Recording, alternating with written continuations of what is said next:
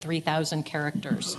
Please note, members of the Commission may not discuss items that are not specifically identified on the agenda.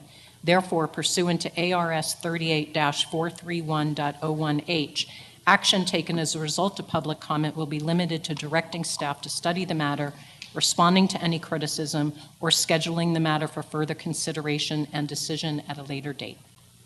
With that, we move to agenda item, before we move to agenda item number 4, we do have a Spanish interpreter with us today. If she could please introduce herself. Good morning, my name is Brenda Lopez. I will be your Spanish interpreter today. You can come to me if you need help for Spanish interpreting. Buenos días, mi nombre es Brenda López, seré su intérprete en español. Puede venir conmigo si necesita interpretación en español. Okay, thank you. Welcome. We'll get back to agenda item number 4, discussion of public comments received prior to today's meeting. I will turn it over to my colleagues. I would just like to again thank you. I appreciate the fact that so many folks are actually paying close attention to what we're doing and providing feedback on some of the ideas that are being proposed. I want to remind everybody also we're still early in the process because some folks I know seem a little nervous about where we're going, but we got a lot of things to still do. But I just wanted to say we appreciate that feedback. Given our current schedule, it certainly makes for late night reading. So, but I know all of us are actually going through these comments. So we do try to absorb it with whatever energy we have left. So thank you all.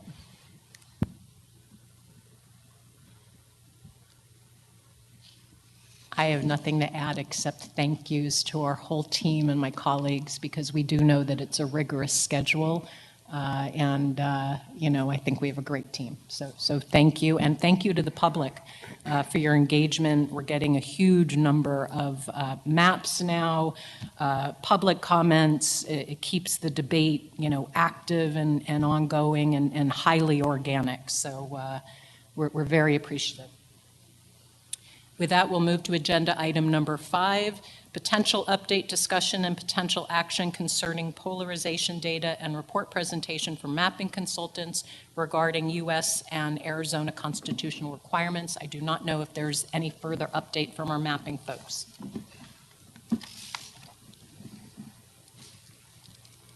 Just on the polarized voting report, we do have the draft report and legal, just sent to legal just before this meeting, so they will be reviewing it.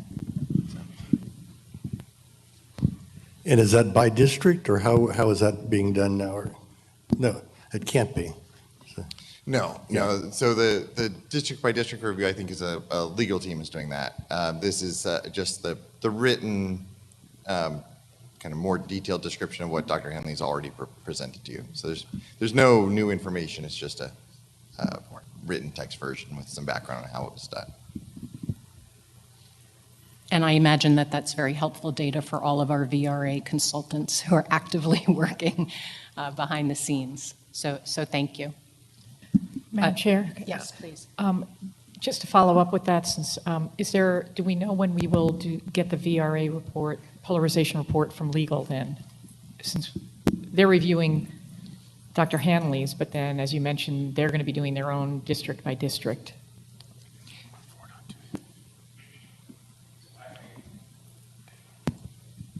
To answer that question, I think we're going to have an update and some advice that we intend to give during executive session at the next agenda item. But to answer the question, generally, we've received the polarization report, the draft of it from Doug about half an hour ago, so we're going to look at that. Our legal team and the consultants are going to look at it during the meeting, and then I think we can return back with our analysis, hopefully later today, at least some rough analysis later today, and something maybe more formal by tomorrow. But again, I'll provide some additional update when we get to the next agenda item. Yes, as foreshadowing, when we get to agenda item number 7, prior to diving into mapping, we're going to suggest make a recommendation to my colleagues to go into e-session for further legal guidance on the VRA threshold issues. Anything else on this? Okay, agenda item number 6, is this where we're at? Potential support from staff and mapping consultants regarding public outreach, utilization of mapping software, and report on public map submissions. Any updates on that item? As of yesterday, we had 86 submissions, and today we are up to 104. The AZ Latino Coalition legislative districts has been published out there, so anybody that's in the public that wants to view them, they are available online. With that, I think that's the only update that we have today. And if I remember correctly, are we at some point going to work on some kind of larger public opportunity for a tutorial or live? I know you've been gracious with your time and opening yourselves up to coach the public with trying to submit maps. Is that something we're going to continue to work on to provide opportunities for the public to get some technological help? Yes, so the plan is, at least in all the business meetings, to continue to do some type of training. And if there is an opportunity that we want to schedule for a technical support session, we could. Okay, great. And I've been working with staff to figure that out. Excellent. I mean, the fact that we're just continuing to get more and more data, more and more submissions, in and of itself tells me that the community is getting more and more comfortable with the mapping tools, and that whatever you're doing to provide the tutorials and other options for submitting data is really working. So thank you. If there's no other comments on that, we'll move to agenda item number 7, draft map decision discussion and possible action concerning revisions to the grid map. As we alluded to earlier, I'm going to make a suggestion that the commission go into executive session, which would not be open to the public, for the purpose of obtaining legal advice with respect to acquiring the resources referenced in the consultant's update, ARS 38-431.03A3, to basically seek additional VRA guidance to honor our constitutional responsibilities. With that, I'll entertain a motion to go into executive session if there's no other further discussion. So moved. Vice Chair Watchman seconds. Vice Chair Watchman, Aye. Commissioner Meal, Aye. Commissioner Lerner, Aye. Commissioner York, Aye. Commissioner Newberg is an aye. With that, we will move into executive session. We will have our legal counsel, core staff, commissioners remain, and we will welcome the public back. I don't expect it to be too long. Thank you. Please turn your mics off.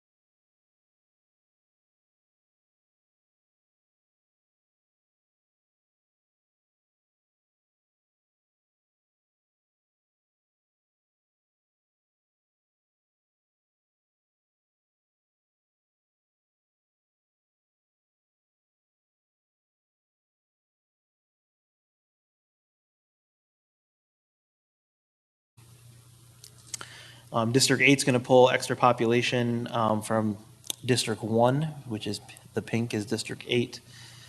District 9 is going to take extra population out of District 8 by taking Sun City West and Sun City Grand. It does separate Sun City for them, so that is a note there. And District 9 then shifts some of its extra population back into District 8 because it moves more north, Peoria into District 8.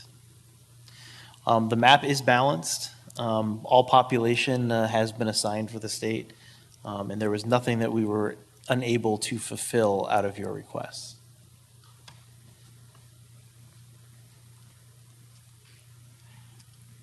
And then the demographics we have added as requested from the last meeting.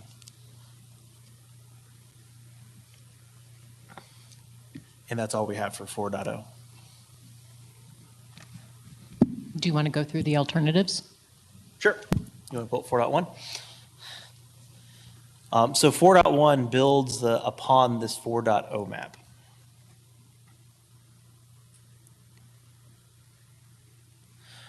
And the goal of 4.1 is to show an alternate way of balancing the districts after we replicate the Latino Coalition's District 7 into the map. And it's mainly so that Gila County does not have to be moved into District 5.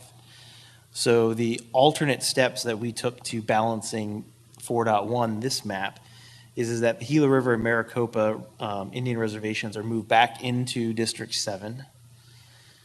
And then that would unbalance the district by about 15,000 people. Glendale is moved from the northernmost tip of District 7 into the southwest corner of District 8 for balancing. Go ahead and you can go ahead and show that. There we go. So that very tip of D7 turned into D8 as in the pink. District 1 pulls extra population from District 8.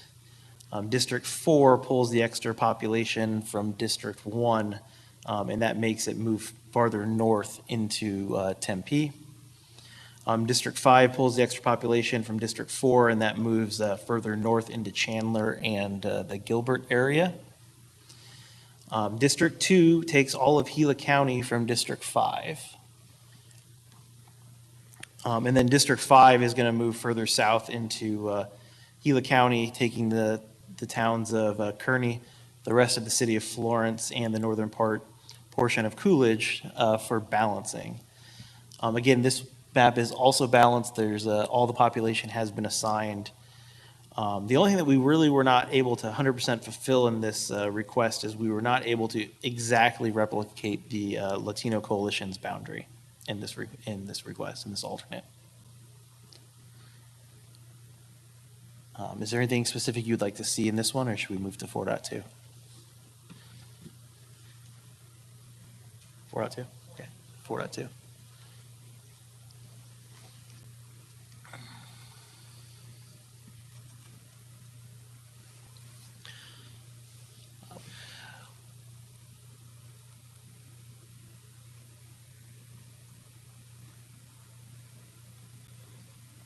Can you bring up the branching tree for a second? So keep in mind that 4.2 is a separate branch off of 3.5 of what you approved yesterday. So it doesn't take into account or build off of 4.0 or 4.1. Okay. So using the guidance of the Latino Coalition's District 7, the primary objective of this map is to consolidate more of the heavy Latino neighborhoods without going into Maricopa County. So we matched the Latino Coalition's map with a greater influence in the city of Yuma area specifically. We split Santa Cruz County between District 6 and District 7 out to the west, so the brown district with the yellow district in the bottom southeast corner of the state. We grabbed population that was missed on the outskirts of Marana and moved that from District 7 into District 6. The neighborhood that is just south of Davis-Monthan Air Force Base in Tucson. Scroll up. Scroll up. Okay, there you go. You can leave it right there.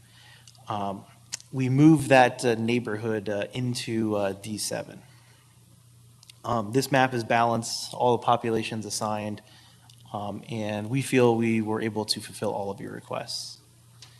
And with that, that sort of is the three different alternatives that we have for the congressional districts for you.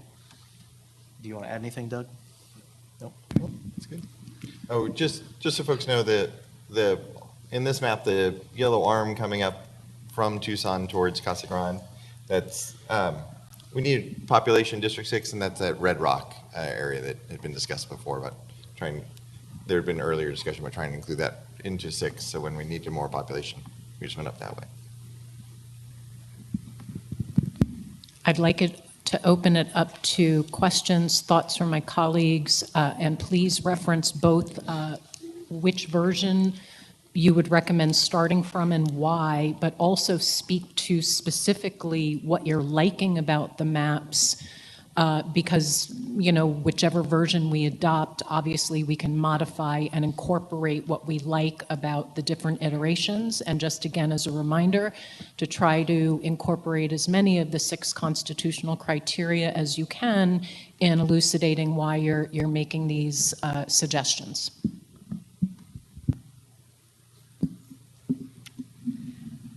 Okay.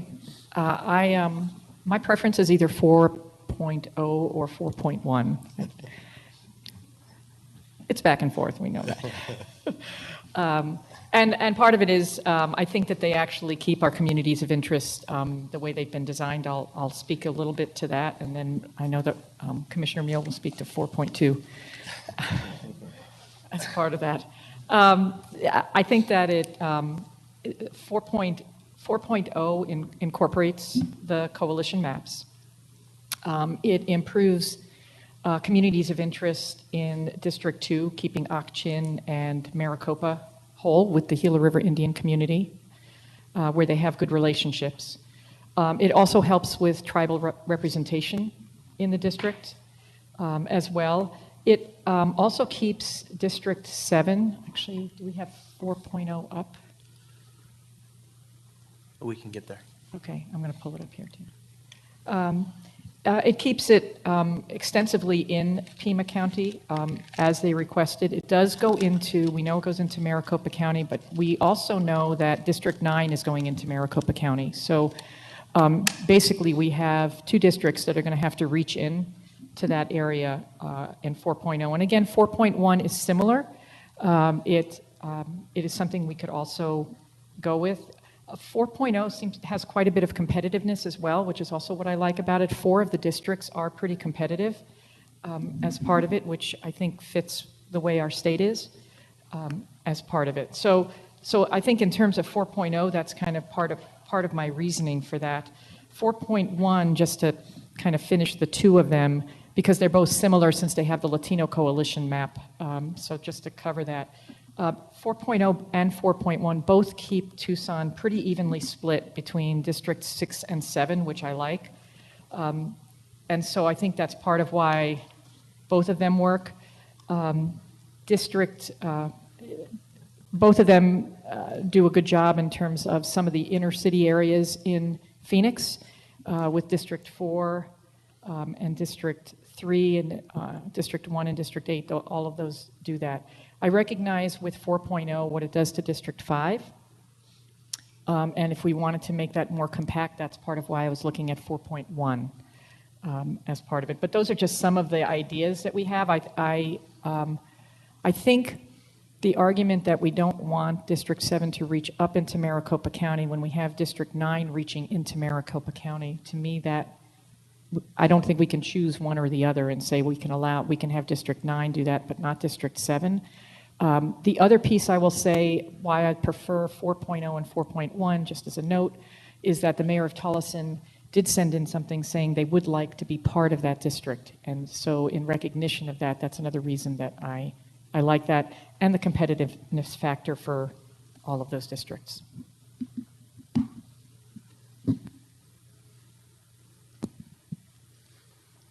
Good morning. And yes, shockingly, I do think that 4.2 is a significantly better map. and it really is, the Latino Coalition, we're looking at their data because of communities of interest. That's really the key, and that's the reason we're looking at it. And I've been consistent from day one saying PMIC, the urban area of Tucson and the urban area of Maricopa shouldn't have the same congressperson. And yes, District 9 goes into Maricopa County, but it only goes into one urban area. District 7 right now is going into both of the big urban areas, which just makes no sense whatsoever. So I'll argue strongly against that.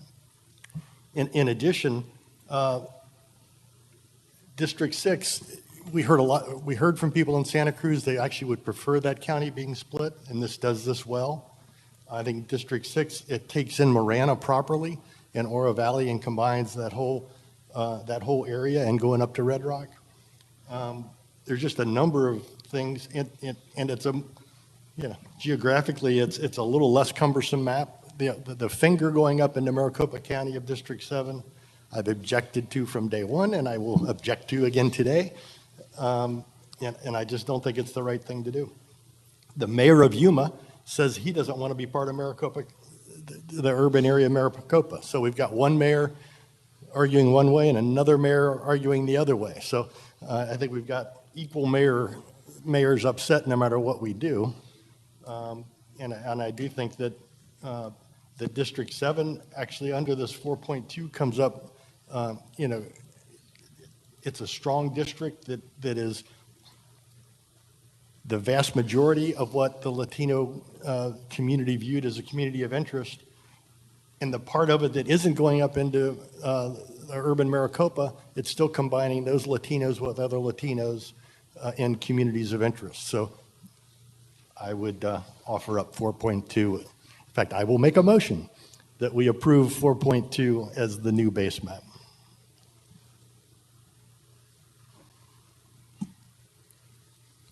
I would second that motion.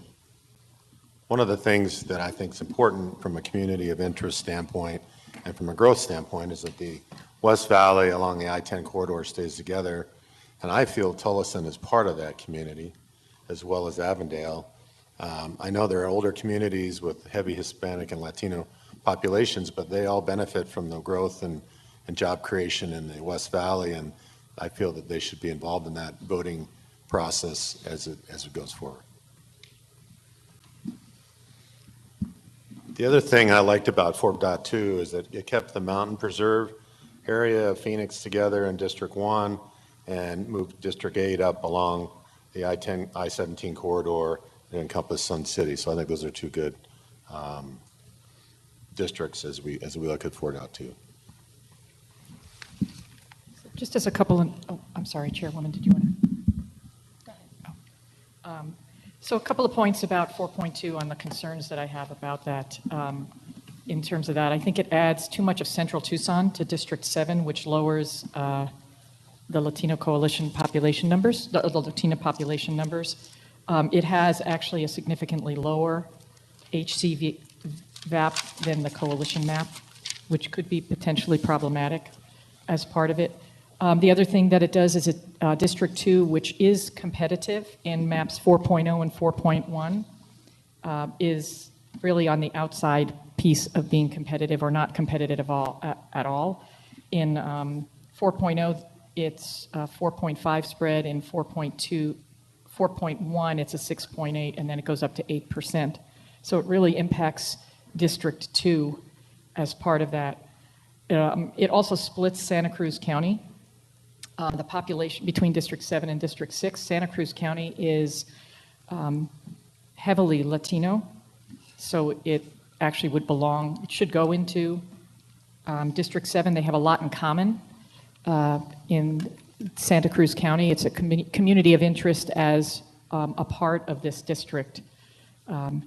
The other piece is that District 6 in 4.2 is in actually 6 different counties in this map. So it really splits up all of those counties. And it doesn't seem like that would be in the best interest of many of those folks. By keeping it in there in some form, that's 4.0 or 4.1, I think it overall is a benefit to those communities that have things in common. And the majority of the West Valley, as Commissioner York said, will still stay together and be able to be comprehensive as that voting bloc as well. So I don't think when we look at all the constitutional criteria, 4.2 works as well as 4.0 and 4.1.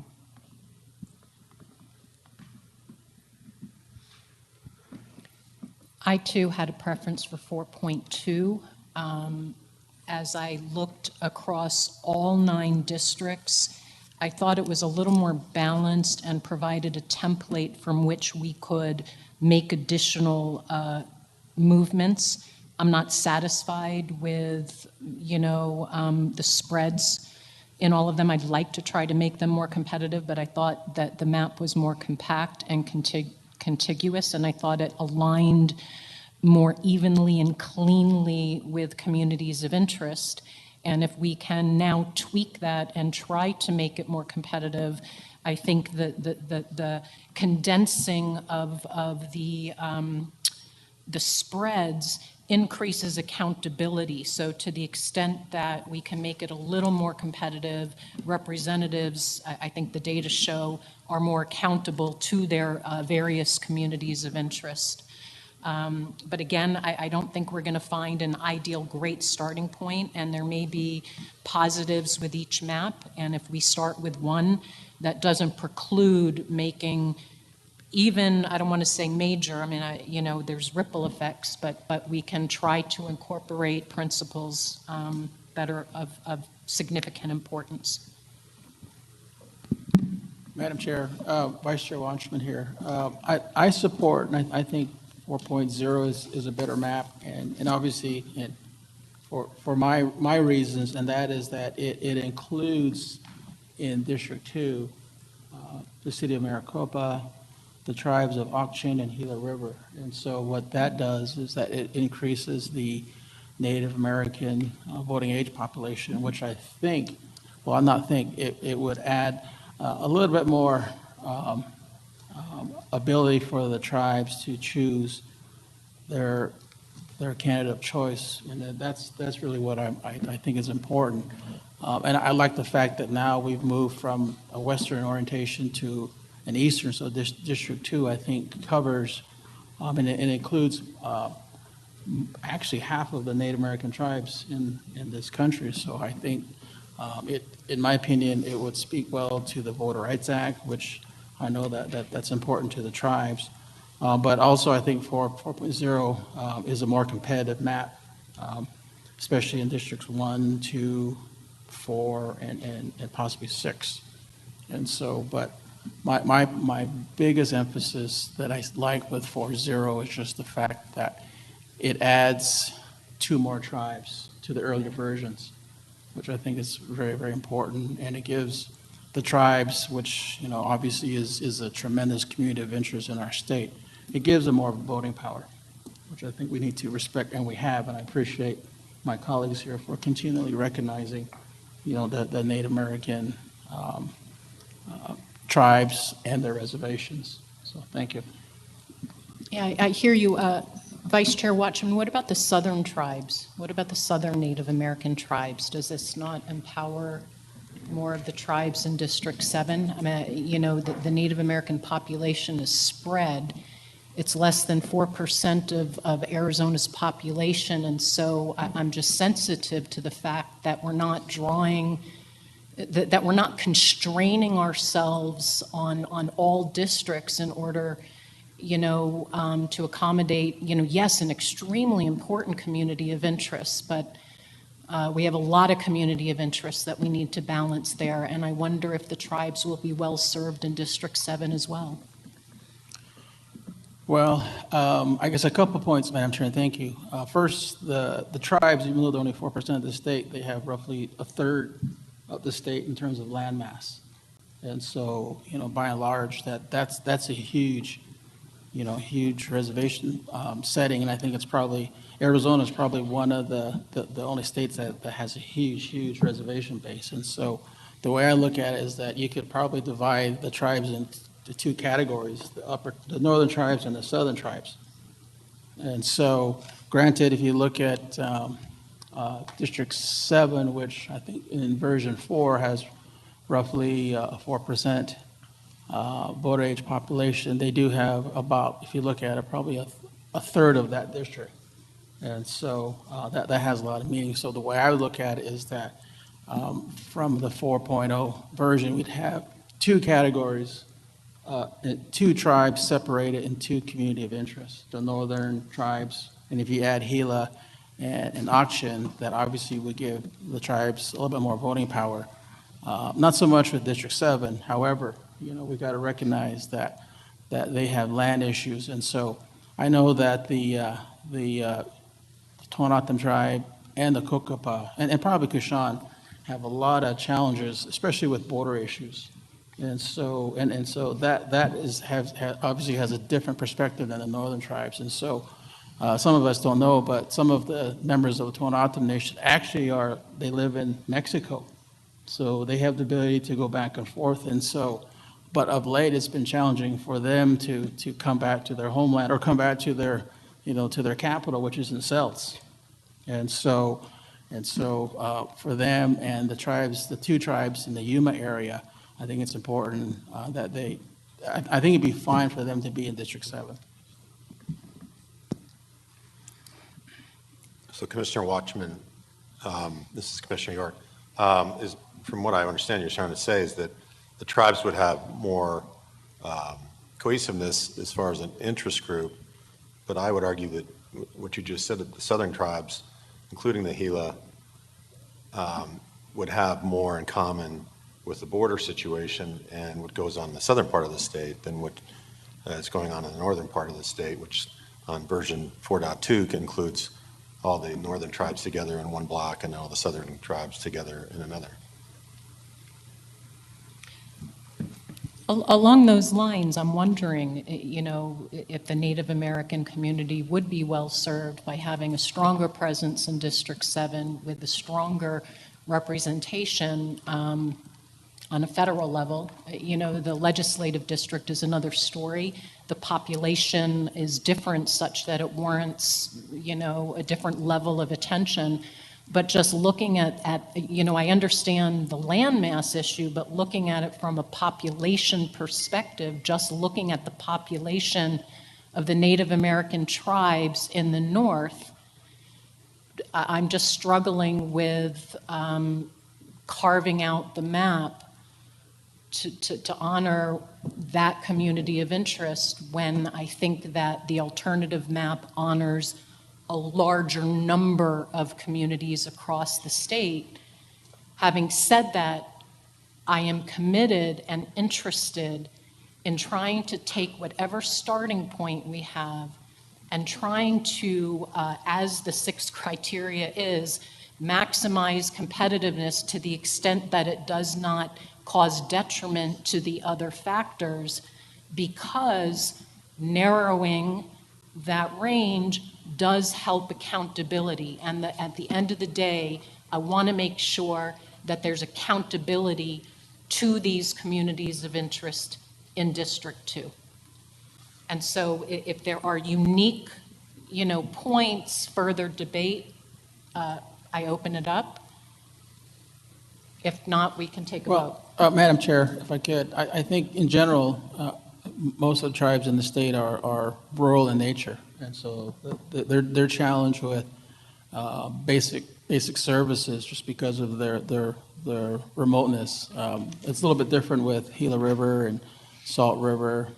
They're, for the most part, close to populated areas. And so, but I do, getting back to Commissioner York's question about, is there, can you draw a distinction between the northern and the southern tribes? You probably can. And so, one could argue that, well, the southern tribes, if you include Tohono and Kokapa and Kushan, along with Akshan and Gila, that might be a better setting.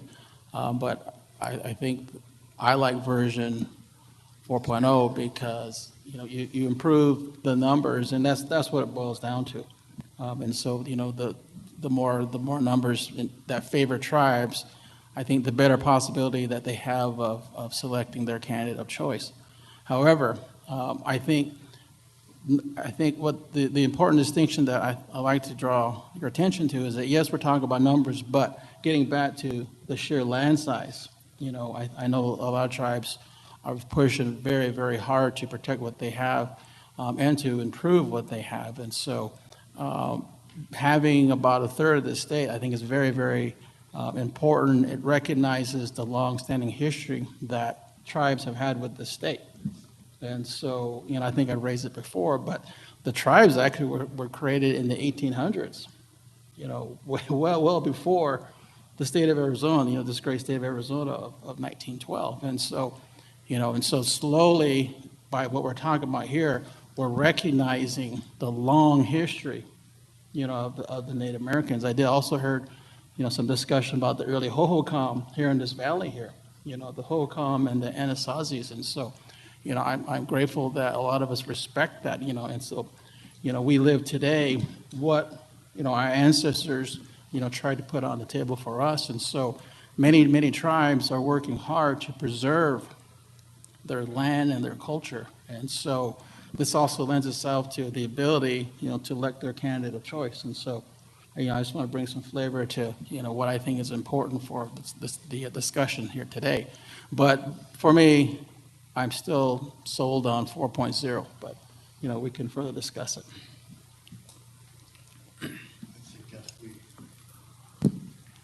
I would ask to call for the vote on the motion. Yeah, and I just want to make one other point, that when we talk about, electing a candidate of a community's choice, there is just a simple mathematical reality of percentages, and what reaches a threshold on a legislative level may not reach a threshold on a congressional level. And we can have deep respect and recognition for the history of our state. We're obligated to follow the 6 constitutional criteria, and that is the only guide that I can use as I'm making my analyses of the maps, those 6 specific criteria. With that, if there's no further discussion. I guess the last point that I'll make, and then we can go for the vote, is I am looking at all the criteria here, and part of if we take all that, the rest, and talk about representation, which we heard a lot when we heard from people, I'm trying to find a way for us to balance the communities of interest, all of the different criteria, to be sure that people feel they have a voice. And part of what I looked at with 4.2 is that I feel that there is less balance in terms of the communities of interest and the populations that are there. When I look at and competitiveness is just one criteria. I'm only taking it as one criteria. But I look at it and say, of the 3 maps that we had, it is the least competitive of all of them. So my hope is, if we adopt 4.2, we take a close look at how we can improve upon that. Absolutely, but Commissioner Lerner, can I ask you a question? Aside from the Native American community in 4.2, did you feel there were other significant communities of interest that were at risk of being marginalized? Well, I think to some extent the Latino community, if we look at what would happen to the community over in Tolleson and Avondale, where they would be placed into District 9, I think that they would also be impacted by that. So it's not just one community. And that there are other communities too that may also feel that way. When we take a closer look at where some of the other communities are, whether we look at some of our rural communities and the mining communities, are they going to get some of the voice as well? Okay, so I hear concern about Native American and Latino. With that, absolutely, I think we can make a very serious commitment, regardless of which iteration we start from, to try to mitigate, the challenges. I think everybody has heard a deep commitment by this commission to honor the VRA and continue to solicit feedback from the Latino Coalition and honor what the needs are of that community of interest. If there's no other further questions, we'll take a vote. We are voting on the adoption of Congressional Map 4.2 as a starting point. Vice Chair Watchman. No. Commissioner Meal, Yes. Commissioner Lerner, No. Commissioner York. Commissioner Newberg is a yes, and with that, with a 3-2 vote, we will start from iteration 4.2 with the goal of working on mitigating challenges to the Native American population, an ongoing effort which has been part of our conversation from day one to seek maximum representation for our Latino community, and in general to try to narrow the spreads, to try to, while respecting communities of interest, create as many competitive districts as possible for the sake of accountability and honoring. I see it as, I see competitiveness as allowing for more error in the map, because the more the spread is narrowed, the more accountability there is for elected leaders to be honoring all of their constituents.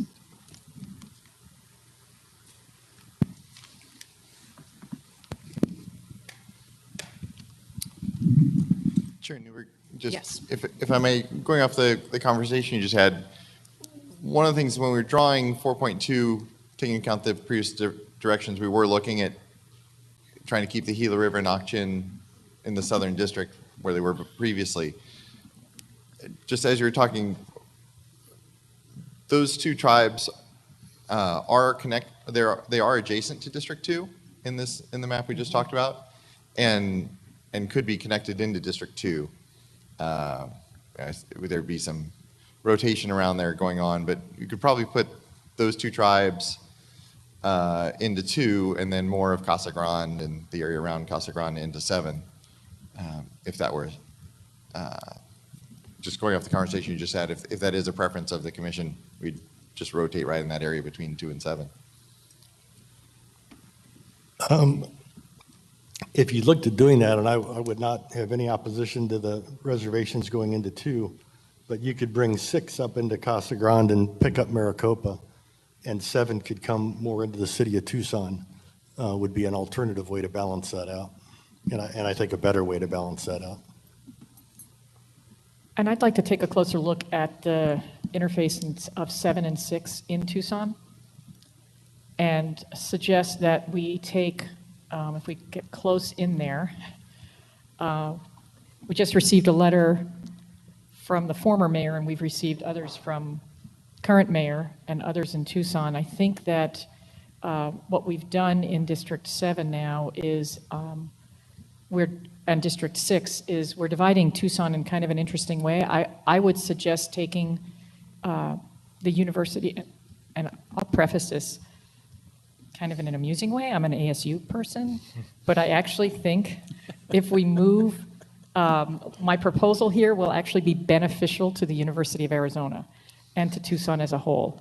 I would like to suggest that we take the University of Arizona area, and I don't know the exact, I know it's off of Speedway, and I don't know all of the streets. I'm zoomed in on it here. And move that over to District 6. That's a community of interest right there. It's been attached here, I think, in a way to increase some numbers, but it doesn't actually increase the Hispanic voting age population in that area. I think that was done as a way to increase the competitiveness in District 7 to some extent. But this is something that I think would be beneficial to Tucson to actually have a more balanced district, two strong Tucson districts, which I think that they need in that area. And if you take that piece out, it gives a little bit more weight to Tucson. Right now, the way those two districts are divided, it pretty much takes a lot of the outskirts of Tucson, but not any of the interior, and basically gives the bulk of the city of Tucson into District 7. I think if we move that out into District 6, it really gives Tucson a better voice, and having 2 congressional representatives that can reflect Tucson's needs. So that's one area that I would like to have us take a look at as part of that. I'm not opposed to the other suggestion about how to adjust some of these other things that were just mentioned, but I would like to have us take a look at what we could do to give Tucson a little bit more representation by taking part of the core and adding it in. As often is the case, our suggestions are oppositional, but I think this is another example of one where we should draw it both ways and take a look at it. I guess I'm not sure, Commissioner Lerner, what problem are you trying to solve with bringing U of A into D6? It'll shift around the numbers such a tiny bit. I mean, what issue is here? Well, what I see right now is that Tucson basically have, from the majority of Tucson, the core of Tucson, and the representative in the Tucson area is going to be very divided. They will have somebody for District 7. For right now, for the predominance of the core part, that person will be representing Yuma, they'll be representing the tribes, they'll be going up to the Gila River, down throughout that area, and then a piece of Tucson. What I'm looking at is that if we move that piece of the university, they actually could get 2 good representatives looking at the core of Tucson, looking at Tucson City. I don't see that now. I see what has happened with District 7 as taking a lot of the main of that section, sort of separating it out. So I see that as just being beneficial to Tucson, to giving them what I see as 2 good core representatives within part of the inner city area. Ironically, I agree with everything Shireen said, except I disagree with her conclusions. I think having 2 strong representatives in Tucson is a very good thing. I think having the urban area of Tucson divided between 2 districts is a very good thing. Right now, if anything, to have a more even division of the urban area of Tucson, you'd want to move 7 to the east, not 7 to the west. So I agree with all the philosophy. I disagree with the conclusion.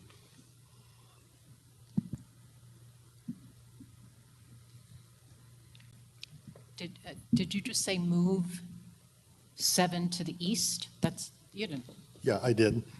And that's what the suggestion I gave was if you move the tribes into 2, move 6 north into Casa Grande and Maricopa so that those don't go into 7 because those would not be good communities of interest with 7.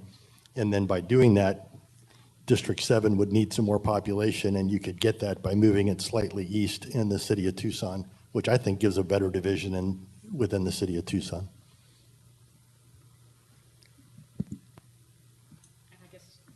I guess, as we said, if we can see both options, I'd like to see what it looks like in terms of demographics.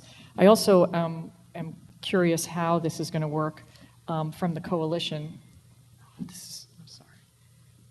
From the coalition's perspective, in terms of our overall numbers by adopting 4.2 and seeing what modifications might be needed to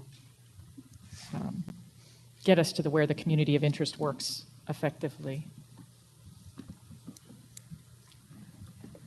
I continue to have some concerns, and I'm not sure at this point how to accommodate them, about Avondale and Tolleson in District 9, and whether or not there's some things that we can be doing there. I don't have a suggestion at this point right now, but I feel that there are heavily Latino communities who are going to be, and so I guess I would like to see if there's something we can do. But they may lose some voice in District 9. So I do have a little bit of a concern about that. But again, I don't have a great solution. I don't see them adding to D3. I'm not sure if adding them to District 8 would work. I've got to mull that over a little bit more. I'd like to remind all of us that our goal is by ideally Thursday, but it's certainly no later than next week, is to approve draft maps. And they're only going to be draft maps. And we want to do the best we can over this next couple of days. But we're then going to have huge opportunity for public input. And then we will have a month of redoing the final maps to really try to get into the detail and fine tune some of these things. So, you know, there is still ample opportunity beyond whatever we approve for a draft map to make changes. And with that, we'll be able to get a lot of input that'll be really specific and detailed input from the public, because so much so far has been more general and generic. But once they see real draft maps, we'll be able to get real fine-grained feedback from the public.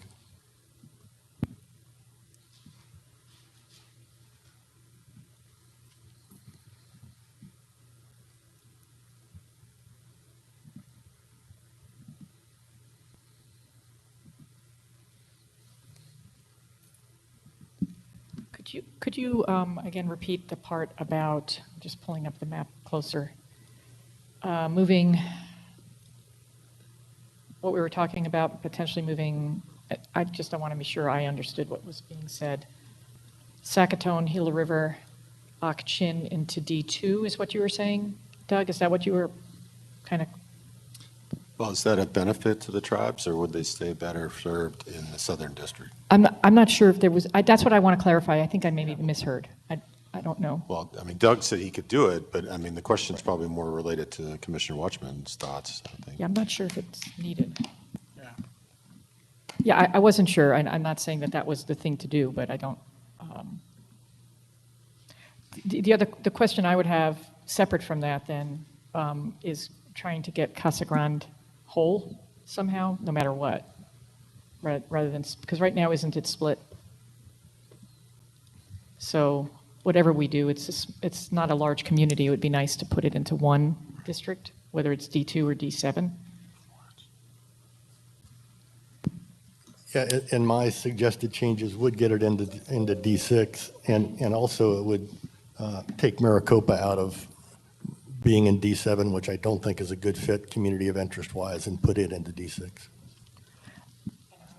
I would say that it actually, Maricopa should be in D7. It's very close to Maricopa County, and putting it in D6 really extends D6 way north, and I just don't see that as a connection. So I would not put Maricopa in D6 at all, because then we're really extending D6 way north, which is the same issue that you had with D7, right?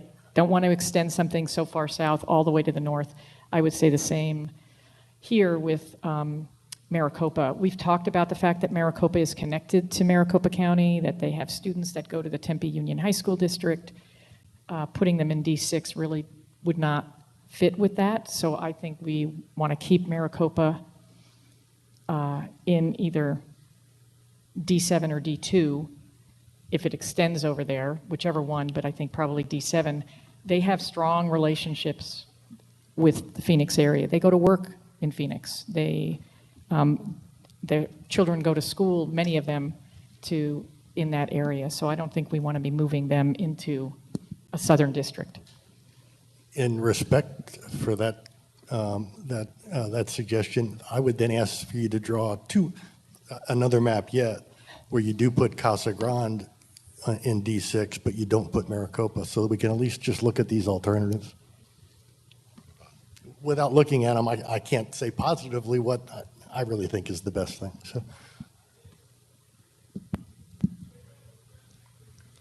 So one map with Casa Grande in D6. Can you clarify what you'd like, Commissioner Meal? I'm sorry.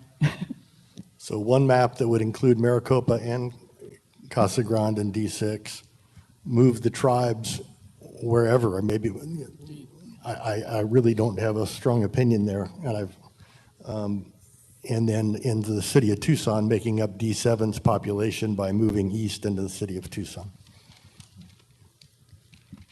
I think for the tribes, Madam Chair, with this version, considering, again, putting Ak-Chin and Gila into D2, I think would reflect what I heard from at least their governor of Gila River, is that they want to remain a rural tribe. And so I think the issues that these two tribes south of the valley face are a lot different than what the Tohono faces, especially when it comes to border issues.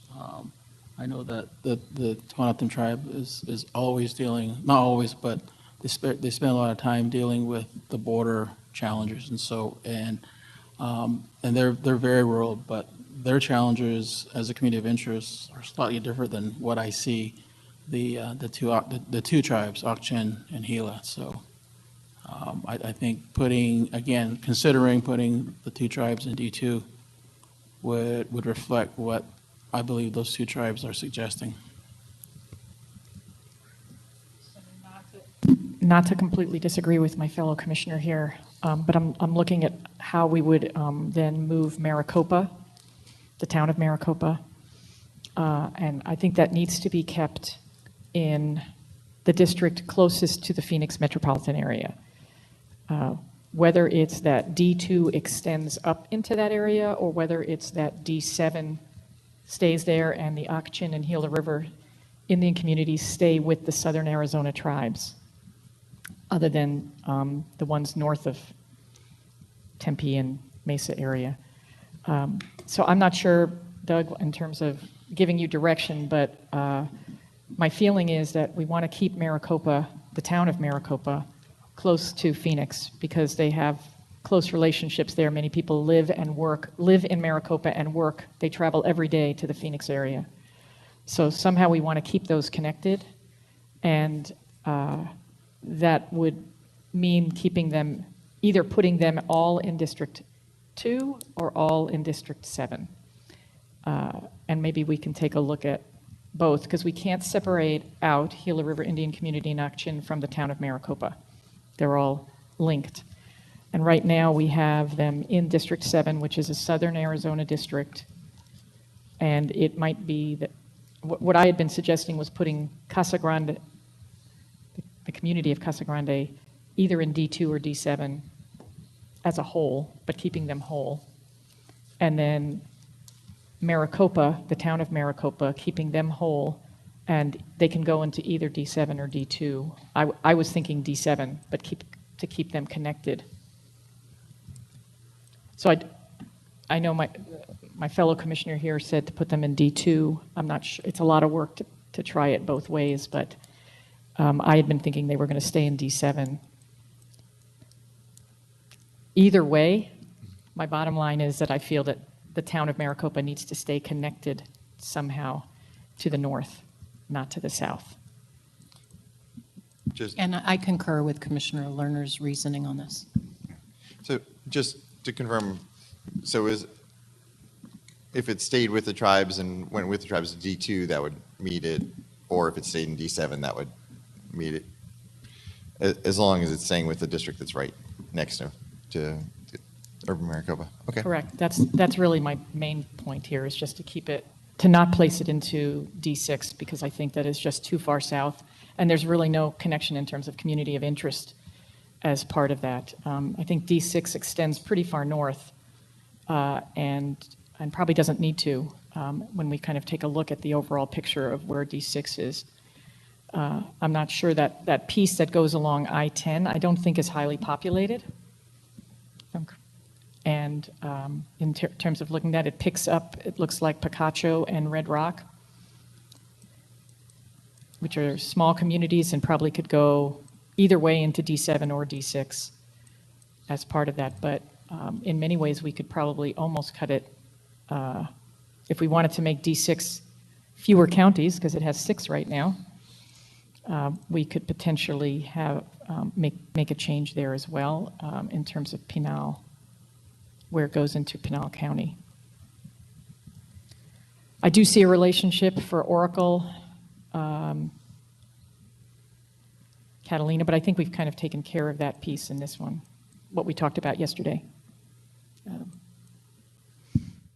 Just finishing up Commissioner Lerner's line of reasoning, for my sake, I think it makes sense to put Maricopa in D7.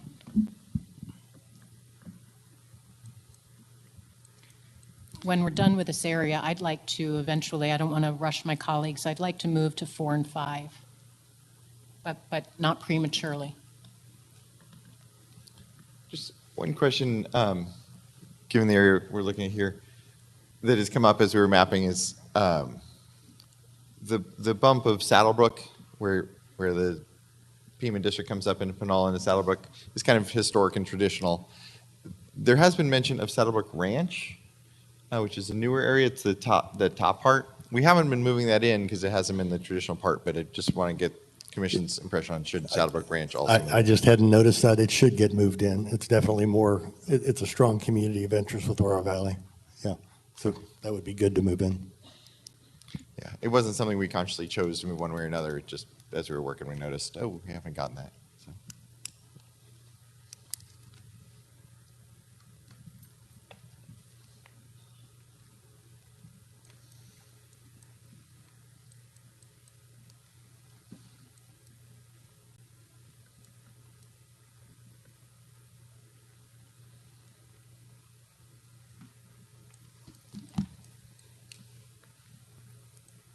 Are we ready to move to 4.5?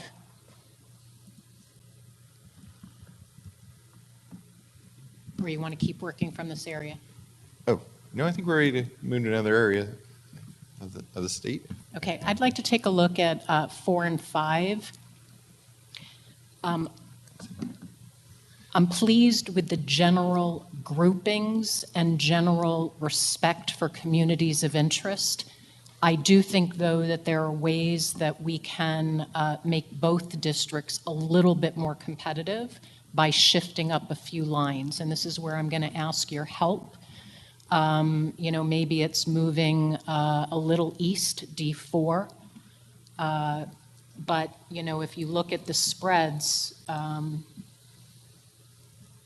one is, very tilted in one direction, another is very tilted in the other. And if there's those communities, there's a lot of blending.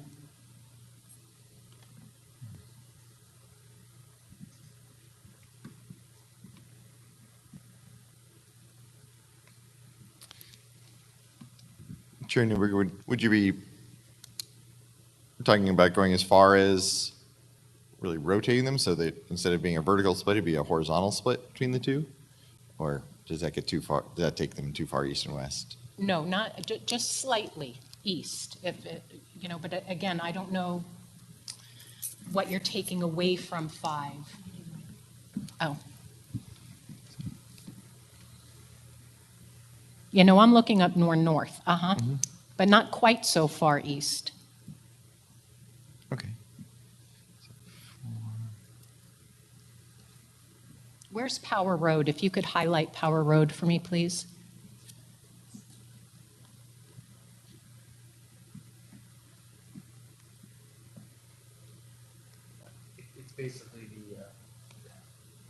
It's basically the eastern edge here of town of Gilbert.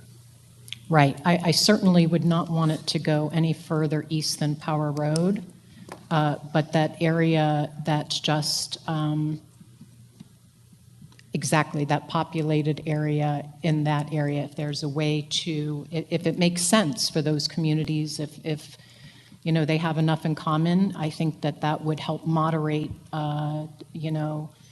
the extremeness of those districts.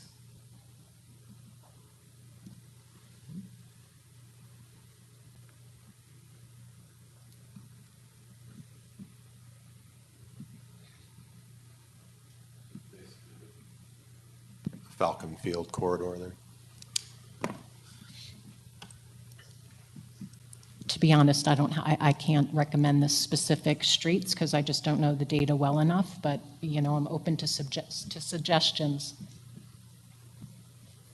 And if it can't happen, it can't happen. It's a priority of mine to try to, narrow these gaps here.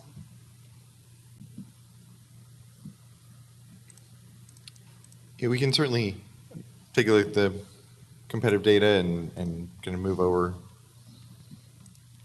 Essentially, we can move over as far as to Power Road. Is that right? Yep. Move to Power Road in the north, and then 5 would go into 4, kind of on the southern side or somewhere, and we can see what impact it makes. Certainly. I have another minor adjustment on my requested map, and that's up in the north part of Marana. There's almost no population, but it's going to matter as a future growth corridor. So if you look at Pinal Air Park and Red Rock, if you could get all of that into District 6, like I say, it's very few people, but it is a future growth corridor, and when it grows, it will make much more community of interest sense with the Marana-Oro Valley area. I think it's in there already. Marana's already in District 6. No, it's north of Marana. It's actually part of Pinal County. It's the southern edge of Pinal County on the west of the I-10. It's like a triangle or maybe a semicircle to just capture that in there.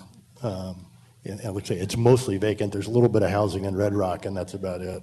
But that will be a future growth area that will be part of Marana and actually will end up being incorporated in Marana. So where right now it's following the freeway, you're essentially talking about bringing it across the freeway. down to the county line. And I had been actually thinking that we should, in that particular area, that, I do think we should look at how District 6 is split into so many counties, because I don't think that honors many of them. So, that's the piece of Pinal that goes into District 6 right there. So I just think it's something that we should consider, and because, to be quite honest, I hadn't taken as close a look to 4.2 as I probably should have, because I was so focused on 4.0 and 4.1. I'm going to have to take a closer look to see how we might make some adjustments.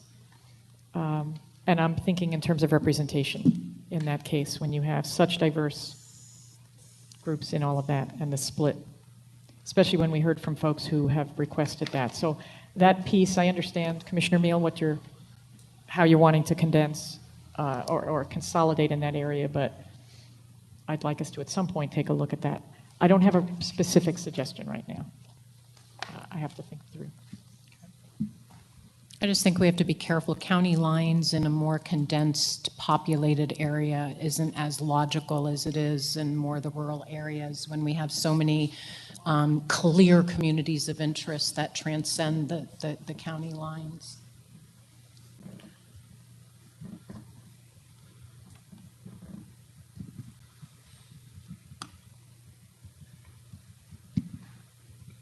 To follow in your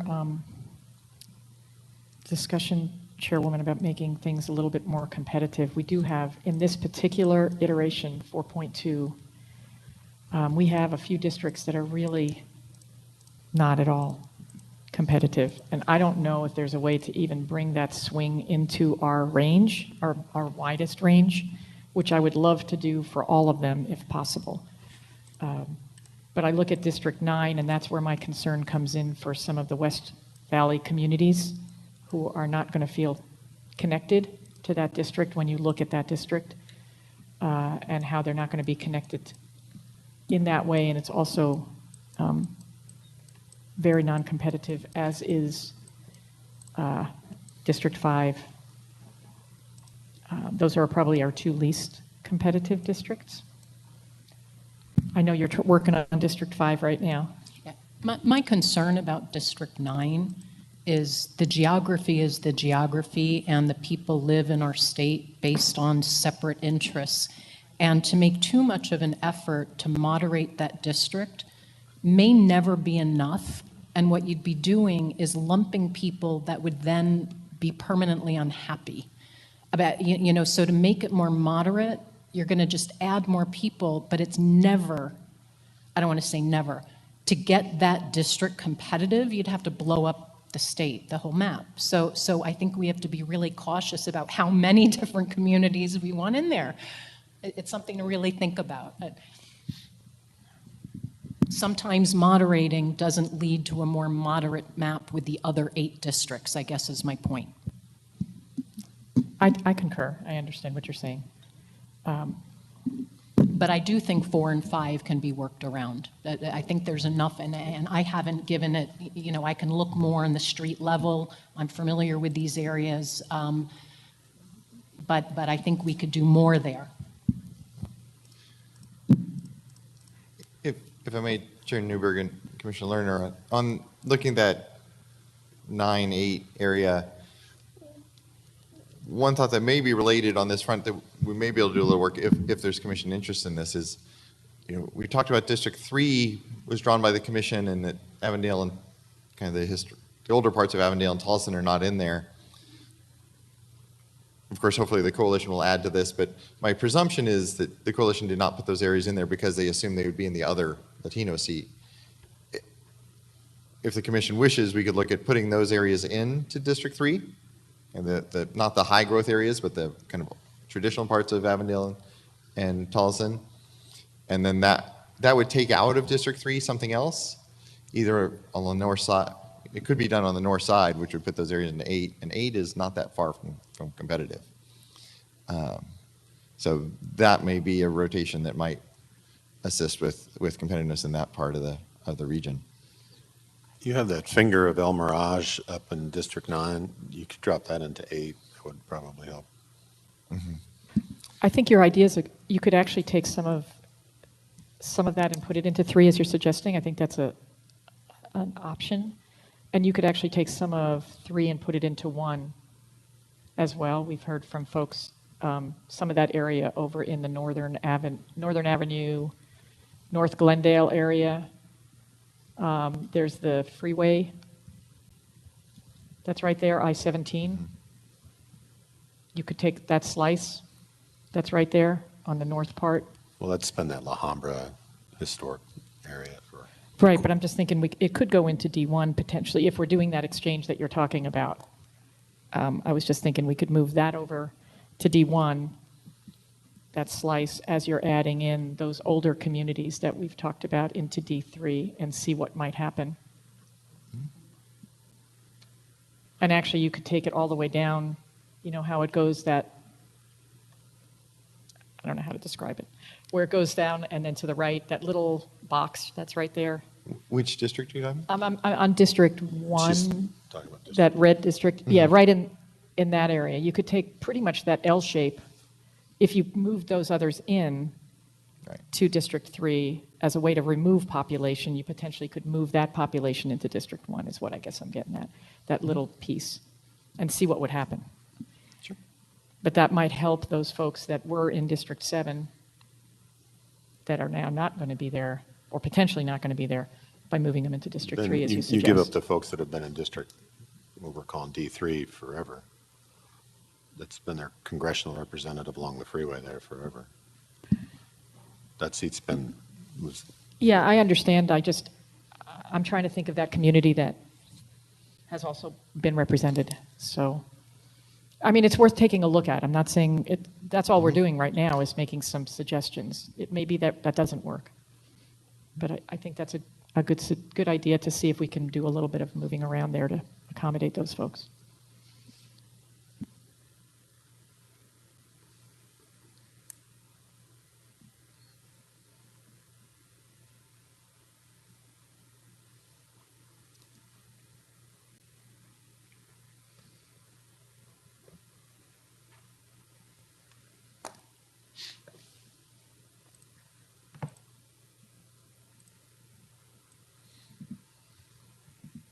If you just pushed District 8 south to Glendale from Northern, and then picked up Avondale and then Tullison, what would that do with the population?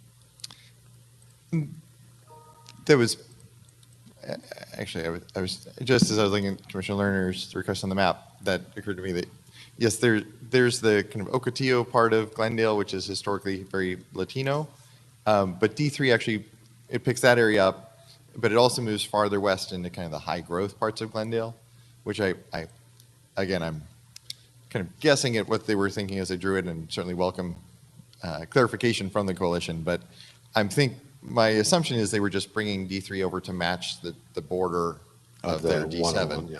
So now that their D7 is not there, it may make sense to pull that back to just get the historically downtown Latino Glendale in there, and some of those areas could come out.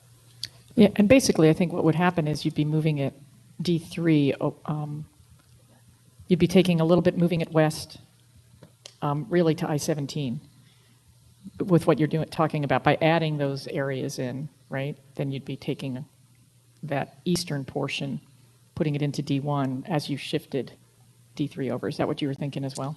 No, I was talking about moving D8 down. Oh, and I'm thinking of D1 because I think that when you look at I-17, it's actually a nice piece right there. But we could have it look both ways if you want. That La Alhambra neighborhood is what, 19th Avenue to 32nd Avenue, northern to basically downtown, I think. All right, Doug? Pardon me? That La Alhambra neighborhood is 19th Avenue to northern to 32nd, roughly down to about, I think it's down to McDowell. Isn't that correct? I'm not familiar with precisely where it is. Ivy knows the area better than me and is nodding yes. So yes, I believe so. We can certainly look.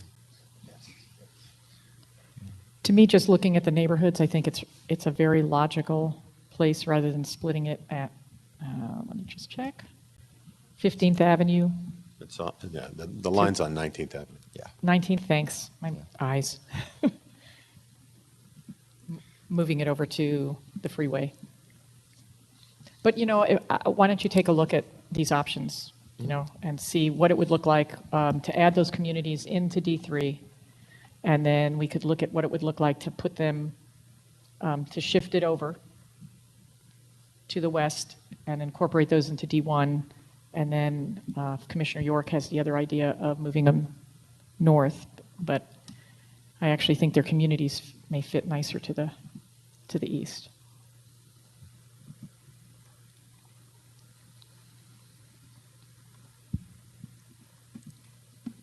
And I'm wondering if this may be a decent breaking point. If there's a few, summation questions that mapping team has in order for you to get, a clear sense of all these things we're throwing at you. Please. Okay, I do think some need a break. Are you?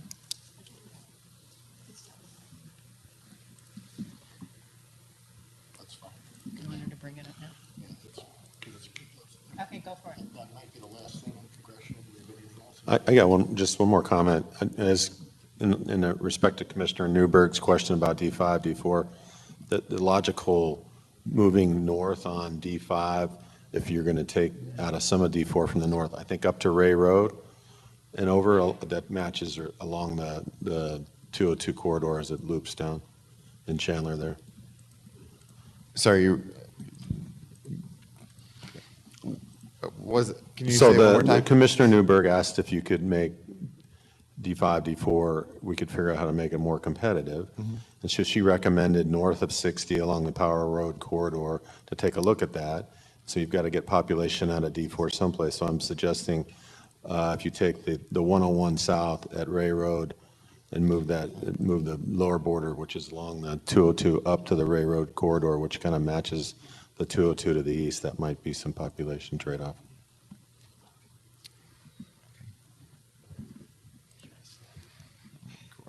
If you look at the tech sector, it basically runs along Price Road down from Ray south down into South Chandler. I do not know those streets. Sorry. No, I understand, but I'm giving you specific instructions, so hopefully Brian or one of these people from Virginia that we like so much are taking notes. And Mark's actually local to the yeah, area, I understand, so but I'm looking just at Mark saying to see if he I want the understands. public to know why I'm having that rush. All right. Yeah, no, Mark will be able, if there's a whole Intel section, there's a whole, high-tech area that actually logically really makes a lot of sense. So we could look at both options. I think it's interesting Well, I think they got just to to come do out it of both ways. you got to kind of jiggy jog the thing. Yeah, I mean, I think both options sound interesting. I'm not opposed to any of it. I like the idea of looking at that north-south and also the east-west option.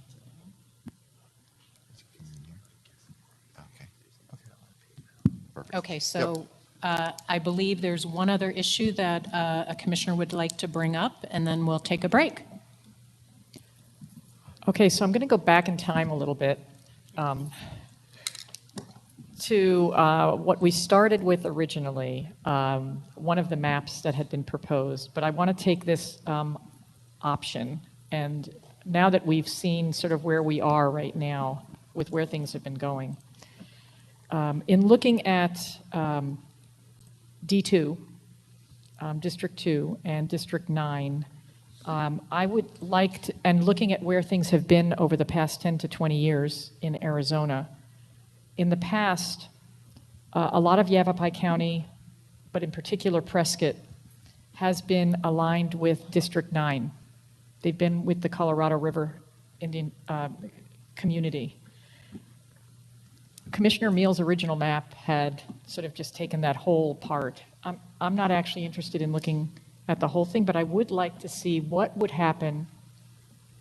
And I guess I'm thinking in terms of communities of interest and where people are aligned in terms of their views, where they settle. That's part of what we talk about.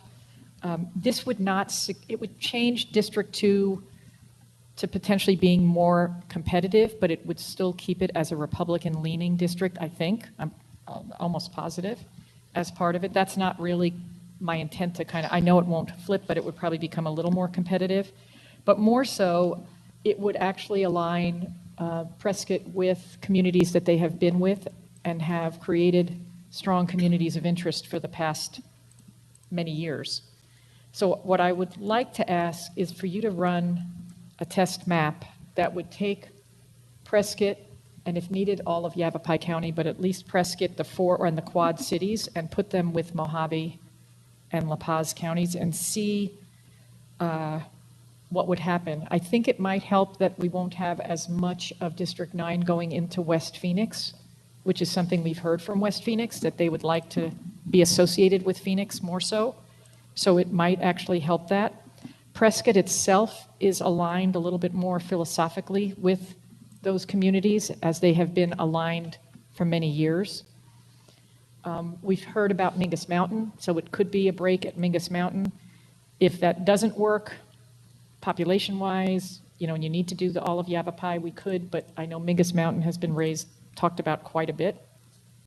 And I think they are more aligned on the west than they are with those in the east as part of that. So I think that putting them in that area would be an interesting. So it's a variation on Commissioner Meal's original proposal. And so I would be appreciative if we could just see what would happen population-wise and in terms of the alignment if we tried to do that. And where are you suggesting to pick up the population for D2?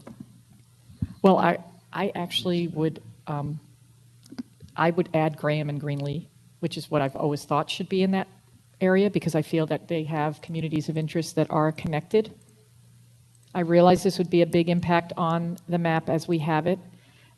My feeling is it doesn't have to be precise at this point to see if it would even work in any way, but I do feel that the Prescott community is more aligned to the west. I didn't feel that the entire north was aligned together, but I do feel that a portion of it is aligned. So I actually think if we added Graham and Greenlee into that, they are also mining interests, they have forest interests, they are connected to the other communities to the north. They do a lot of travel up and down in that area. They're more aligned together than they are to the border communities, Graham and Greenlee. So if we picked up those communities and attached them to the other communities that go into that area, to Eager, Pine Top, they fit with, putting Safford up there, all of those into the mining communities. So that would be my suggestion. So it would be a variation on what Commissioner Meal, but not completely. The only challenge is that Graham and Greenlee have less than half of the population that we're talking about moving. So we could move those, and then D6 would have to get the 50-some thousand that would involve. It would probably push D6 up. It may push D6 really to Maricopa or into Santan. The bigger issue is that D2 would then still be short about 50 or 100,000 people that would, looking at the map, would really have to come from Apache Junction, Santan Valley. So we could rotate that, but we just want to be clear you'd be taking out Yavapai and putting in Graham and Greenlee, but then probably putting in either Santan Valley or a good chunk of Apache Junction and Gold Canyon. So part of it is, and I know that there be challenges. I'm very aware, but what we're doing now is we're taking rural areas either on the east or west and attaching them to urban areas. We know that we have to do that because population needs. Right now, we're doing that with District 9. We're taking District 9 and adding it in to the urban area on the west. So just to look at this and see how this would do in terms of alignment, we would be doing that on the east, which has happened before, right? They've been aligned with that community. Apache Junction currently is with that same district and has that same area. So they've already had that as part of their alignment for the past 10 years. I'm open to looking into this. What I want to be careful is that we're not circling back to the very beginning of our deliberation process where we're then, because eventually if to get the population is encroaching more into the Maricopa area for D2, then we're right back at the same deliberative, conversation we had a couple days ago. So I'm open to looking at it, but I think that there are going to be some challenges. I can't help but say that, number one, a clarification, you referred to maps as my map, and believe me, I've never done a map and have no clue how I to didn't go mean it about that- it. I honestly- So I meant your it was a map. suggested It was a map I supported, That's but all. I had That's nothing all. to do with generating. Yeah, no, that's all I meant. I did not mean it. Yeah, I'm not capable. But ironically, if you wanted to go this direction, it would have been way better to start with that original map. And so I'm willing to, I have no objection to you asking for this. I feel sorry for you over there having to draw it. But I don't think it's going to be productive, but yeah. And I understand that. It's one of those things where you keep staring at maps long enough, and part of the process that we're going through with having to make changes by doing this on a daily basis is sometimes you don't have enough time to process all of that. So I do understand what you're saying.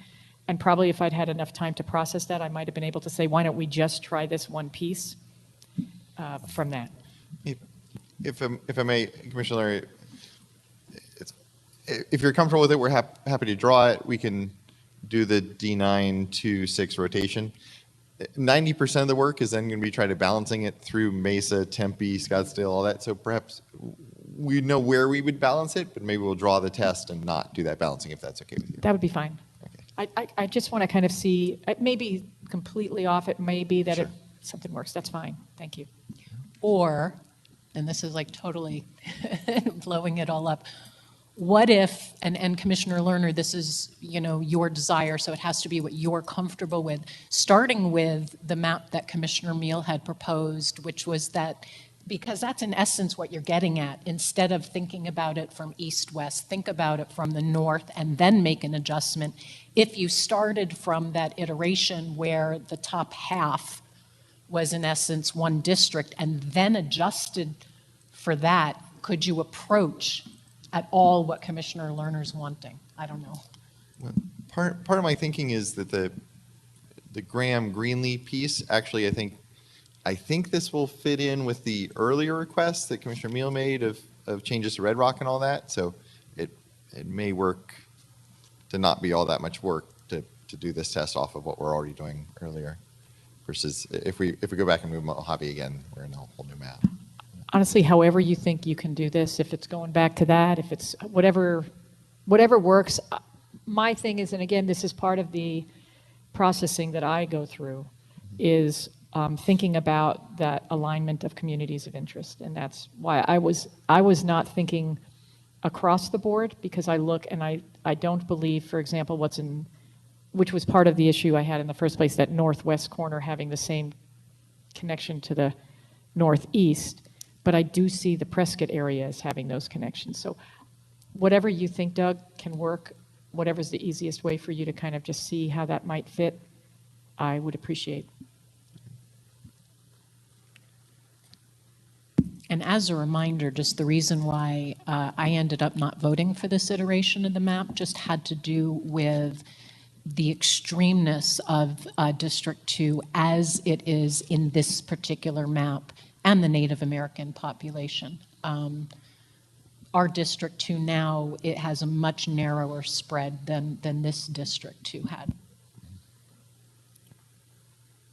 And I agree with that. That's why I was only thinking of Prescott going into that one area and the Yavapai County, not the rest of it.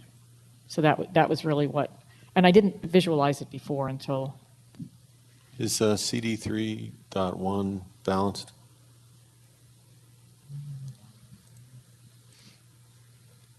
And I'm not saying I'm tied to it, I'm just curious on how that might fit.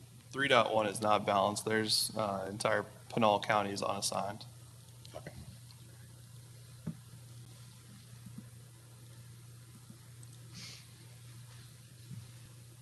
Yeah, this would just pull out that one piece. Okay, thank you. That's all I have, thank you. I would suggest a break. I'd like some guidance from mapping about, so how would you like to proceed now? Do you want to go back and work on this as a team and have us have a substantial break? Do you want to have just a little break and us come and begin the deliberation process on legislative maps? What would be efficient for you?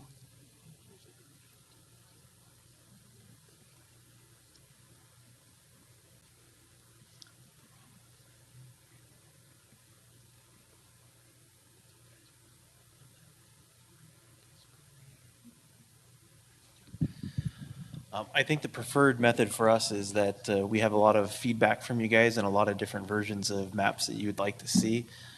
It'd be better for us to take a medium-sized break. That way we can give the direction to the team and get them off and running and working. And then once they're working, then we can come back. So we're thinking maybe like a 45-minute break, if that's possible. Wonderful. 45-minute break.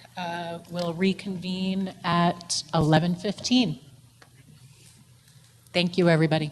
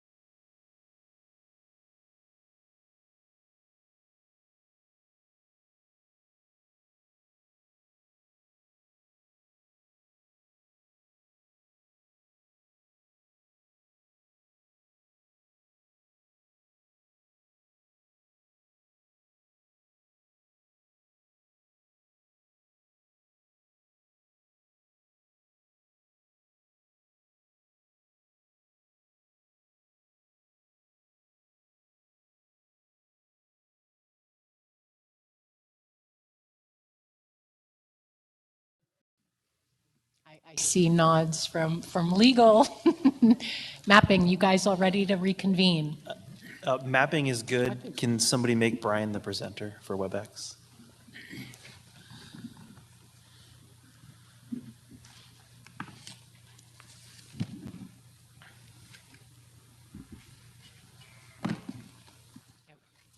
We can resume back to public session as soon as we're live.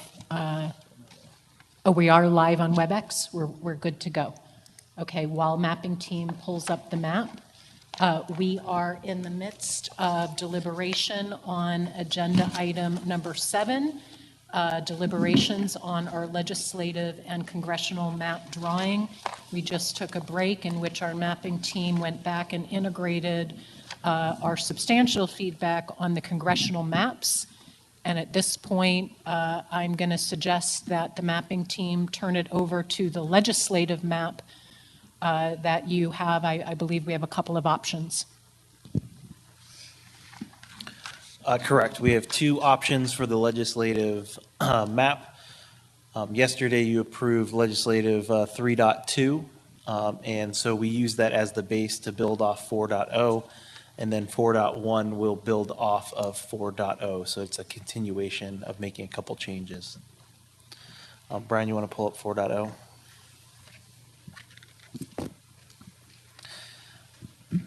So the major purpose of 4.0 is to include the 8 majority-minority districts that were sent to us from the Arizona Latino Coalition.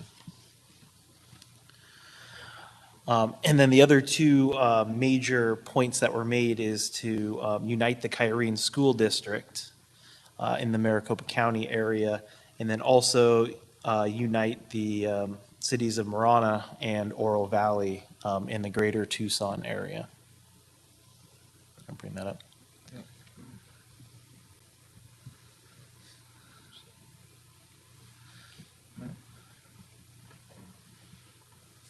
Zoom out to the state.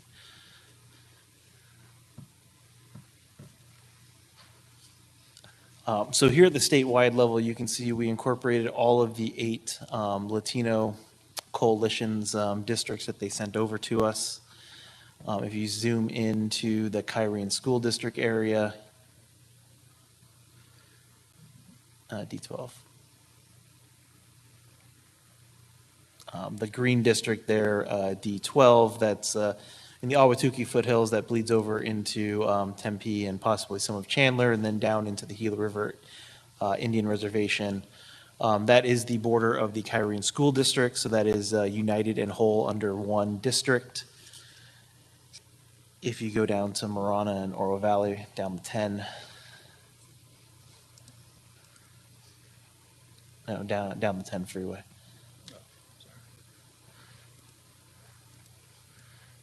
Scroll down. Yep, follow 10. Keep going. Way far.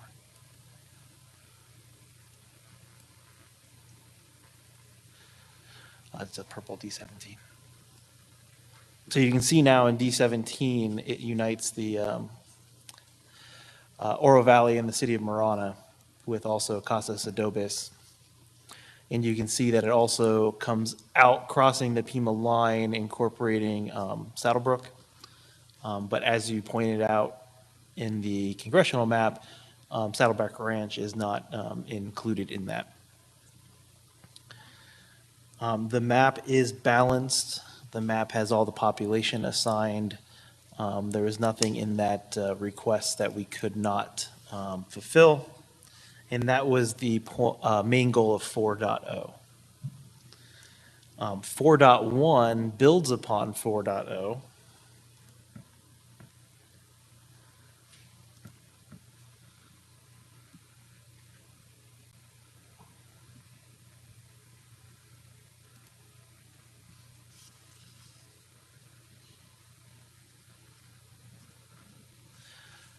So now taking all the changes that you saw in 4.0, 4.1 basically takes Tombstone and a portion of Cochise County and unite them into District 19.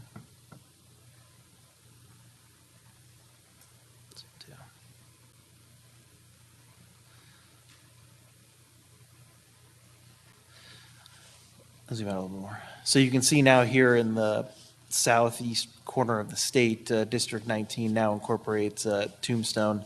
Looks like it incorporates all of Cochise County into that district.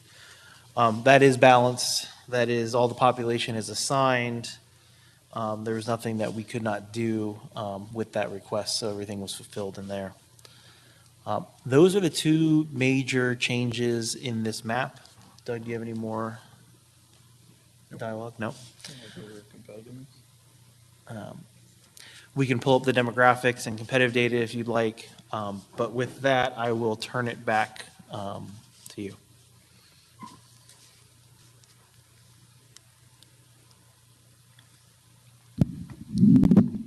I open it up to reflections from my colleagues about if they have a preference of a starting point, maybe make mention to what you like about the different versions.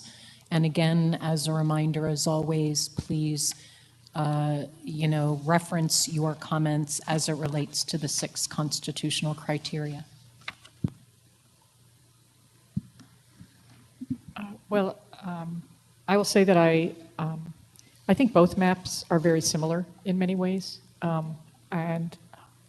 I prefer 4.0, and the reason I like 4.0, a couple of different reasons, and I know 4.0 has that piece that goes across, so I know that that's an oddly shaped part, but that is there just really to grab the Latino border town of Douglas and not go in a district with Nogales because they share so much in common. That's a good community of interest.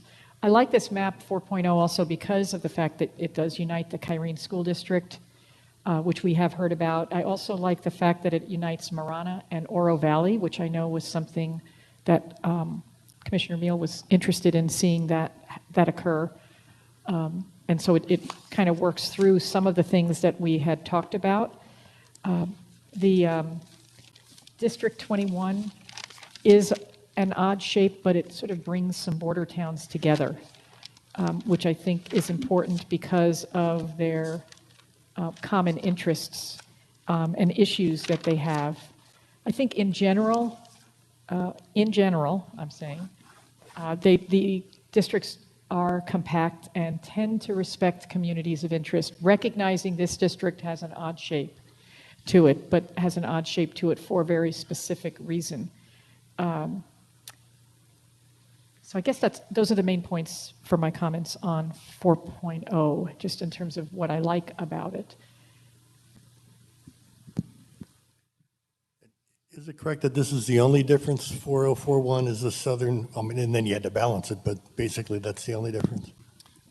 Exactly. There's some balancing kind of along the corridor between Tucson and Santa Cruz, and then a little bit of balancing in Tucson, but that is the only difference between the two. Frankly, I'd be much happier going back to 3.5 or wherever, 3.2, whatever that was before. I think there's some problems with all this, but I think we have problems no matter where we're starting from right now. I think we're farther advanced in the congressional maps than we are the legislative. But if we're going to go with either 4.0 or 4.1, I'm going to argue not to include that southern Cochise County in this district. So therefore, it would make more sense to start with 4.1.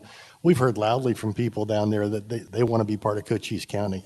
We haven't heard anybody suggest that to break up Cochise County like this. So I think it's not the right thing to do, and everything else is the same. And I've got a lot of other problems, but I have problems no matter what we do. Yeah, we can live with 4.1 as well. Because they are so similar. Yeah. And we recognize that looks real odd. I wanted to be sure to explain what my understanding was about why it's there. But I think we should move forward with these new maps and then work from there. So I motion. Does Commissioner York like to propose a motion? We approve legislative map 4.1. Vice Chair Watchman seconds. Any further discussion?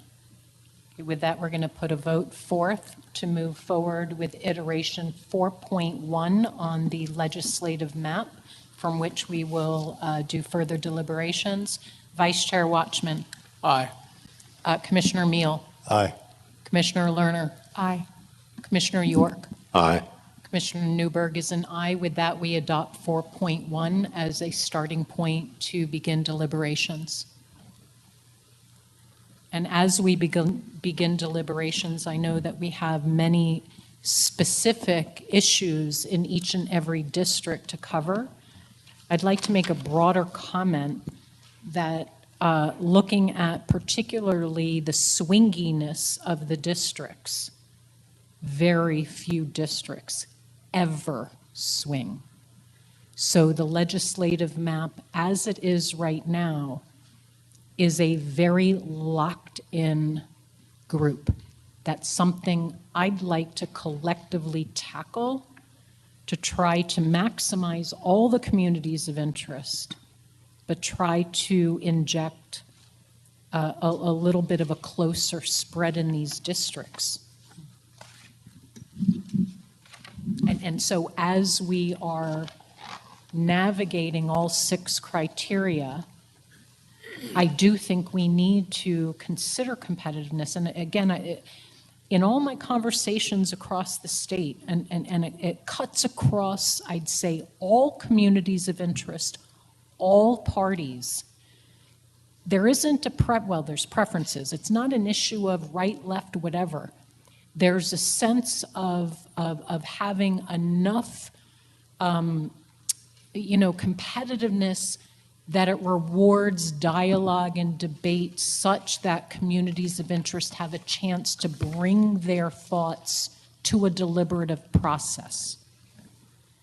So that's where my mind is headed with, again, maximizing the voices of communities of interest, even if they're not in the majority, to be given consideration to advance their interests. And so because of that, I think we need to do a little better on this spread as we're focused on communities of interest. So to add to Commissioner Newberg's comments, I would sure like to see where the current 7 Latino majority communities are, LDs currently, because this has 8, and I don't understand the change.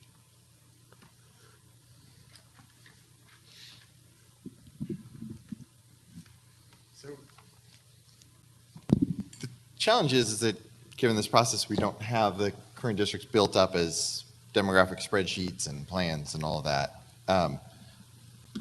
So we can check on that, and probably easier to come back after lunch and show that to you, if that makes sense. I'd hate to speculate and get it wrong. I think the big difference in why they did, and it'd be interesting to see what you do. We know the population has grown. We know that they couldn't come up with a 3rd CD, but they could, because of the population of the size of the legislative districts, they could come up with the 8th. And I think that's part of the discussion that they've given is we know that the population, the Latino population has grown as a piece of that. But I'm not completely sure. We probably should go back and look at the Latino Coalition's letter and see what they wrote with regard to that. And I'm not sure we're ready to go into specific numbers. I'm not sure we have all the full data about specific numbers of districts. But if we just continue to focus on the communities of interest and the demographics, I think we're all going to get in the right direction. Yeah, looking at my notes from a past meeting, there are 2 essentially effective Latino seats in Tucson. Then we have the kind of Yuma, Tohono O'odham seat, and then 4 seats in Phoenix. I think this map now has 5 in Phoenix. Phoenix and the West Valley in that whole area. So I think that's where we're picking up. But like I said, we could confirm exactly where those current ones are and get back to you after lunch.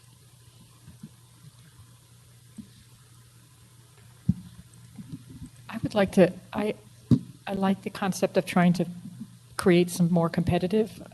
So I would love to hear from my fellow commissioners on how we have the 2 areas for approaching that, right, on what is competitive. We know we have a number of districts that will never reach that point. but we have some that are within range. And I guess, Chair Newberg, can you maybe speak to that a little bit more about how do you think, I'm all for approaching that as a concept. How do you think we might go about thinking about that? I actually defer to mapping on this, but I want to be clear. I'm not in favor of maximizing the number of competitive districts at the expense of other communities of interest. I'm actually interested in an overall sum of competitiveness, minimizing the ranges all across the board, whether or not it arbitrarily meets our 4 to 7% spread. My concern is if we limit ourselves to say we need to come up with X number of competitive districts as defined by us, which is arbitrary, that we're causing ripple effects that screws up the other, constitutional criteria, and I'm not sure we know better than that.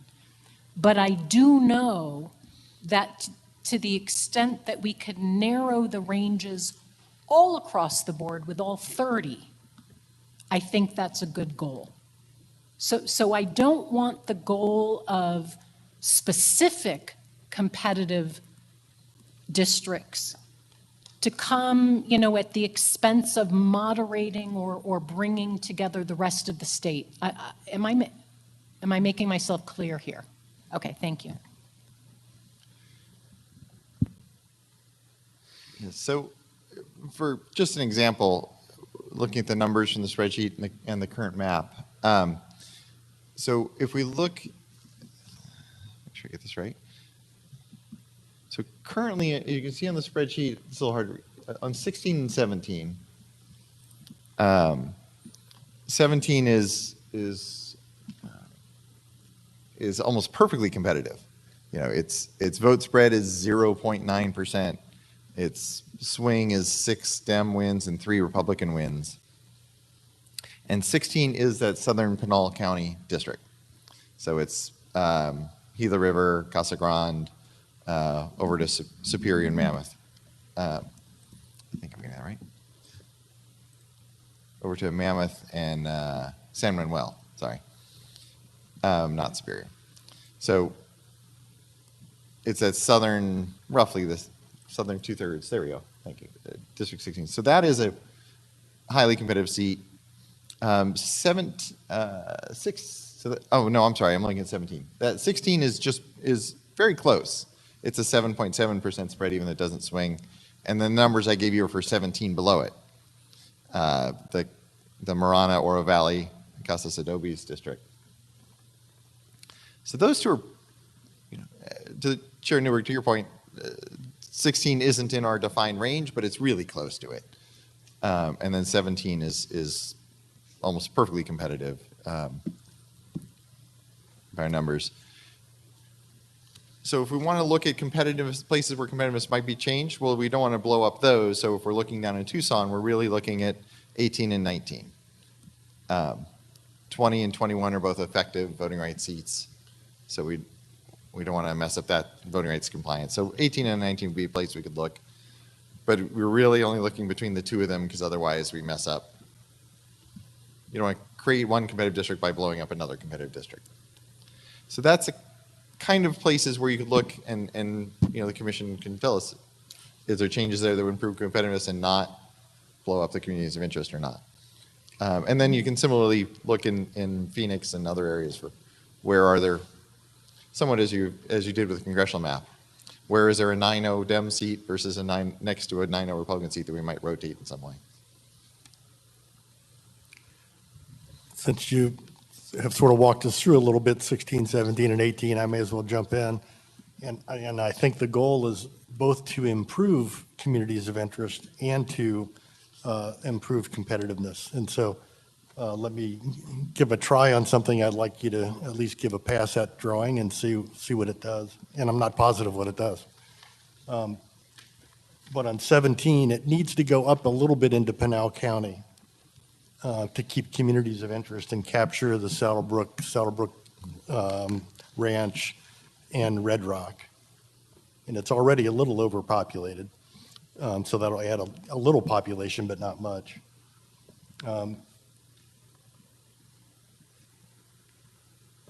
actually, if a chunk of 17 could come down into 18, and I'll describe it in more detail, some of 18 and 17 swing around more, and then loot and take up some of 19, I think we can reduce the spread in 18, reduce the spread in 19, keep 17 almost identically competitive. Is sort of the goal, but to make communities of interest match up better, so that the Casas Adobes area, so Ina Road, really split the foothills instead of splitting at the river. So you take Ina Road and Sunrise Drive as the split, all the way out to maybe Kolb Road. So Ina, Sunrise, Kolb, and everything south of that get into 18. 18 will still be a strong D, but it should be, right now it's a 20-point spread. That should, I think, reduce the spread, but I'm not sure. I think 17 then can swing east and take up some of that Houghton Road corridor, which is what the Southern Arizona leadership was arguing for more, so that eastern side, the Tanque Verde Valley could swing up and be part of 17, which will take a swath out of 19. And I'm just curious to see how that would all work out. That would be a work in progress, I'm sure. But. And I'm interested to see what happens as well. I can say 17 is probably as competitive as it gets without making any changes to it at all. But I don't think you can impact the others without changing it. Right. And I do understand that. Yeah, and I think it'll still be mention really, that. yeah, I think it'll still be really competitive, but we can look and see. Yeah, I mean, it would be interesting if we could do some things that would connect communities between 18 and 19, and I'm curious, because those two, if we took Tanque Verde, to say it correctly? Yes. Thank you. If we kind of looked at between 18 and 19 and kind of moved some things around, I think that those are connected communities. As part of that, Tanque Verde goes through both 18 and 19 Tanque Verde Road as a main thoroughfare that connects those. And I sort of think that if we move some things around there, that might actually accomplish some of what you're talking about. I'm not sure if we needed to adjust 17 with the way it is right now, but we could certainly look at that. Well, 17 needs to go up north a little bit. Yes, although it's not a lot of population. Right, yeah. Right. If 17 goes north and picks up Saddlebrook Ranch and the little piece of Oracle we're missing in Red Rock, as I said, I doubt that would impact the competitiveness of 17. It may move it slightly, and actually taking those areas out of 16 may help 16. So, and I think we're talking about we would stay within population deviation. I don't think we need to balance that out even. So essentially, are you talking about moving, just if we were to visualize, kind of drawing a horizontal line in, just to get that in my head where you're talking about in 16, sort of, are you talking about adding Oracle in there? Yeah, Oracle, Red Rock, and the Saddlebrook Ranch area. And San Manuel and Mammoth? No. See, that would be, I think that gets really complicated when Yeah, we only take one and not the other, because they're very close to each other. We've done that on every map, actually. Well, San Manuel and Mammoth are much more aligned with the mining and copper. Absolutely. Whereas Saddlebrook Ranch and Oracle, I don't care about which way Oracle goes. Saddlebrook Ranch and Red Rock are suburban communities of the Oro Valley. So more Saddlebrook, I could see Saddlebrook Ranch and. Yeah, I don't care one way or another on Oracle. Okay. I Don't say that out think it fits loud. appropriate. The reason I don't care, I think it fits appropriately either way. So. Yeah. Flexibility. Yes, Exactly. we welcome that, definitely. But I think getting that southern foothills area into 18 and swinging 17 around more, I think would be a better community of interest. And I'm curious to see how it'll then impact 19 and 18 and, and make them at least, they're not going to change their nature, but going from 20 to 15 or 12 spreads would be interesting. So.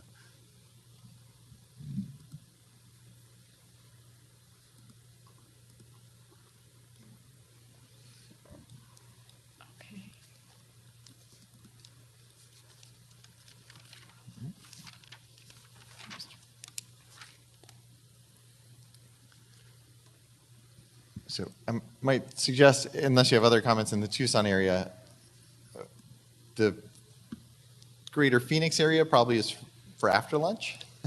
But if there were other feedback you had on the more rural areas, I'm happy to take that now. If you think you could do that before we should break for lunch.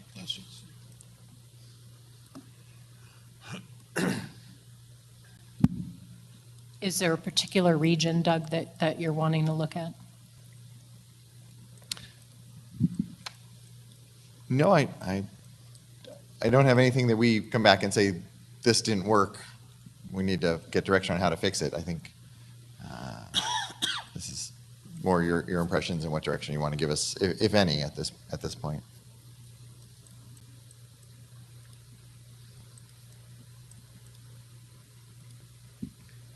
One piece I would highlight, just to go a little more description of what changes made. If you notice over on the river, on the Colorado River side,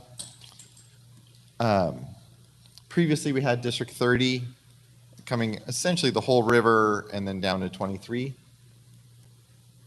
And 30 and 23 met there in Yuma. With the changes in the coalition maps configuration of 23 down in Yuma, there were now too many people in Yuma for 30 to pick it up and still be population balanced. So that's why now District 2 comes down and gets the north part of Yuma. I haven't compared them, but I think that's much like the current district. And we did get a lot of comments about Yuma being happy with that. So it's a little weird to have 3 Colorado River districts, but it's purely because with 23 being drawn the way the coalition had proposed it, there are now too many other people in Yuma to pick up for 30 to get them all. So instead, 2 comes down and picks them up. So I just wanted to add that as explanation, not as anything you need direction, give us direction on. It's also a little odd to have that little piece of D2 coming in to West Phoenix at White Tank Mountain Regional Park, over on Olive. It's kind of what we were trying to avoid before. Right. I would agree with Commissioner Lerner. I would drop 27 and 29 down and to take in that. Well, just for compactness. I understand population in there and all that stuff. Just so you're aware, overwhelmingly the majority of District 2 population is in the West Valley. Yeah. So it's just we just worked to avoid that on the congressional, right? Having a slice, and I feel like this slice here. Oh, you mean just how the neck of D2 goes into the Yes. west? Oh, yeah. Yes. So I think what Commissioner York is talking about is trying to condense those, but I'm not sure how we make those adjustments. But I think 25 was the boundaries that were suggested by the Latino community. Right. Yep. So I would drop 27 and 29 down to match that. Yeah. What you see a lot of in the Phoenix West Valley area is just the unaligned maps of the coalition map versus our old map and things like that. So yes, none of those odd extensions are by design. Certainly, we can clean all those up. so I think yeah, you could take 20. You're talking about maybe moving some parts of 27 and 29 down. Correct. Yeah, I think something like that. I don't know what would happen, but I think it's worth taking a look at. And well, it would make 29 more competitive, that's for sure, because that gets El Mirage into 29. right. Just certainly happy to. The thing I want to flag though is that 29, I guess it does go west. Oh, okay. I was thinking 29 is the Sun Cities. Correct. And so, but you're right, we can drop a little bit. It extends west past the Sun City, so we could trade that. Well, and I don't know what would happen. So if we dropped 29 down, my only concern is, are we dividing up? I know we're dividing up to some extent the retirement communities, right? But they do want to be together. So I wouldn't want to drop it down and then now have Sun City, which they said very clearly they don't want to be divided. Well, he was saying that you could take some population off the west side of the 303 loop, which is that road there. See that little Okay. fingers El Mirage? Yeah, I think our test would be take what's west of the freeway in 29 out and drop it south. Hopefully that would be enough to pick up that whole neck. If not, we'll find an alternative way to Okay. clean up the neck. But That yes, would no, I don't take the instructions to be to split the Sun Cities in any way. And population-wise, you think you could do that? Okay. Yeah, I think that works.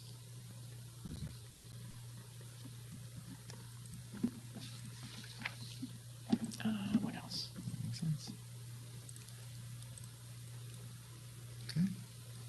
I have a conceptual question that's very different than what we're focused on, but something I'm struggling with, and I don't know when to bring it up.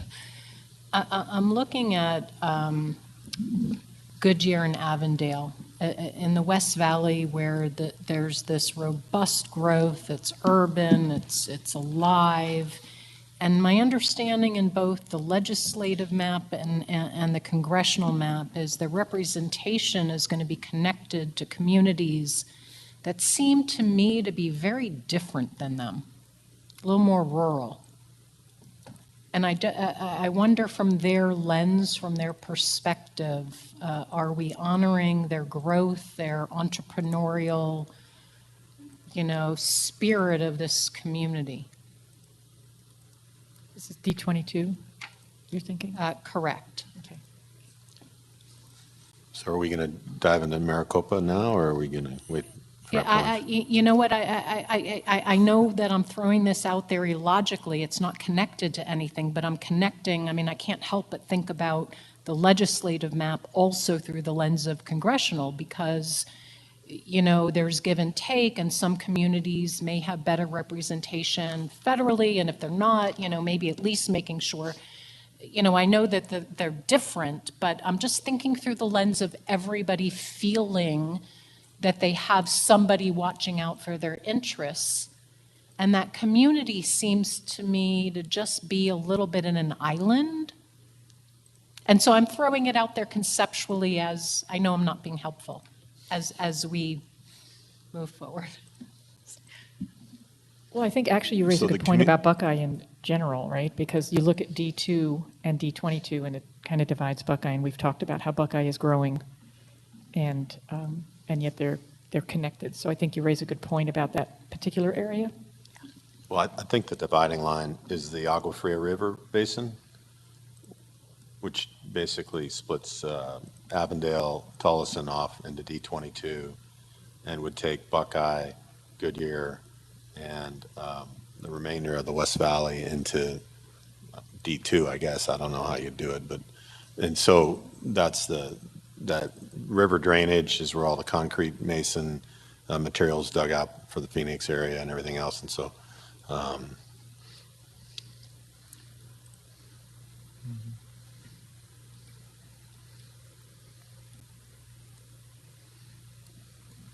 me, that's the natural divide. It's a little bit west there, just north of the D22 sign.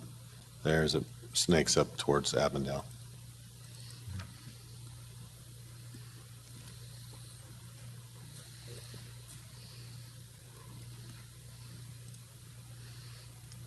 Brian, that river runs north-south into the Gila. The Gila is the river that's running there along where all the green belt is.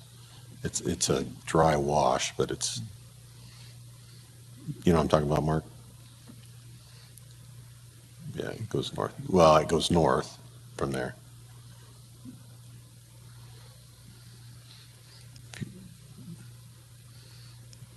Right along there, yeah. That's kind of the natural. Well, as it goes north up into District 20. The current D22, as drawn here, I think, is one of the coalition map districts. Correct. Yeah, and just in Buckeye, the District 22, District 2 border really is kind of the I mean, nothing is fully built out in Buckeye, but as far as anything in Buckeye is close to built out, that's the District 22 piece. And almost all the growth happening in Buckeye is in the District 2 piece. So I think there's some, I suspect that's what they were thinking as they went through there, and why that line is drawn the way it is. But yeah, I mean, both of those, the legislation, both of those districts are going to be very focused on growth issues, without a doubt. And it is more and more, urban, I guess is the way. And the majority of population in D2 is going to be in the urban area in Maricopa County, right? It's going to be mostly that Buckeye and all those areas. There's not a whole lot that goes all the way west, even though the district does. Is that correct? Correct. You have the town of Gila Bend in District 22 and. Oh, I meant two, is what I meant. Oh, Sorry. in 2. Two, Well, isn't most of the population for that district? yeah, we haven't split the exact numbers. There is a significant population in Yuma, but yes, I would assume a significant majority of it will be in the West Valley. And including Buckeye as part of the West Valley. Yeah, Buckeye itself is 90,000 plus, and I would guess probably, certainly 70,000 of that is in D2, probably more. And by the city's own estimates, they're actually at almost 110,000. So that's essentially half the district is going to be almost Buckeye. And Buckeye is, it's this growth area, but it also has an old area, right? So if we were to look at this, I mean, there's an old Latino area within Buckeye, and then there's a big growth area as well that's going on. Are they, when we look at how Buckeye is split, is that kind of how the split works? Is the older neighborhoods in D22, whereas the newer ones are in D2? Somewhat? Yes, primarily the kind of old town is in District 22. I'm trying to remember where City Hall is. It's right on the border there. Yeah. Let me check one thing real quick on that.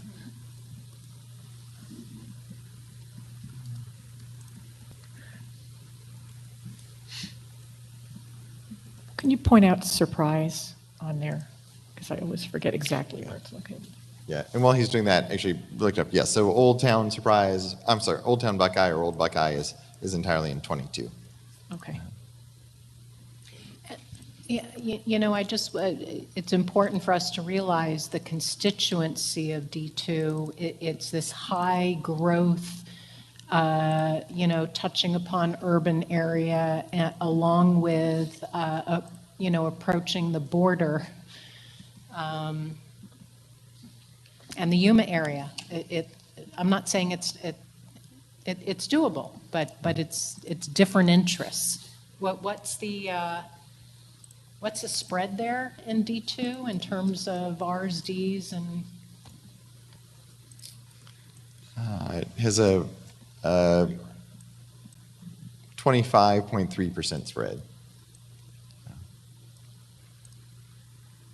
62% Republican. West Valley.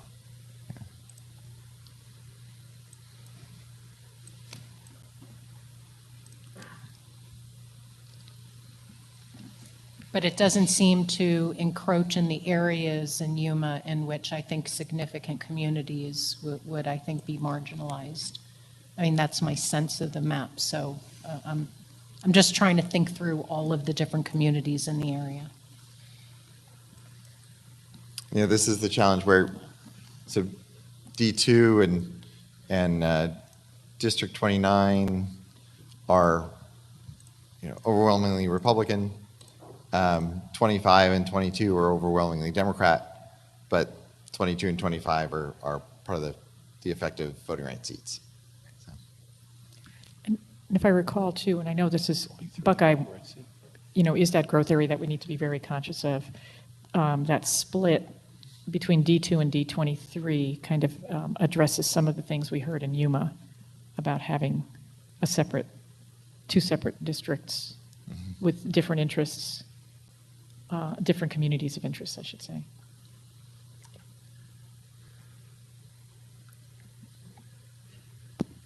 After lunch, you can kind of show us where the previous minority and majority districts were. Okay.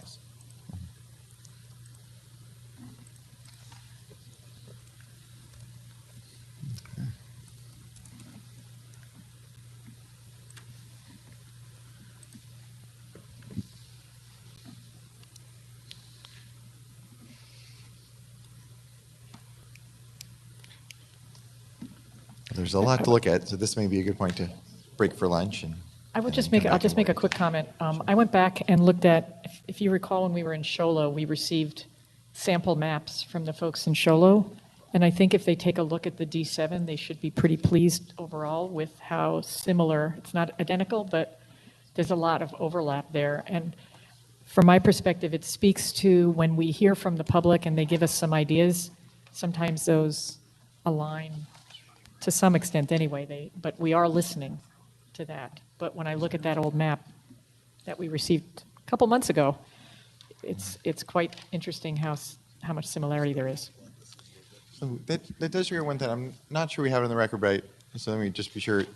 That D7, I'm glad you mentioned that, Commissioner Lerner. Over on the east side, it does not follow Highway 191 all the way up. It does follow Highway 191. It gets all of St. John's. But then it comes in and picks up territory. The reason we cut in there is as the team was drawing the maps, they actually noticed the Zuni reservation. So D7 is coming off the highway and farther in than we had expected in order to pick up that Zuni reservation, make sure that it's in D7. So just so folks, if they spot why is it not following the highway all the way up to the Navajo Nation, it's because to make sure we get the Zuni in there too. So it sounds like from a mapping perspective, this is a good juncture to take a break maybe for lunch. And what amount of time makes sense for us to reconvene and come back to the legislative map?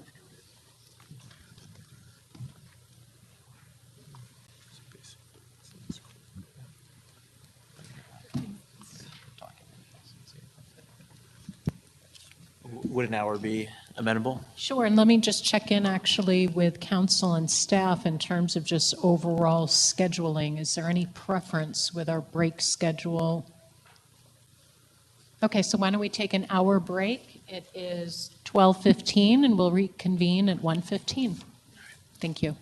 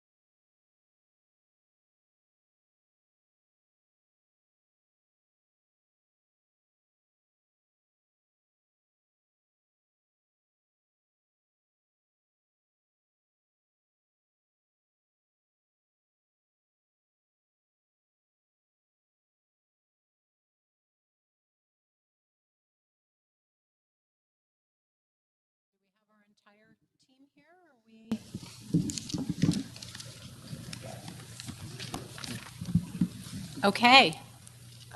We are now back in public session, and we are going to dive right back into agenda item number 7, our map deliberations. I will turn it over to our mapping team.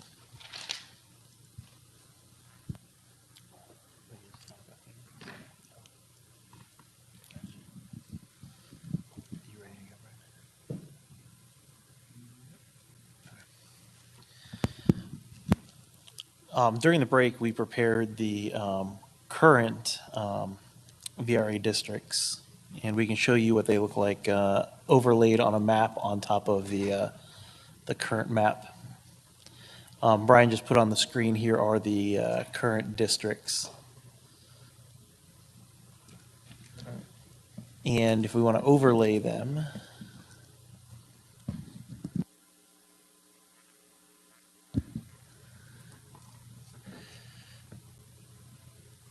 so you can see that the slight differences there are in that muted green color.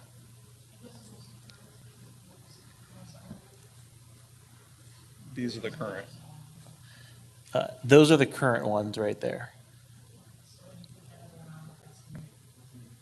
Yes, the one that we're overlaying is the new that we're working off of. So you can see there's the current, well, there's the new ones that we're working at here. Draft map. Yes. The 23 and 2, and then turn them on. And you can see where there are some differences.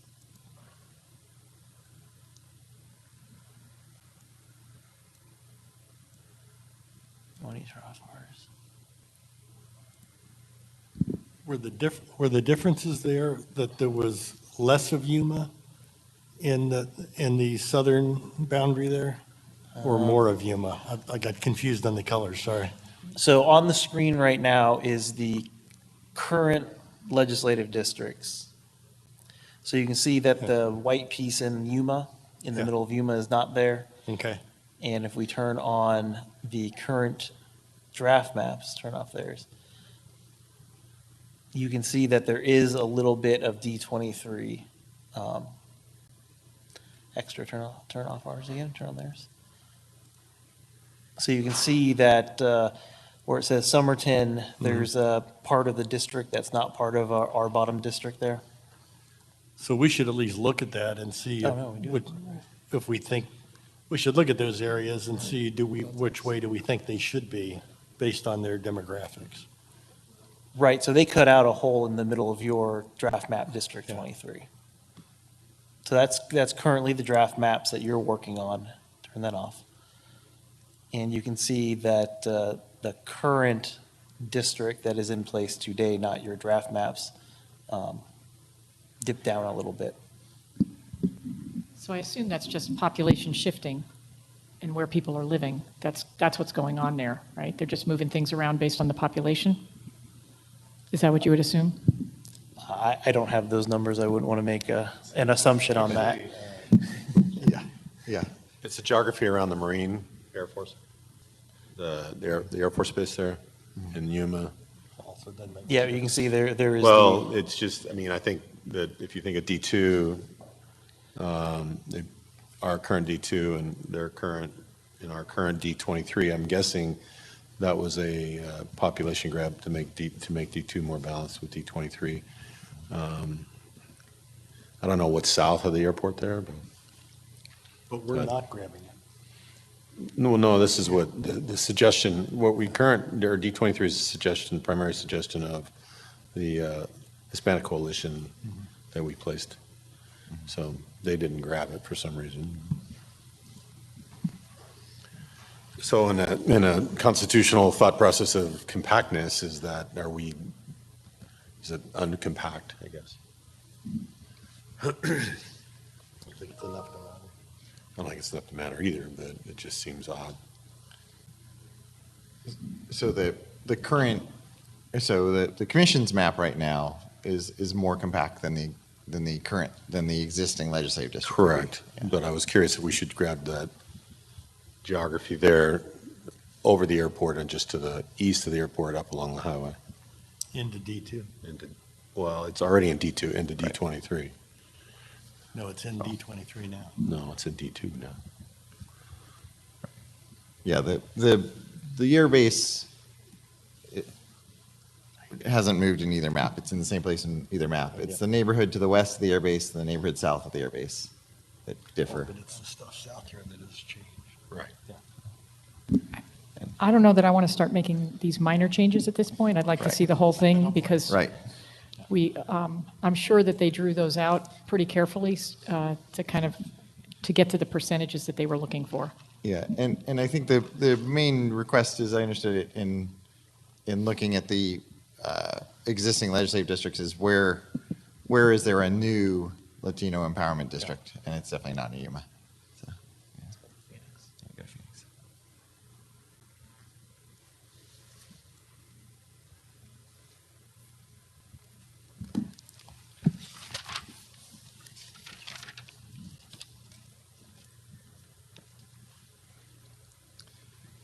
You know, we have been starting from more the border, moving up in the west-east. You know, we can also move from the east-west, because I do know there needs to be some shuffling in the Mesa, Tempe, moving Phoenix area. I don't know if my colleagues want to dive into that area of the map. Well, I think or- he's trying to show us first where the new Oh, okay. district is. Sorry. And I think it's District 22, if I did my math right, is the ad on our current map. Because the District 4 in the previous map moves all the way up into Maricopa. District 22 is the new majority district. Yeah, I mean, the districts had all shifted around so much. There's no one-to-one correlation of 4 old seats and then a new one. It's the new one is pieces of each of these. So you can see right now we've got 25, 24, I think 26 too.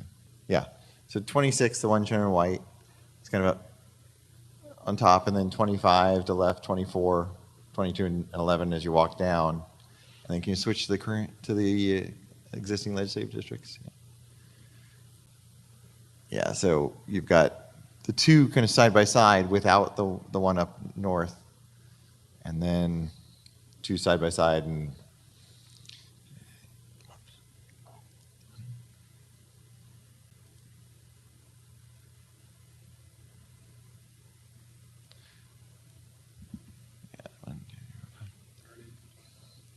yeah, so essentially District 4, which on this map blends, you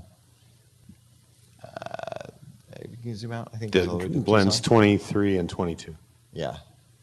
And now the new one, can you go back to the commission's map?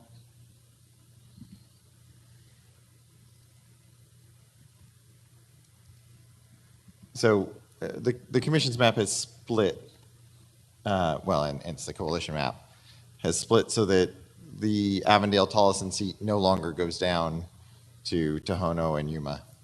And so we could look at that as the new map, new one or the other one. It's hard to identify which one's the new one, but that's the big split, is that we're no longer blending That's those. the big change. Yeah. And that's showing the growth in the Phoenix area of the Latino population.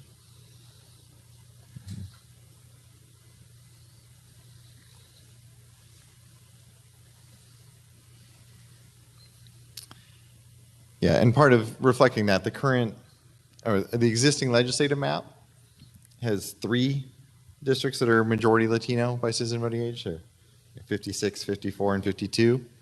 And the coalition's proposed maps have 2 that are over 50% and 1 that's right at 50%.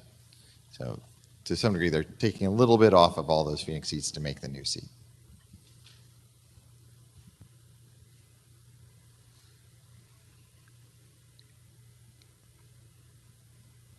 Okay. Do you understand? I mean, are you following? I am. I do. I am. Yeah, no, I don't think we're going to try to change the boundaries of those maps just Correct. to change them, right? No. We're going to be looking overall at all the different districts. Yeah, and the challenge, of course, the existing legislative districts are not at all population balanced, since they were drawn to be balanced 10 years ago. So from a strategic perspective, colleagues, is there preference for diving into maybe where certain communities of interest are, for example, Latinos, or would you like to go geographic, maybe east-west, or I'm open to suggestions? I guess I just have I'd like to just make a general comment, and then I'm open to wherever my colleagues want to start looking at things. But part of why I liked both 4.0 and 4.1, understanding the issues with, why we picked one with the other. I understand some of the concerns about competitiveness and all, but I actually think this is a pretty balanced in terms of looking at our competitiveness in broad terms, right? That we are now a competitive state. The fact is that we actually have pretty balanced districts overall, not within the districts, where we might have a spread of 20% here and a spread of 20% there. We actually probably have the same issues, whether it's a Republican-leaning district or a Democrat. But I think this 4.1 comes up with about a 50-50 split, Republican to Democrat. That most of the districts, not all, are fairly compact and contiguous, but most of them are. They recognize communities of interest in terms of how they've been drawn. So we might be tinkering here and there, but I'm not sure of the parameters of where we want to make changes, because I don't see, I saw what Commissioner Meal did before. He felt there was a community that needed to be added. But when I look at especially the urban area, I'm not sure how we are changing this, what we're changing it for, if they're recognizing communities of interest. So, if I look at a mountain park area, where the mountain preserves are we keeping those relatively intact, as people had requested? Are we placing groups who've requested to be together, school districts? But to me, it's a pretty remarkable map in the sense that we are, in our state right now, fairly competitive overall, and this map reflects that. So I just wanted to make that comment of what are we actually going to accomplish in terms of changes as part of that. And I'm not sure that this map would produce a functioning body of elected leaders. That remains to be seen. From my perspective, I'm a little less concerned with coming at it from it has to be a certain balance and partisanship. That's not of the 6 criteria. I'm focused on maximizing the representation of as many communities of interest, which to me requires a balancing of respecting the geographic areas, which, yes, we've done a good job of identifying the general areas, but we haven't done a good enough job yet of moderating those areas. And that's where, to be honest, and we can, the 5 of us will go into, the specifics of the districts and give as much feedback as possible, but I just want to be very honest. These census blocks far better than I do, far better than I'll ever be able to.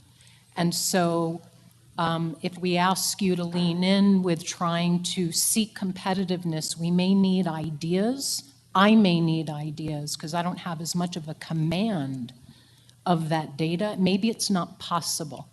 But I think you're understanding our general focus of which communities are of importance. And if there's a way for us to juggle these lines, it may even be a half mile here and there that may really shift things. So we're going to need collaboration because we've got ideas. My colleagues know much more about the geography than I do, but I know you all know even more. So with that, I'm open to suggestions about where to start. Well, Madam Chair, I know we're talking about competitiveness, communities of interest, and then, of course, earlier, the Voter Rights Act. Do we have an idea from legal counsel where our polarization report is? Because I think that'd be helpful, at least for me, in understanding, how these districts potentially lay out and how it meets the. Is on? Okay, sorry about that. So as we have talked about before, Voting Rights Act compliance is a question of performance, and of course, with an analysis of polarized voting. Our consulting experts on the legal team, as I alluded to, have been doing a district-by-district analysis. What we were just informed of a little bit earlier would be that the analysis for the congressional districts will be done at around 3:30 this afternoon, so actually fairly soon, but that they were then turning to the legislative analysis of this 4.1 map. But we don't have an ETA on that, although my colleague literally just stepped out to take a call from our expert, so we may have an update in the next, whenever he walks back in. But the latest update is a congressional map analysis by this afternoon, certainly, and then the legislative map analysis hopefully today, but it could be into tomorrow morning of this 4.1 map. Which seems to me the timing works well because we can conceptually give feedback, integrating the Latino ideas, our ideas, give feedback to the mapping team, and then subsequently we'll have the actual polarization data for the consultants to be able to do those fine analyses to make sure we honor the VRA. So it seems to me that the timing is converging appropriately. I don't think that precludes us from moving forward with conceptually, making progress on the maps.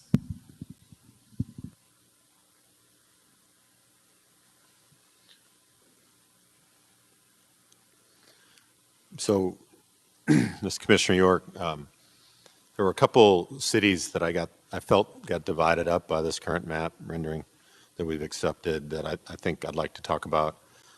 First is the city of Tempe. It appears to be in 3 different districts, 12, 9, and 8. Originally, we had talked about South Scottsdale across the river and Tempe, the hospitality areas of those markets being kind of combined into one legislative district with taking on part of Western Mesa. So my suggestion would be move that up to McDowell Road, D9 up to McDowell Road.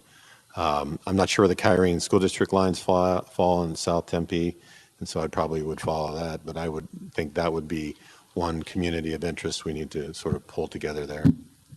And just as a note, because I happen to know, Tempe actually currently does have 3 districts now. It actually already has 3 legislative districts, just as a point. So it's not new for them to have 3. It seems odd being a smaller community, but it does have 3 currently, and I think they have been comfortable with that. Well, we had suggested that we would combine the South Scottsdale Tempe district or with the Tempe ASU corridor. I still think that's an overwhelming, an arching community. Well, I think this District 8 does that right now. It actually extends, a previous map had it cut off at either Apache or Broadway or something, and now it goes down to Southern. So it actually is a little different from current configuration, but not that much. And from a population balancing perspective, if we wanted to unite it, 12 could move north and take up the Tempe part of 9, and then 9 would come south and take up the eastern end of 12. If we start trying to bring 8 south, then there's nowhere for 9 to go to get that population. So. I was trying to move 8 north and to take on Fountain Hills in that northern part of the Salt River community in Fort McDowell. Yeah. I think that's too far north. I think lumping North Tempe in with Fountain Hills, is that what you're getting at? No, I'm taking just the boundary of District 8, making Tempe and East Mesa and that 60 corridor there, part of that District 9, and then trying to move the lower southern boundary of District 8 north to take in Fountain Hills along that the boundary there and actually going out to get Fort McDowell to be put it with the Salt River. See, the Fort McDowell wants to be with Fountain Hills, but I think you're really putting different communities together there. This current configuration has Tempe with Salt River and a little bit more of Scottsdale maybe than what was originally planned, but I'm not sure that that does a whole lot in those areas. I'm looking at the numbers too, but Tempe is kind of different. It has the university area, then it has, the southern part of Tempe is pretty different from North Tempe, and that middle area as well. I'm not sure putting it with Fountain Hills. No, I wasn't putting it with Fountain Hills. I I'm was putting sorry. it with District 9, which runs along the river. District 9, which it already is part of District 9. You're talking about I'm the talking northern about the part? university and Oh. the southern part of, if you cross the river there, that's South Scottsdale, Tempe is in that area, and there's tons of housing for those students, and they're commuting down to the university. I thought that should all be together. Yeah, I think that makes it difficult in terms of how the Salt River kind of connects with all of that, the Indian community there as part of it. So I guess my main But thing doesn't is, Salt River connect more with Scottsdale? no, they want to be with Tempe.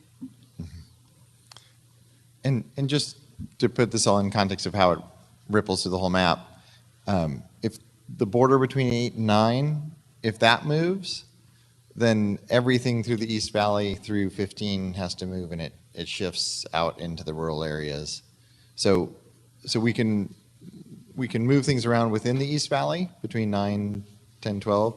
And actually what you're, Commissioner, to your goal of trying to get Fountain Hills and that area in, the western border of District 8 could move in. I think that's the Arcadia area where it sticks out. No, what I was trying to get is Paradise Valley into one district. Oh, yeah. There's yeah. a district there's an area north of the mountains, the Phoenix Mountain Reserve, that could include Paradise Valley. That is a geography and a community of interest going north. That is a different area than south of those mountains, which includes Arcadia, the Biltmore, Camelback corridor. Conceivably you could move 8, or I don't know where you slide it around, but you could have a district that sits on top of. Computer. So we can certainly move things around within like 3, 1, and 3, and 4, and 8. We can move those around however we wish and however to meet the communities of interest in that area. And those can all rotate around, no problem. Where we impact the whole map is if that border between 8 and 9 move. So if we can do it by changing 8 and only impacting 4 and 1 and 3, that we can do. So basically just take the northernmost part of 4 out and put it in with 1 or 3? Is that what you're thinking? Because I'm not really sure I understand trying to get Paradise Valley together if you want to try to pull that into one, but I don't know how that could have other implications for the others. So Commissioner York, are you mostly focused on just what can you do to pull Paradise Valley into one? Well, I thought when we originally looked at these maps before we took on the assignment to institute the Latino suggestions, we had decided that Tempe and South Scottsdale were going to stay together. Scottsdale, Fountain Hills, Salt River were going to stay together. That Paradise Valley somehow was going to get encompassed in with the northern areas of the mountain preserve that definitely wanted to be separate from the western side of that corridor, that I-51 corridor. We heard it pretty loud and clear that was definitely a different type of demographic than the north part of those mountains. So, and so I'm trying to slide around that whole area to make it fit what I thought we had originally talked about. So I don't know. There's not anything specific. I know this is balanced, but at the same time, this is based on a suggestion from a majority influence that we said we'd look at. If you remember correctly, the grid maps really hadn't been messed with much in Maricopa County up until that point, and so now we're trying to resort out on our heads where these districts need to be, and, you know, where it makes sense from a community of interest or geography. There's boundaries in Maricopa County that we have to consider, like the Salt River and the Indian reservations on the east. And then to the south, we have the Gila, and, you know, the West Valley with District 22 takes up probably more of the growth area than maybe it should. I don't know, but I mean, those are things that I'm thinking about as I look at this map. You know, and I appreciate your comments around it being a very competitive statewide map, but we also have a duty to our citizens in where the bulk of our people live here in Maricopa County to try to make it fit their neighborhoods. I agree. Go ahead. When we started on this, that's why I wanted to really preferred to go back to 3.5 and not go to either of these 4.0 or 4.1 maps. And we agreed to do it, partly for harmony, partly to make progress. But when we said that, we said, but there's significant changes in Maricopa County we want to look at. So I don't want to just get rejected whole cloth on looking at those changes when I think it's important that we look at them. And as always, we may draw something and decide that it's not better, and we would reject it. But I think we want to make a good effort at looking at an alternative for that Maricopa County area. We're not objecting to it at all, whole cloth. I'm just asking questions because, and especially when you pick an area I happen to know real well, I can speak to that. And I'm just asking about what the purpose of the change is. That's all. I just don't want to make, as we all do, right? We don't want to make changes just for the sake of making changes. We want to make things better. Right. And I think, so that's all I was asking. I'm not. no, I appreciate that. But I also think if you look at District 11, I think 24 serves the Latino community well. District 11 serves South Phoenix well. District 26 overlays with the Congressional District 3. District 25 takes into the west side of Glendale. And if we move 27 and 29 and figure out where the population changes come in District 2, maybe they come from the West Valley and District 22. I don't know, but those four, 11, 24, 26, 27, 25, those make a lot of sense to us, I think. Maybe I'm speaking out of turn, but the way that caused the shuffle on the East Valley, because I'm not sure if we don't want to go more rural in some of these, in D7 or D5 or D14. I don't know. I don't know the East Valley well enough to make those calls. Did we take into all the consideration for the Copper Corridor and you know, does Apache Junction want more in it than just Gold Canyon? I don't know. Do we want to go down 60 farther? Those are things we got to consider. But if you look at the guts of this map of Maricopa County, even including D12, I mean, I think that corridor is in pretty good shape from my standpoint, taking into consideration geography of South Mountain, geography of Queen Creek School District, the minority populations in 11, 24, 26, and 27, and that serves those people. It's just the other side that I think needs to be jostled around a little bit. And so that's my objective, is to make sure we don't forget about the rest of the valley. And I actually think we should take a look at D3 and D7 to see, especially D7, to see if that can become more compact as part of it. Because it does take an area, and that's one of the ones I think you mentioned, right?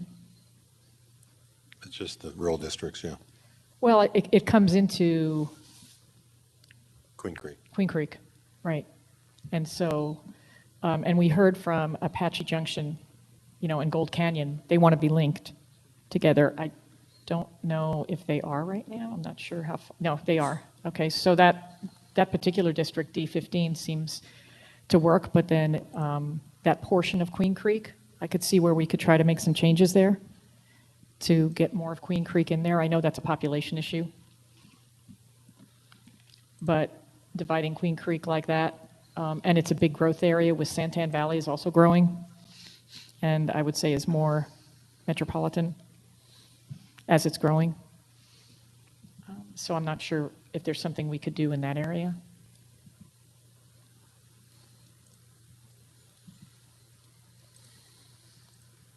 I'm very open to it. I just wanted to know, you know, what we're looking for to doing.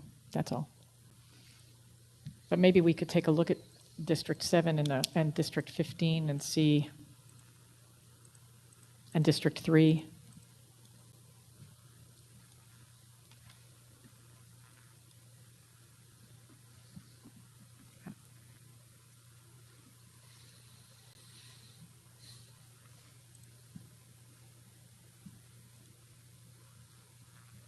Yeah, I guess to Commissioner Lerner's point there, if you wanted to revisit District 7, that I think you described what would be happening is if 7 were to pull out of Santan Valley, then 7 would have to go into Verde Valley, and 5 would then come down into Maricopa County, into D3, and get some portion or all of the New River Anthem area. Is there any part of, I guess I'm just trying to see if it can become more compact in some way. It skirts around D3, but there's probably not much population where it skirts around, right? Where it skirts Oh, yeah, around. there's no population there. Oh, looking out in Maricopa County piece, yeah. Yeah. Just trying to see if it could be more compact and connected. And to Commissioner York, to your earlier question too, Paradise Valley can be put whole. You're right. It's divided currently. It could be done in D4 or D8. We'd just be rotating amongst those two in District 3 in all likelihood. So that works without going out into D7. It's only if we try to offset it with change between D8 and D9, then you end up going out to D7 and rotating all the way through Gila County. And one thing I would take a look at is Wickenburg seemed to want to be with Congress, but it's right now in D2. I don't know if it can be put into D5. Remember we heard from folks on that, saying that they, am I wrong? We heard from Wickenburg Ranch and Wickenburg, right? They want it to be with Congress, I think. So if we can move them, and again, I know it's population balancing. I don't have all the answers by that any means, but they seem to feel that they had those connections.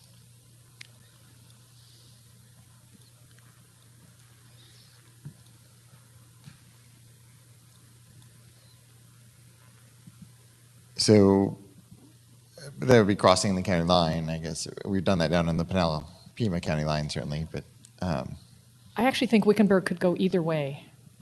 It could go either into D5 or D28, because they're also connected to Morristown. They're not far from there. And I know that we heard from them. I mean, I think that that's a better connection for them than District 2. I guess that's what I would say, is that I don't think that they have any connection. I would probably put them in D5 if I was. That's fine. I kind of agree with you. We have consensus.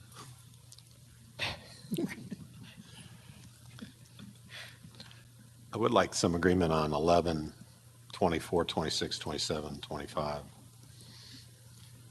Can you just say those again so I'm just writing them down because I can't keep track. 11, 24, 26, 27, 25. Okay. Just take a look at all of those. Well, those were the minority, majority communities of interest suggestions from the Latino community that makes sense. So you said you wanted to take a look at those? I don't even take a look at them. I'm just telling you that I feel those are. I do think the little sliver of District 2 where it reaches across 25 needs to be consolidated either into 27 and 29 somehow, and that'll leave that up to Doug and Mark to figure that out. I agree with you, though, to take that District 2 sliver and get rid of it out of that place and somehow reconnect it. And I think with 3 districts surrounding it, that should work okay, 29, 27, and 25. As a question, and I don't have an answer for this, but I'm going to ask the question about Black Canyon City and whether it should go with District 5 or District 3. And I don't know if you all have any thoughts on that. I would argue it should go with District 3. Just from a growth standpoint. People with the new semiconductor infrastructure businesses going up there in the 303, I'm thinking that the New River, Black Canyon City is going to be a desirable market for new homes and for those employees. So put Black Canyon City in New River? Yeah. I agree with you. Another point we agree on. I'm trying to remember corridors where people talked about certain things, and that was one that I.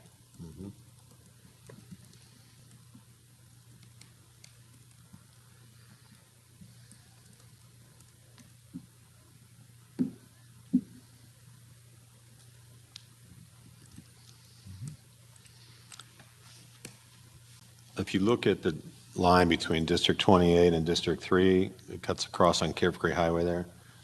There's a big open area to the west of Carefree Highway. That area has very little population. It is probably, so if you're looking to balance, you could run District 1 up along Highway 17, Mark, and you could take part of that little, what do you want to call it, polygon shape, and move it into District 3. There's mountains there and some mines, and there's a big dump. And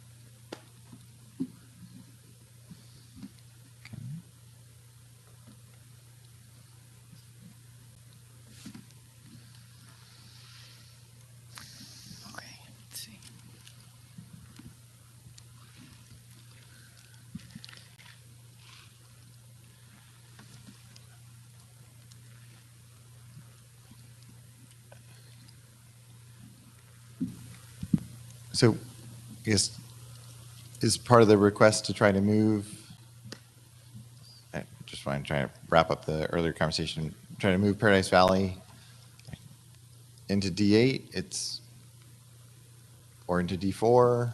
I would probably move it into D4, You're fine moving and into I D4? would probably shift D8 up a little bit into D3. That's definitely easier to put it in D4 than into D8.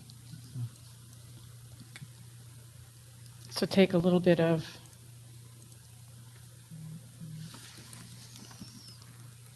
I'm just trying to figure out where you would do that. You would take a little bit of Scottsdale from Correct. D3, right? Just if you can walk me through it, that'd be great. That's all I need, because I know the area. So. Well, and related to that, I guess, the arm of District 8 coming west, below Paradise Valley, that's just the residue from drawing District 24 that came in from the coalition. I don't know if that's something you want to preserve, or if that should go into D4 as well. I think that could go into D4, right? Okay. That's Commissioner? That's Arcadia. Yes. Do you think that could go into D4? So And the then way it was drawn previously is that Arcadia followed the canal there. That squiggly line kind of runs diagonally. That was part of a district in itself, and it swung back around to Tempe. Can you, Brian? Can you drop in PV in red? Show Paradise Valley. I can't remember.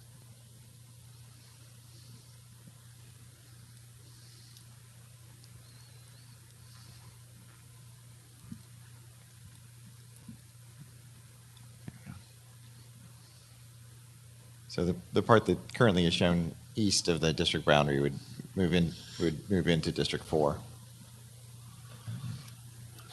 And then we could shift the line above or below, or move up into D3 and move District 4 down, and District 3 into District 4. It's a fairly easy 2 or 3 district rotation there. The question is whether we also want to rotate the part below that, as you're saying, the Arcadia piece, where 8 is coming over. So if D4 moves a little bit west, little Right, bit to get- east. East. East, sorry. Yeah. You'd think I'd know that. Moves east. Are you just trying to take the Paradise Valley, right? And then D1 would move a little bit south? Probably D3. Up. Can you zoom up? Zoom out a D3 little would bit? move north. D3 moves north, D4 moves west, and D1 moves south to So- balance. D1 would move north, I think. Oh, could be, yeah, a little So, south. yeah, so District 4 would pick up that Paradise Valley piece, and then it would need to give something up. So I'm just describing the easiest way. I'm open to your direction if you think an alternative would be better. But the easiest way would then be for the north end of District 4 to move south, and District 3 to pick that up, and then District 8 to move a little bit north to pick up from District 3. Yeah, it could.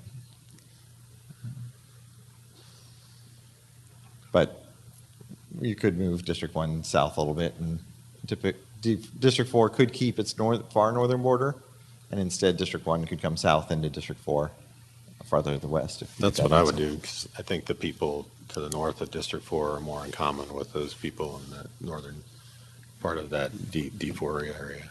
So move D1 a little south. Yeah, I could see doing that. Okay.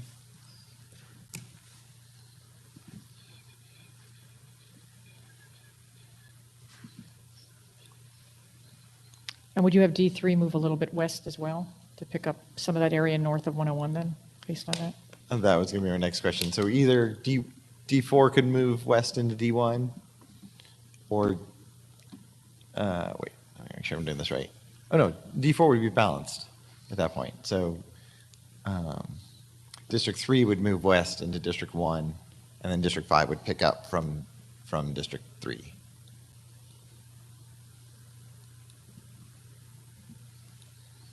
Okay. All right. That was one of the things you wanted to try to do, right? Yeah, that moved a little bit west of Carefree Island. Okay.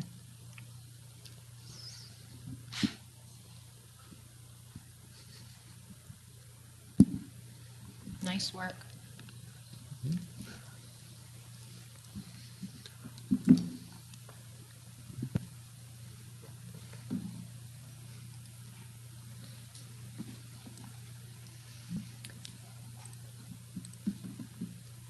And then we've already talked about over on the west side, the District 2, District 29, District 27 rotation.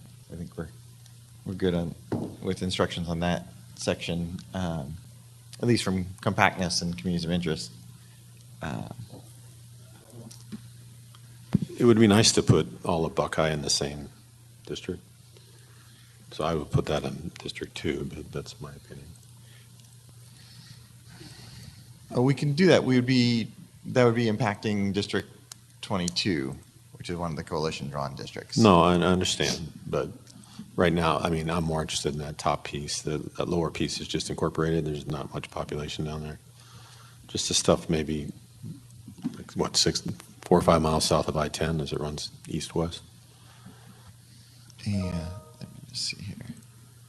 Which part? Where he's running the mouse around. Just south of I-10 or just north are you talking about? Just that little corner there.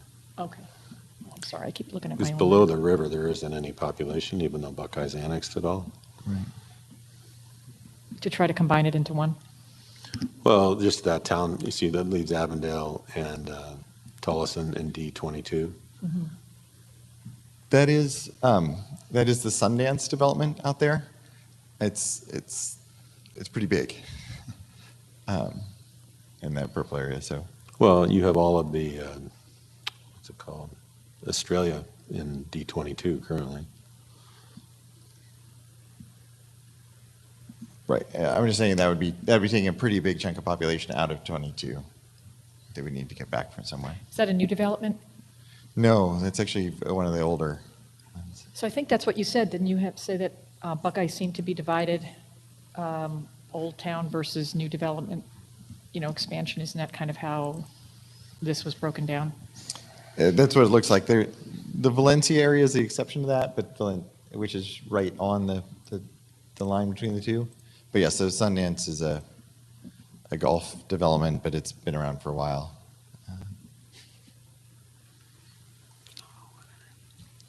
And we could probably come back to that to see if there's a way to.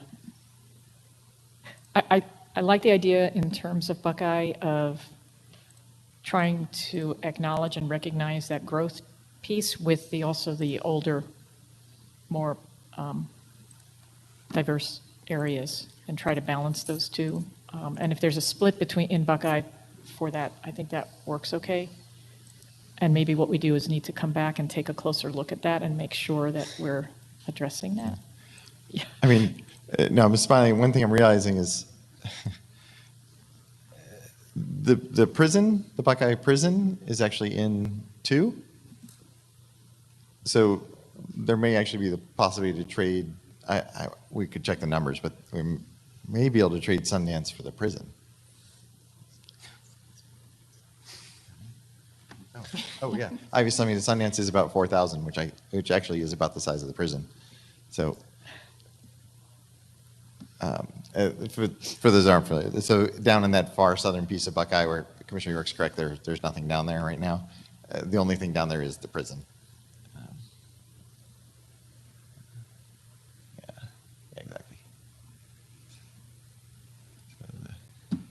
The District 22 portion is that Brian's showing on the screen is largely wide open, and then the District 2 side of it is the prison.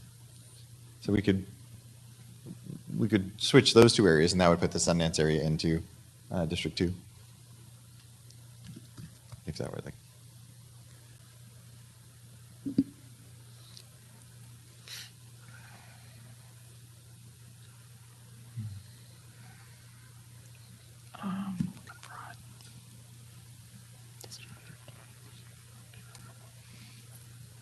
And you think that's helping Buckeye? I mean, I'm looking at this going. I guess the question for the commission would be: Is Sundance being in 2 with the growth areas of Buckeye? Does that make sense to the city? Obviously, it's not going to be an impact on the Buckeye voters to move the prison one way or the other. So. I mean, my opinion is yes. They would, if I was a city citizen, I wouldn't want 2 districts, but that's me.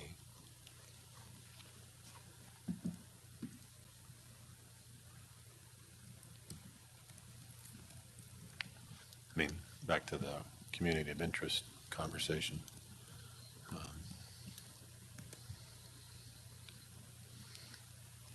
It's not all Sundance. I mean. Oh, right. There's much more Buckeye that's in 22, but.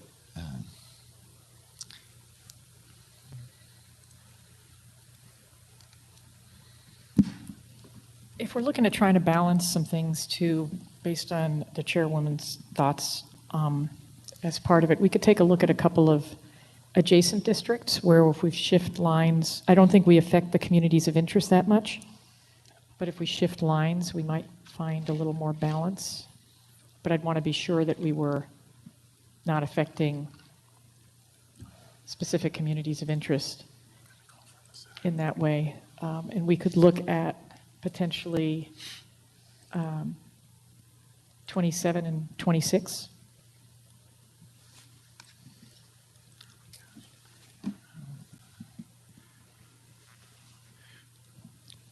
And 26 is one of the coalition suggested districts. Okay. So is it 27, I think. No, 27 wouldn't be. I mean, the area is similar to where we looked at in the congressional map is 9 and 10 over in Mesa, where currently 9 is, both of them are about 20% spreads, and one is Democrat and the other is Republican. So we could, instead of a vertical border between them, look at a horizontal border between them. The slightly challenging piece is that 13 below, District 13 below them is actually, it doesn't have any swings, but it is a 6% spread. So it's in our spread competitive range. But we could switch between 9 and 10 and see how that worked We out. potentially could look at 12 and 13 as well. The 12 includes the school district, which I thought was a goal. It is. I'm trying to help out here. We I'm could making an effort. we could take the eastern part of 12 is not in Kyrene, so we could look at if alternating between that and 13 would change the dynamics of those two.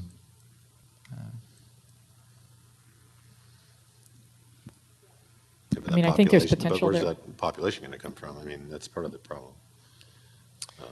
Thir- 13 is short and 12 is over, so there might be a little bit of flux in there. And the eastern part of 12 potentially could go into 13. We'd probably be looking at really blending the two. So there'd be, let's see. Instead of there being the vertical line on the east side there, the 12 would probably come over the top of 13, and 13 would pick up the southern part of the non-Kyrene District 12. Well, that's the key, would be to try to not break up the school district, both Kyrene, there's Tempe Union. Correct. You know, well, no, I'm sorry, Tempe Union won't be affected, but Kyrene Does it- in there. does it That's why I move- thought if you took some of the eastern piece from 12, and then maybe moved 13 up or something. Exactly. Yeah. That's what I was thinking of, is you've got that little piece that's sticking into 13. Mm-hmm. I keep looking at my map and forget to look at there. Right. That piece, and that would balance those two districts out a little bit more. Yeah, but we need to be compact, guys. Yeah, well, I don't think it changes the compactness at all. By doing that, I think you can take that piece, potentially Chandler Boulevard over to the 101. I'm sorry. Yeah, that could move up in D13. And then you could take Arizona Avenue over to the western border of D13, kind of as an exchange, and it might provide a little bit more balance in terms of the numbers. And I don't think you're going to be affecting communities of interest in those cases, because you've got two big streets. You're not separating communities in terms of that. And we can certainly take a look at that. So you're talking about moving 12 around next to the, taking Sun City, or Sun Lakes? No, 12 is over by East Valley. Over by Gilbert, it's between Gilbert and Chandler. Yeah, I see. Oh, District sorry, 12. Sun Lakes, yeah. I was thinking Yeah. Sun City. Yeah, well, it would actually just move, it actually would take what's above the 202 and move that up to Chandler Boulevard, and then exchange that with 87 Arizona Avenue and give that to 13. I don't think there's a lot of change that needs to happen, but I'm looking at balancing the districts a little bit. It does, just as a caution, to move competitive percentages, it takes a lot of people. Okay. So, Well, I know that there's a lot of neighborhoods in those areas, so I Yes. don't know. It's good and I- bad. And I don't know how much they need to be moved. They both just don't need to be moved dramatically, maybe. And so all we're trying to do is get the spread, right. right? So if we adjust it a little bit to get into the spread, that's all I was looking for. Yeah, and we can certainly just see what we can do where the numbers come. Essentially, the southwestern part of D13 would keep the same far western border, but come farther north. And instead of it being kind of a square in the northeast for District 12, it would become more of a rectangle, going farther east into the top part of D13. And then we'd have to balance out 9 and 10 and 14 around it, but we could do that. I'm still arguing for Tempe to be part of D9, so.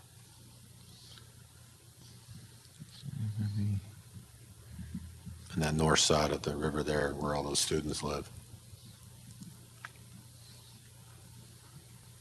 Right. Yeah, and we're happy to draw it. It just would mean redrawing all of District 7 and District 15. Well, but didn't we have a map that had that? Yeah. Oh. I do want to say that there has been sentiment of keeping that Tempe West Mesa area together. I mean, there's just a lot of synergy going on a very local level. And it's mutual. And so I don't know if there's a way to make that work. Well, right now, that's kind of the third piece. So Tempe, this is kind of classic Tempe. North Tempe is with South Scottsdale. Central Tempe is with Mesa. And South Tempe is with Ahwatukee and is that Chandler? Yeah. So it's... Which is pretty much what it's been in that same way. And they do have, I mean, the North Tempe part with South Scottsdale also is tied to the Salt River Indian community. And there's a lot that goes on between the communities. A lot of the folks from Salt River serve on commissions and boards with Tempe. They do a lot of work together. So those three actually, as odd as it is, it does align in terms of their interests. South Tempe is very much more like Ahwatukee than it is North Tempe, for example. And just along D8 moving. Well, and I would say North Tempe's a lot like South Scottsdale. I'm sorry. I mean, Yeah, that's part it of is. my argument. But it's in there, right now. Not really. North Tempe is with Scottsdale. South Scottsdale. But I would say north of the mall there in Scottsdale is a lot different than than down into the campus area of Tempe. Yeah, I guess I just can't figure out where we would put the north part of Scottsdale that I thought we just moved to Paradise Valley. I thought we kind of redid D4, D8 a little bit. We did. Since you're. So do we want to see how But you that? were monkeying around with 13, so I thought I would monkey around with 8. Can I just make an observation? As we're talking about this geographic area, I'm hearing that there's quite a few subsets of people that can work together. That's a wonderful thing. Given that, and given that we're wanting to maximize or actually minimize the spread, knowing that we have some flexibility, I think we can give you the charge to see what's possible here. I think another natural, as I said earlier, moving D8 into D9, just remember there's light rail now going along from west all the way to east, which is connecting Tempe all the way into Mesa, and it's becoming a really nice hub. So there's just a lot of areas that, for me, maximizing all 6 criteria, if we could achieve more competitiveness and I can, ensure that these different communities are going to be, represented, that makes sense.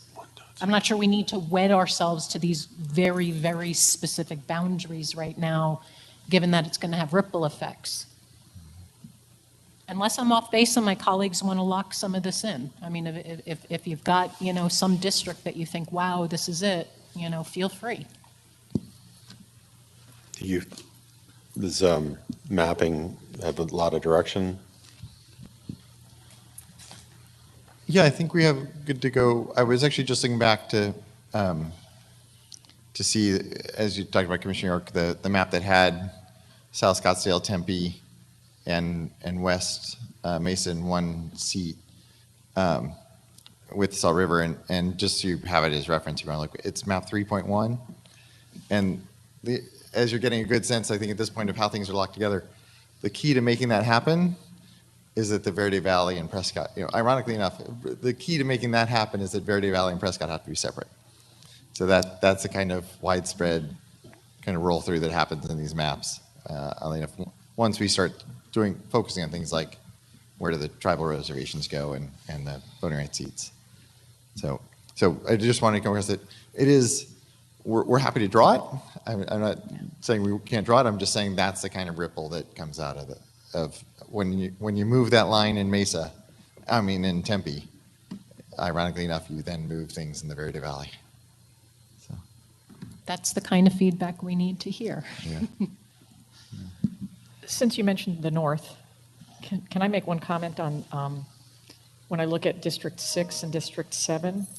that could also have ripple effects. But Winslow is not completely in District 6.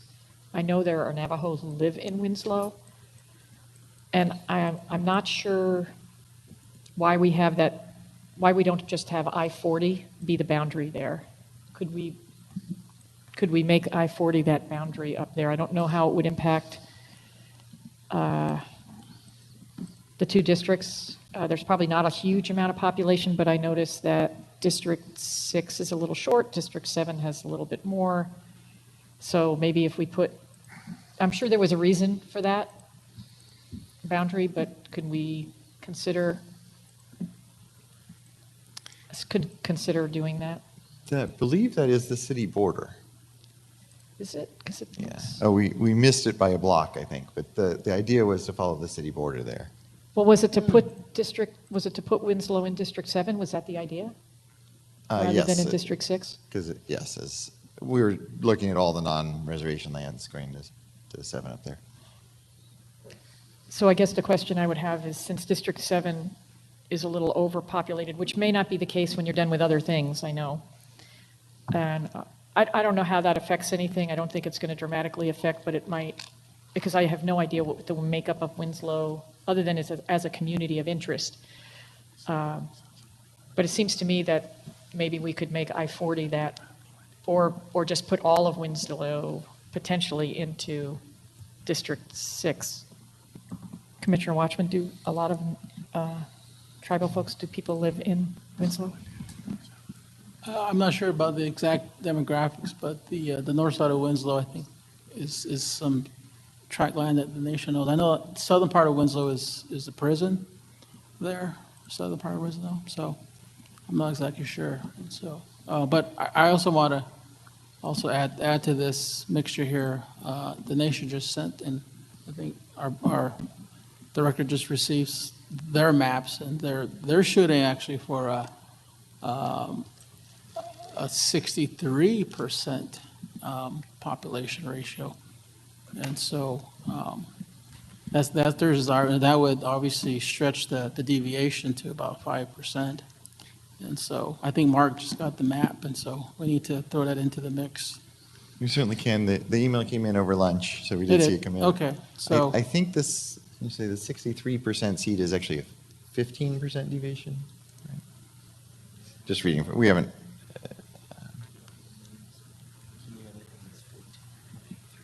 Yeah, so to reach 63, they take a 14% deviation in that district. Yeah. But I think they had an alternative that they mentioned in the email that was, yeah, with a 7% deviation in that seat, they get to 60% CVAP. So 7%, we can do that and stay in the 10% overall range. Just if that's 7% short, nothing else can be more than 3% over. So we can stay in the 10% range Well, with yeah, that. look at it, because they're making that argument, because the nation's also working with the state of New Mexico on Right. similar issues, and so they're pushing that argument. But in terms of population for Flagstaff, Winslow, and Holbrook, for the most part, I think there's a fair amount of Navajos that live in those three towns. I would say probably a quarter, 25% or more. And so I'm not sure about the breakdown in Winslow, and so. Oh, and actually, to your point, that may answer the question of Winslow. We can take a look and see what they're doing with Winslow. Right, And because there we is can- I know there's an Indian hospital in Winslow, and a lot of the employees are Navajo members, and so I have to assume that they reside in Winslow.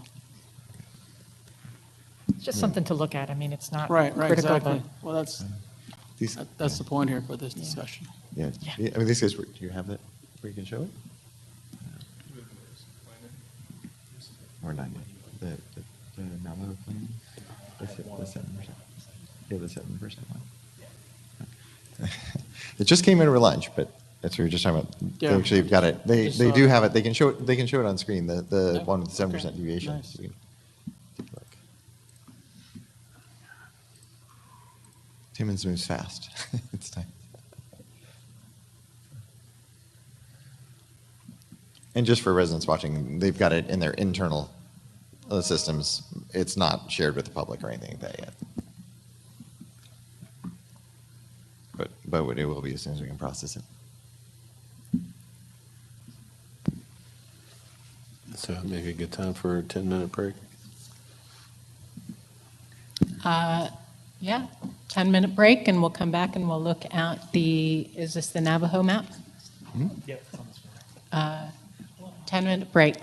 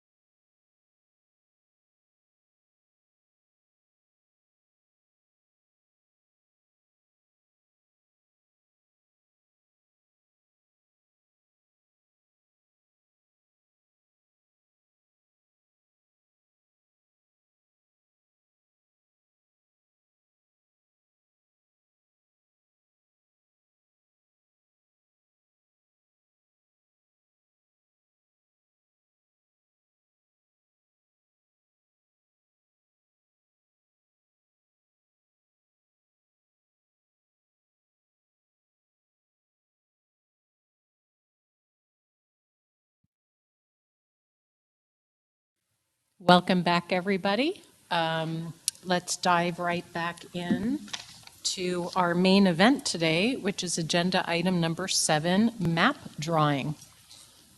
I turn it back over to our mapping team. Thank you. What Brian's putting on the screen right now is the Navajo Nation's suggestion for District 7 that we were talking about right before the break. He's just setting up the demographics.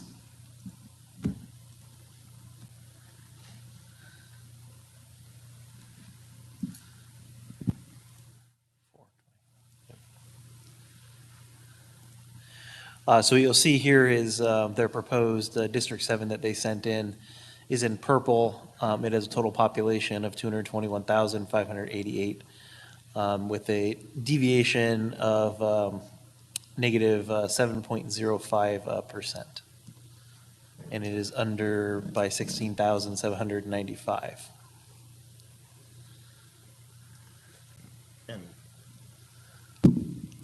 The key thing, at a glance, it looks very similar to the commission's District 7, but can you zoom in on Flagstaff?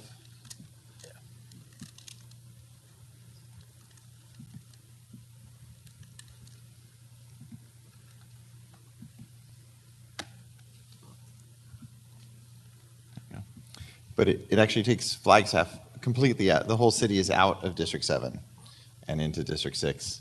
And then they balance that both by underpopulating the district and then by lots of changes all along the border of the district. Can you go over to Winslow? So we haven't looked at this, I don't know. So yes, Winslow and zoom out, 7 there. Yeah, Winslow and the whole area around it is all taken into 7. And then zoom out a little bit more. Yeah. And so where the commission's map goes over to Highway 191, this has all of Navajo County in District 7 and only goes over to the border. Oh, you can turn your mic. St. John's? Yes. So St. John's, No, it doesn't. St. John's, Eager, It does have it. all those towns are in District 7. Including the town of Sholo. Mm-hmm. And it looks like, can you zoom in down there where it says Pine Top, Lakeside?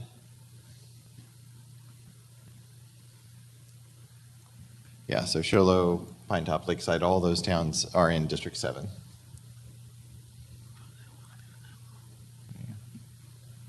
Yeah, Sholo's actually divided slightly.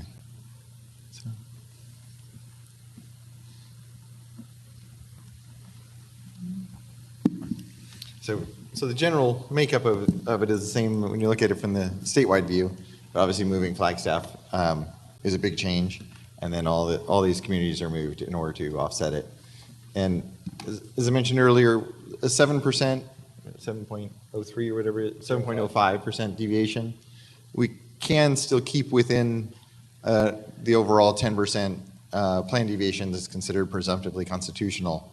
We just have to be very careful on the districts that are over, but to make sure that none of them is over by more than 2.95%.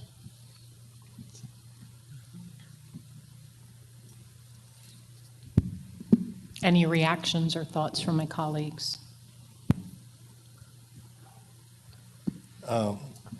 With all due respect to their request, I think it just goes counter to everything. We've talked about these things actually in detail and voted on them.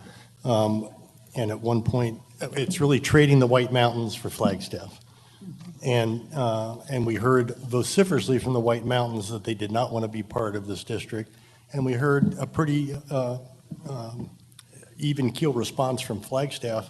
At one point, I asked my colleague, Vice Chair Watchman, whether the Navajos would prefer Flagstaff to the White Mountains, and he said yes, he thought they would prefer Flagstaff.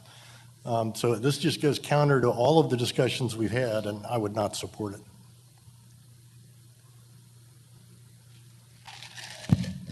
I'd like to add that to alter equal population to me, would require a very serious explanation for how we're honoring other responsibilities, and I just don't see that here. And so I think in addition to that, okay. Well, Madam Chair and Commissioner May, I think we all are trying to honor what we think are communities of interest and what has been conveyed, from our forums and our tours and information. And so this is, one data point to consider. And so I haven't seen this till now. Yeah. So, I'm trying to understand it.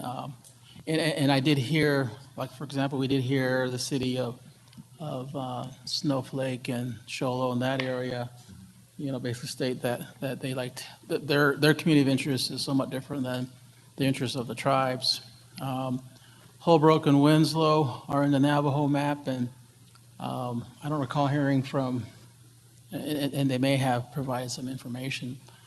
Flagstaff being outside of what Navajo is considering is something that I guess I have to further study, because I think Navajo does have, there's quite a few Navajos that do live in Flagstaff, and so, but I think this is something to take under advisement, and like we said earlier, we will be coming to some conclusion and going back out to the public, and so, but, I do also understand that we've gone through several series of maps, and we did approve them, and so, in this case, we're now at 4.1, and so I think we, in respect for that work that we've been doing, we continue to move forward and improve every subsequent map that we do agree on by vote, and then we move forward. So, thank you.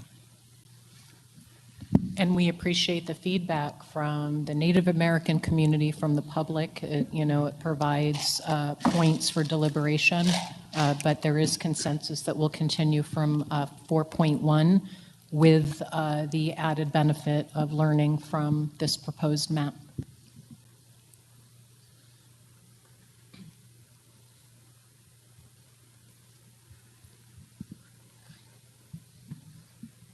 And then, in total contradiction to all of that, I'm really struggling with this current 4.1 map. And similar to my colleague this morning on the congressional map, we want to create more work for you. So I would like to see an alternate version going back to using base map 3.2. And starting with 3.2, take a look at the Latino recommended districts, but not trying to get to an 8th district, and take a look at those and see if there's adjustments that should be made from 3.2 that would better incorporate those Latino community of interest. And have an alternate map that works from this. I think the Maricopa County and the number of competitive districts are far better working from this 3.2 map than they are from the 4.1 map. All the changes we were trying to do in Maricopa County are suggested. We keep hearing that you can't do it without changing everything. So we either need to change everything in the 4 series, or we need to go back to the 3.2 and see if we can work from a better start that direction. I do think in the 3.2 maps, you don't want District 16 coming all the way up as far north as it does. And District 16 should incorporate the Marana area down south.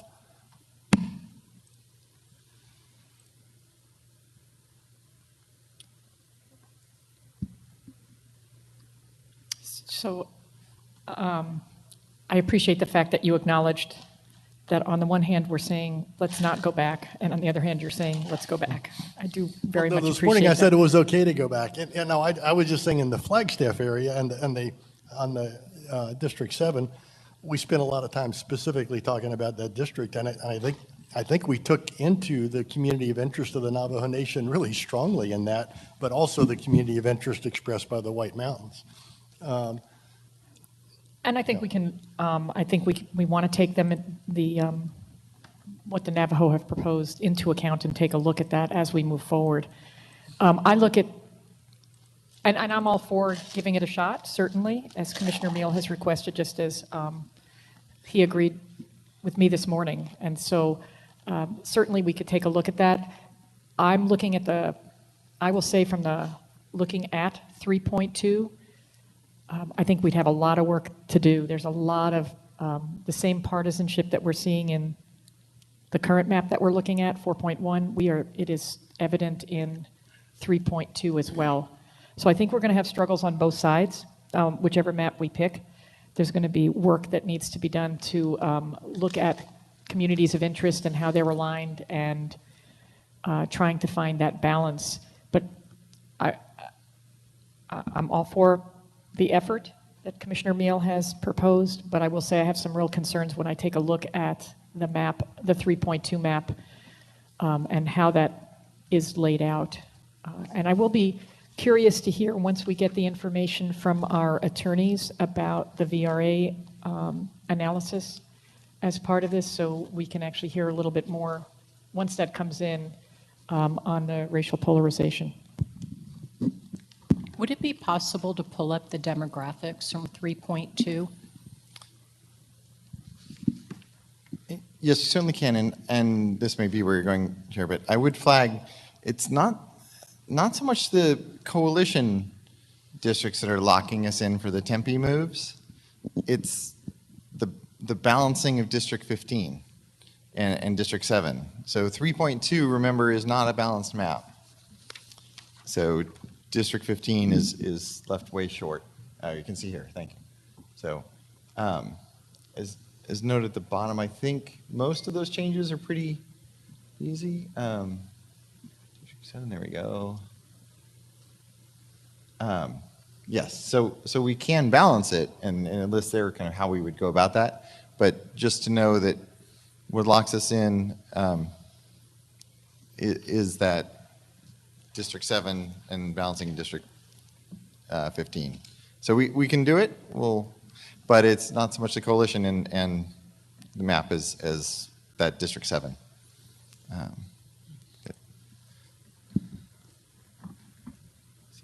Just for curiosity, if you can take a look at a comparison between the vote spreads between the two maps, I'd be curious. I mean, I could try to do the count. You're probably much faster at it, but if we could compare the 3.2, correct, and 4.1, I would appreciate it. In terms of how many competitive districts there are? I think the vote spread, I think that's part of what we're looking at, and then we're also looking at, in 3.2, we did not yet put the Latino coalition maps, correct? Right.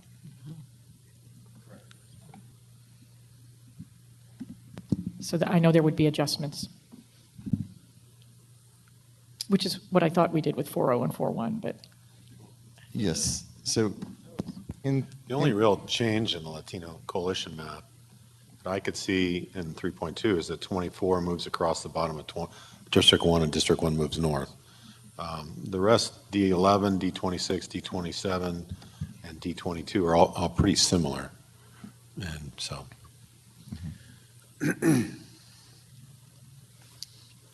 And I like the way it treated District 12 and District 13 in effort. I think that was kind of what you were trying to refer to, Shireen, to make it more competitive.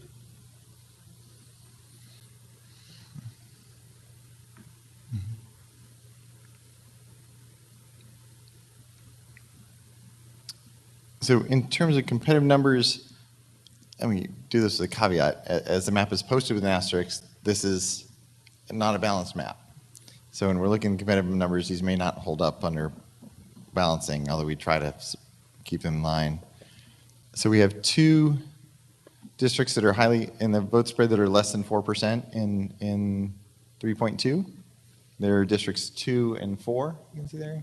It's hard to read on the screen, but if you look at for the commissioners, the residents can see them because they're seeing on the screen what you're seeing on the screens on the floor before you. That's much better quality than the projector screen.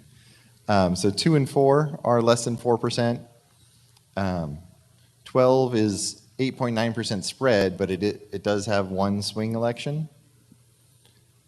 13 is a 5% spread and has one swing election. 23 is at 4.6, so it's in our 7% range and has one swing. And 27 is 6%, but does not have a swing. So. Would you mind comparing that to 4.1? Yes. Please. The one thing I should flag is that District 4, that's the 1% spread, is also 36% underpopulated. So that may very well not survive. So compare that to which one? 4.1? Okay, you got that up there. Yeah, so in 4.1, we have District 1 is less than 4% spread and a 6-3 swing. We have District 13 is within the 7% spread at 5.9. And then District 17 is at 0.9%, almost perfectly balanced in a 6-3 swing. And then there's a couple others that are close.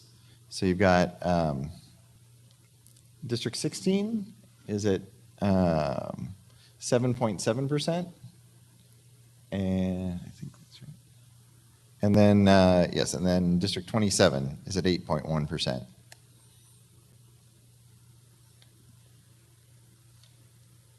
So based on this, if we take out number 4, since you said it's underpopulated, so that would shift, we have basically the same number. We have 5 in each of these 2 maps that are within our range.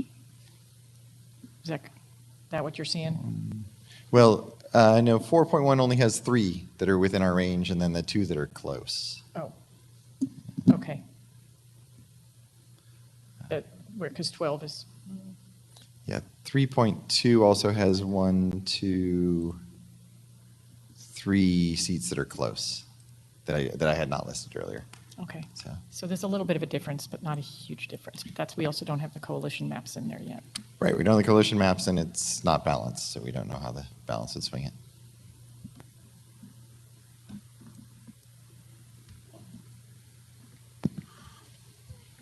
The coalition maps give us an extra district. And so, I think it's our job to make sure we kind of keep within our current guidelines. And, one of the things that, if you look at these maps, it looks like to me 3.2 East Valley works for the commission somewhat. It's a good starting point, whereas a coalition map changes the center of Maricopa County. I don't know if there's a way to blend those. I mean, obviously District 8 is the big caveat, but.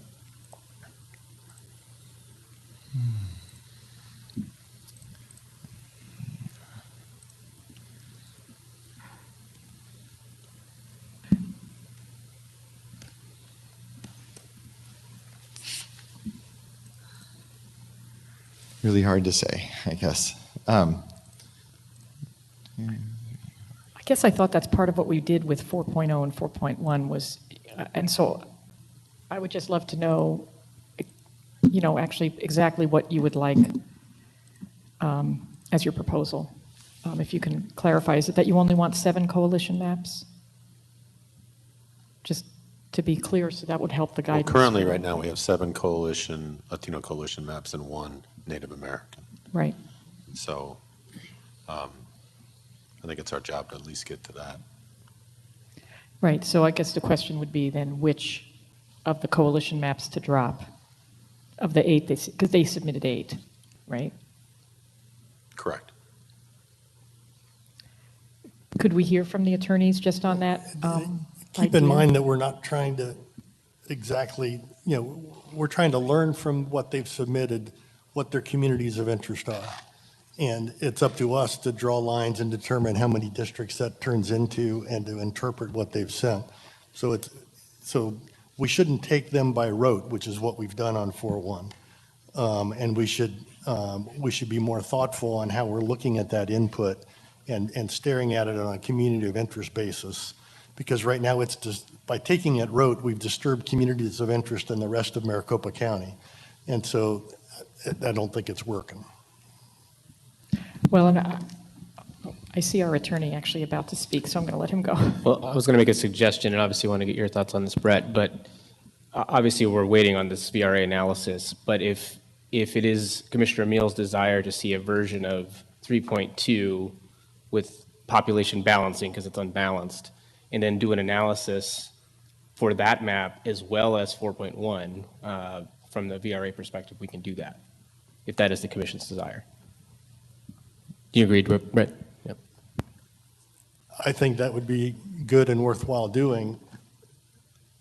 And whether we want to then hold off on trying to make any changes to 3.2, there are changes I think all of us would want to make if we decide that it is worth working from that.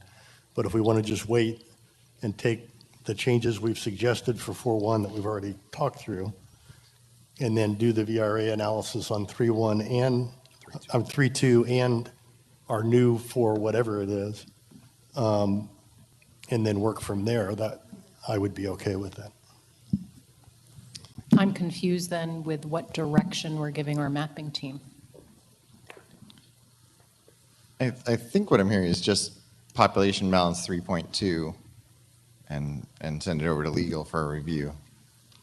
Is that- And I guess since we have to population balance it anyway, then I would at least take a look at any obvious changes anybody would like to suggest. My obvious one is to try to get Marana in with Oro Valley and to try to have that district, whatever the number is, 16, not go as far north as it does, District 16. So 16 would drop south.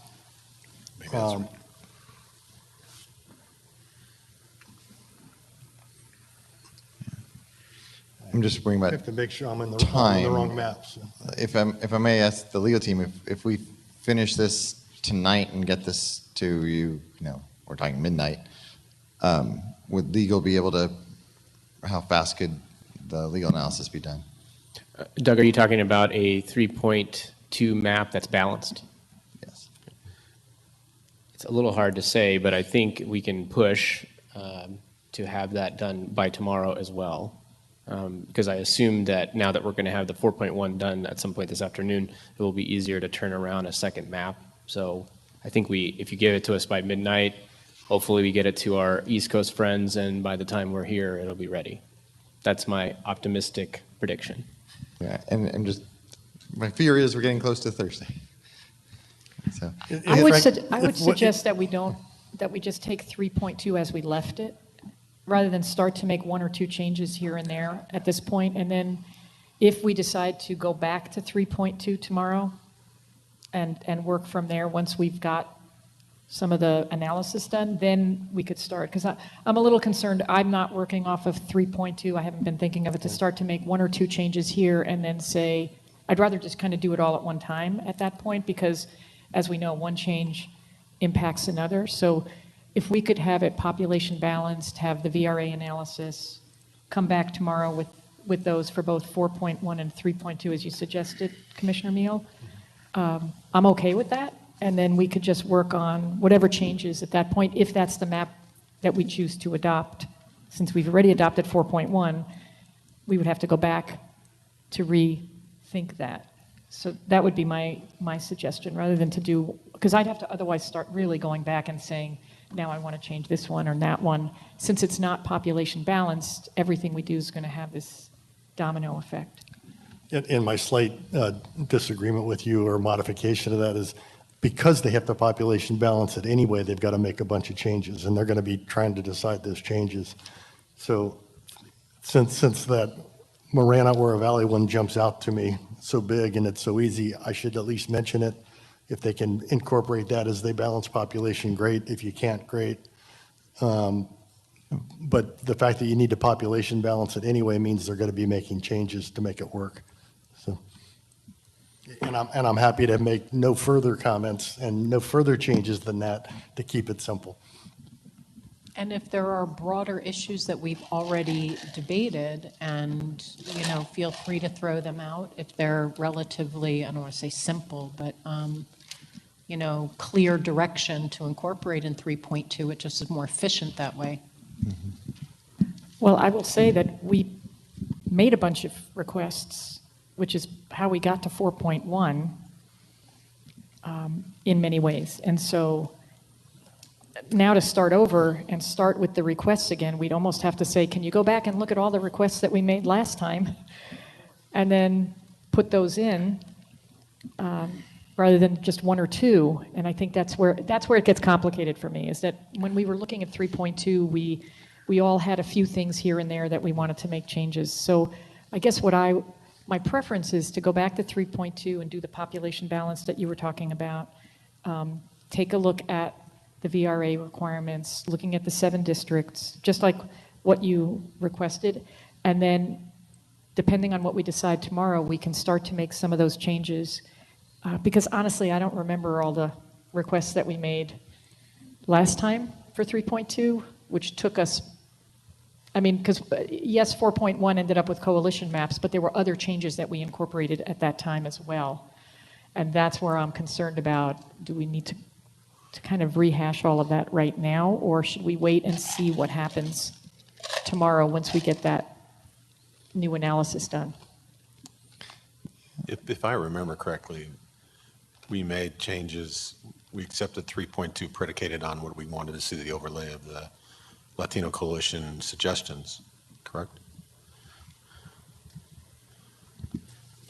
Yeah, from 3.2 to 4.0, there's really 3 main things that happened. One was the addition of the Arizona Latino Coalition 8 districts into the map.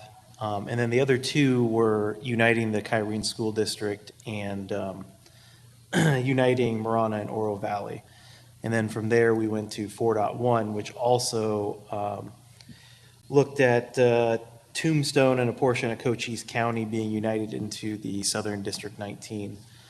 Those were the major differences between 3.2. But we were waiting to balance population once we received the Latino suggestions, correct? Correct. 3.2 was unbalanced. Right. 4.0 and 4.1 were balanced. Right, but once we got those suggestions implemented. So we just go balance 3.2 and take a look at it. With those other 2 changes, I think that would be a good start. The other 2 changes being the Kyrene School District and Marana and Oro Valley, is that the 2? And Yes. And you have heard other changes that collectively we mentioned from 4.2 to whatever the new number would be that you're working on now anyway. If any of those are obvious things you should incorporate as you're trying to balance, use your discretion to use that input. If they're not, then don't. So. Okay. As well as with the underlying goal of shrinking the extremism between those spreads. And I would ask that occur with both maps, 4.1 that we've been working off of, as well as the 3.2, because as you just read to us, those partisan extremes are not very different between those 2 maps. They're very similar. And so that's why I'll support my commissioner's request, but I'm not so sure why we have to go back when we have almost very similar, very similar patterns. So it'll be interesting to look at those tomorrow because.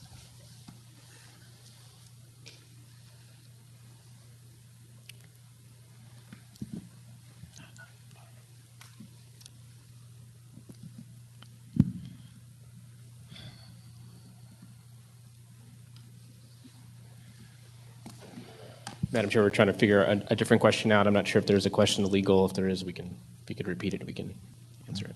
I don't think there's a question, Okay. is there right now? No, I thought you were going to look at us with. Well, actually, we were discussing something, and it could be that because we got very little sleep, we forgot, but we were wondering if there was a vote to adopt any map on the legislative side yet today. We didn't believe there was one, so that's what we were discussing. Didn't we vote in the morning? We did vote for 4.1 this morning and move Yes. forward from that.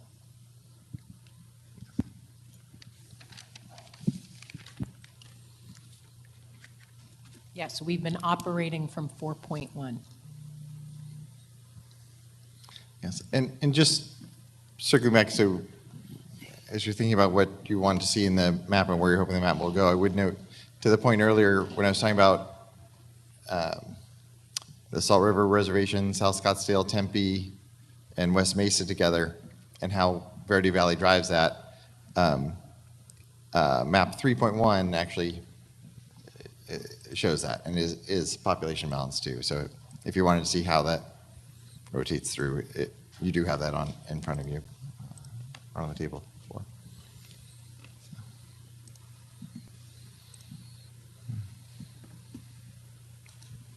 I don't think Verde Valley should control Maricopa County. I mean, struggling to map for the whole rest of Maricopa County based on that area just doesn't make sense.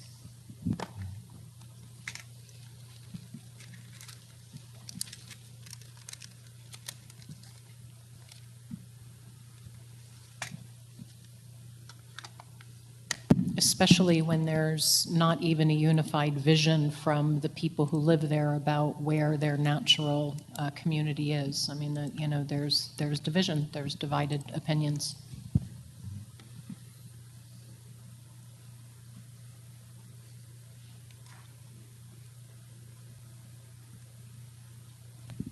So it sounds like we're going to need to take a vote to go back. If this is the consensus of the commission, and my general consensus is based on our conversation, we can start again from 3.2 with the additional feedback that we've just provided. We will need a vote to put forth, giving direction to our mapping team to make changes from 3.2. So I don't think we need a vote. It's similar to the request this morning on the congressional where they're doing an alternative map to look at that Commissioner Lerner asked for, and it's really the same thing here with what I'm asking for. So we're not yet going back. I'm not asking for us to go back yet. I'm thinking that once we see this revision, I may then ask for us to go back. But at this point, I am not. Okay, I stand corrected. So we're asking our mapping folks to merely draw out some ideas, bring it forth to us, after which we will vote on a starting position. And I want to clear that with our attorneys. That is correct.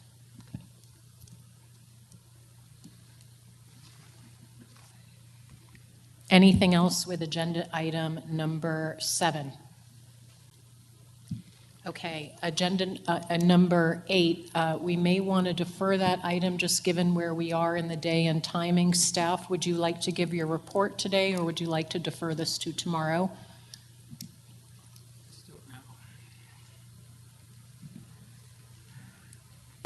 Chairwoman, we will leave that up to you. We're ready to give it today, or we could defer to tomorrow, whatever the commission wants. Let's get it done, Madam Chair. Are you ready with anything on the congressional map? We have 5.0 ready. Oh, you do want, okay. And we have 2 more that we need to go take a quick look at and might have ready by the end of the day. So- Okay, I apologize. Do you want to go back into those reviews? Sure. If you're on. Okay, sorry about that. That's okay, Madam Chair. I don't think that we have agendized the executive director's report for tomorrow, so if we could leave time at the end for Okay. the executive director's report, that would be great. We will do that. Or you you. could do that now while we Let don't us check. go that way. You want to do that? Why don't you go get some time, then you'll come back and sum up, and we'll now turn it over to the executive directors.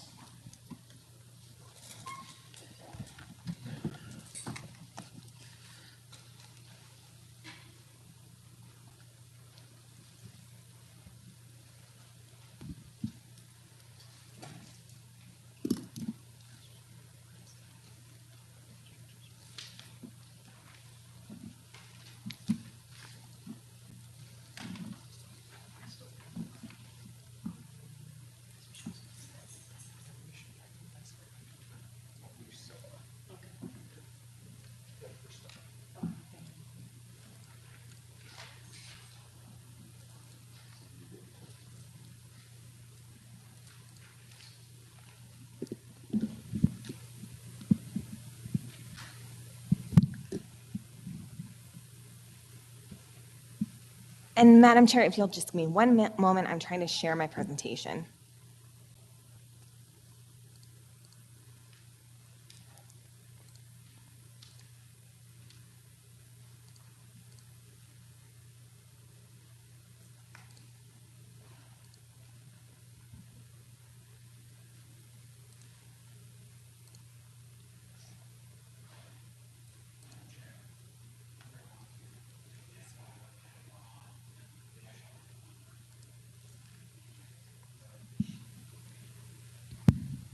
We are on agenda number 8, Executive Director's Report and discussion thereof.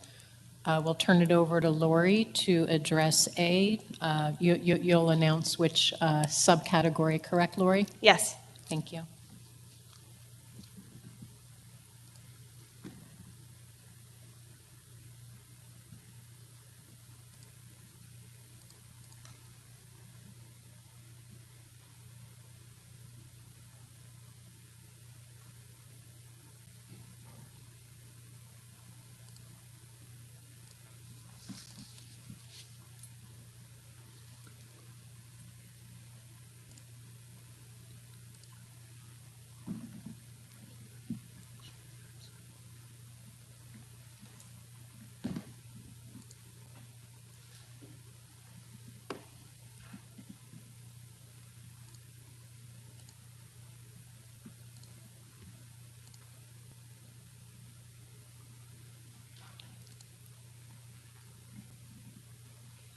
Okay, Madam Chair, we are now probably going on to something that is, feels a little premature for the commission, but we want to discuss our plan for the listening tour that is coming up for the 30-day public comment period. As the commission is aware, once the draft maps are adopted, then that triggers a statutory requirement for a 30-day public comment period, and that can come in a number of ways.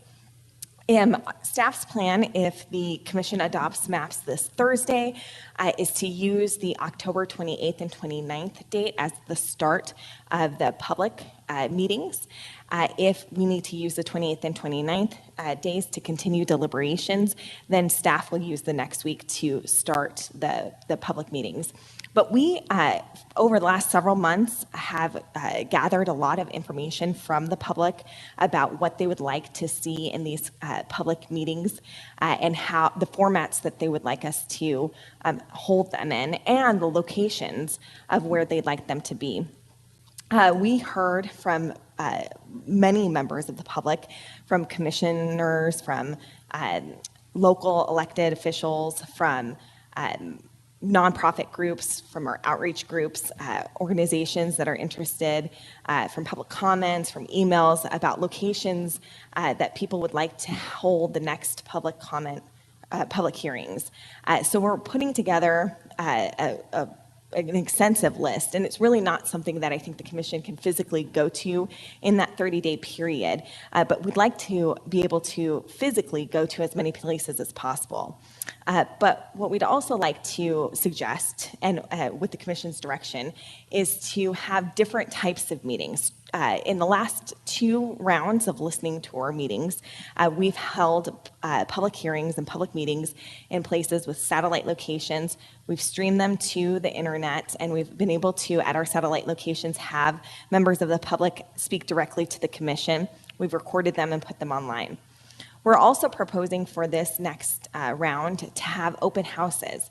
The open house concept would be where we have staff in a particular location. For example, if next week deliberations have concluded, the adopted draft maps are finalized, and we're going to the open house concept, we would have an open house from 7 a.m. to 6 p.m. where staff is here. Commissioners can attend at their convenience.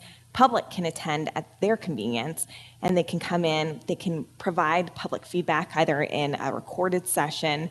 We'll have written opportunities for them to provide feedback, and we'd like to utilize those open houses for anybody who's wishing to submit their version of a map to have that troubleshooting session that Mark talked about with Timmons, where if they are having any kind of technical issues, they can call in or come in, and we can be there all day for them. The telephone town halls, we were able to work with Cisco and WebEx in order to be able to allow the public to call in through WebEx. All they need is a phone number or a phone to be able to call in. And we are proposing 2 meetings where they would be telephone town halls, where essentially the commissioners could log in via WebEx, like they would do if they were on the Google Meets meeting. They could, members of the public could call in and provide their testimony and their feedback on the draft maps. We timeline is again, it's like everything in this process, it's fluid, so it really depends on whether or not the draft maps are adopted on Thursday, but we have contingency plans for both. Again, we've already booked a space for October 28th and 29th, either for deliberations or for our first public meetings. So we would propose that October 28th and 29th would be open houses with the mapping troubleshooting meetings. From November 4th to the 22nd, and again, it can be extended, but there's a Thanksgiving holiday in that period. We would propose traditional meetings with satellite locations. And again, those meetings are going to be streamed to WebEx and YouTube, similar to the listening tour and the grid map sessions. And then we would also propose at least 2 telephone town halls via WebEx. I've shared, and I'll share online, our proposed meeting dates. These are all subject to venue availability. And so we'd like to, if at the direction of the commission, go forward and be able to select venues and locations and be able to move forward on selecting these dates. And if we have to be a little bit flexible in this time period, we'd like to do so. But these are our ideal dates, and times would be at convenient times for the public. We've heard several members of the public say that during the week, meetings that are at the end of the week are much better for them, whereas, on the weekends, Saturdays are the most ideal day for everyone. We want to also make sure that we are taking into account accessibility. One of the things that we heard over and over again is the more accessible that the commission can be, the better. So our public meetings will continue to have interpreters in different languages, including American Sign Language and Spanish. They are all streamed to WebEx and YouTube, as this meeting is being streamed right now. They're all recorded and posted online. And then we also have a transcriptionist who's attending every meeting, and the transcriptions are posted online as soon as they're available. The open houses and telephone town halls would be something where it's a little bit more flexible, that the public can come by any time during a period of time, provide public comment in a variety of different ways. And then also with the calling in the telephone town hall, they can use WebEx, call in, speak to the commission and not have to drive anywhere or travel to any place. And then again, they would still have all of the things that a traditional public hearing would have. So at this point, what staff would like is just to monitor the meetings this week to ensure that if the commission adopts the plans on Thursday, we can be ready to start promoting meetings for next week. If not, then we will start promoting the meetings beginning November 4th, and then actually book the venues in various locations, and we'll need direction from the commission on what you would like to do and how you would like to do that.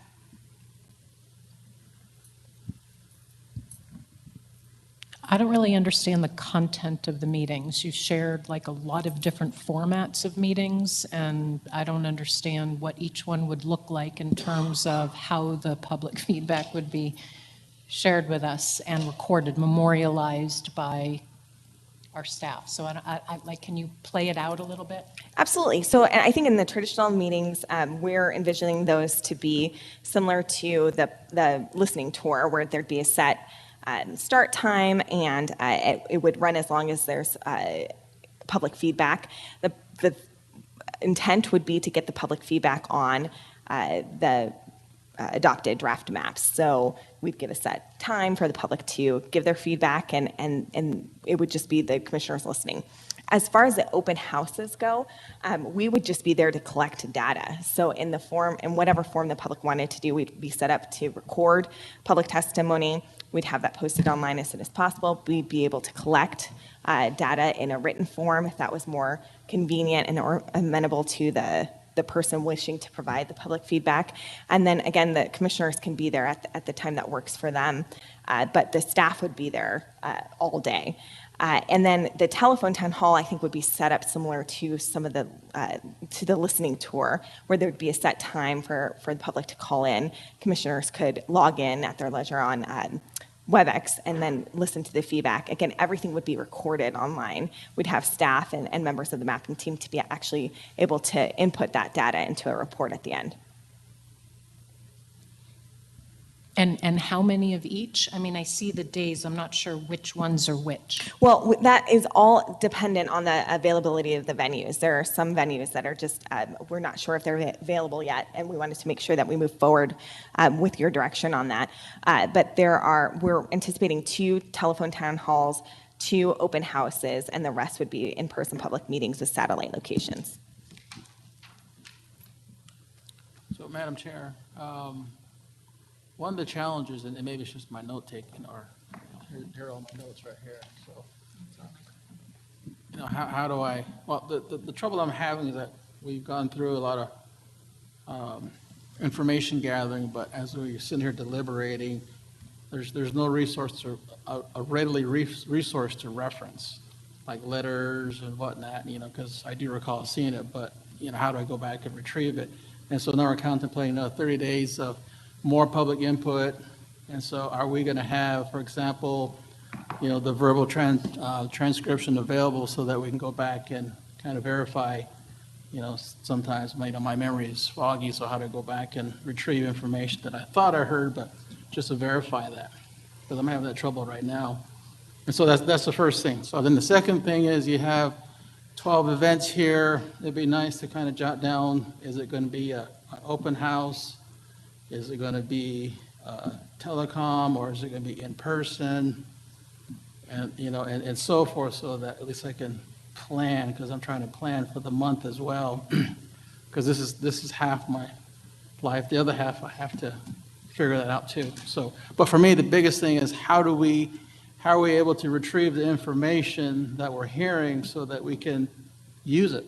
Right now it's just kind of foggy recollection and, bits and pieces. And so that's the part that I think we need to work on so that we don't get bombarded, saying you forgot this, or we sent this to you and you didn't recall it.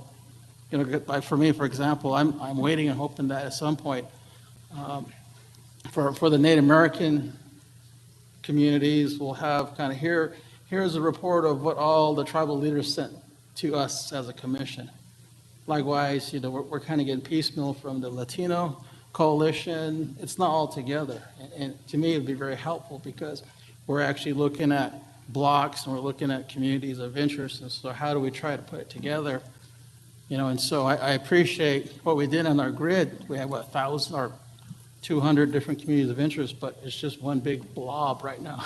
And so how do I discern it and, try to make it useful, because people are traveling many, many miles and spending hours to come to us and, present their views. And we want to make sure we do our part to try to acknowledge each and every one of those very important pieces of information that these folks are spending time to generate for us.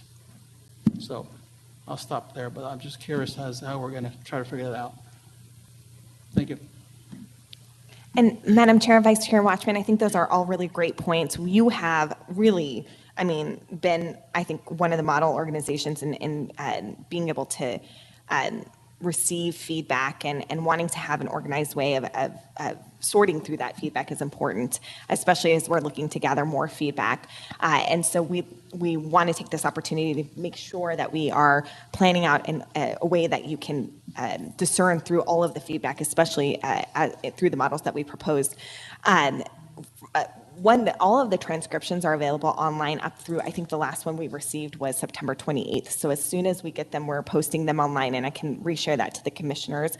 We can absolutely look at getting new reports on various organizations that what their feedback has been thus far, and kind of organizing that and looking to move forward, making sure that we're gathering that when members of the public are coming in to testify or to provide feedback.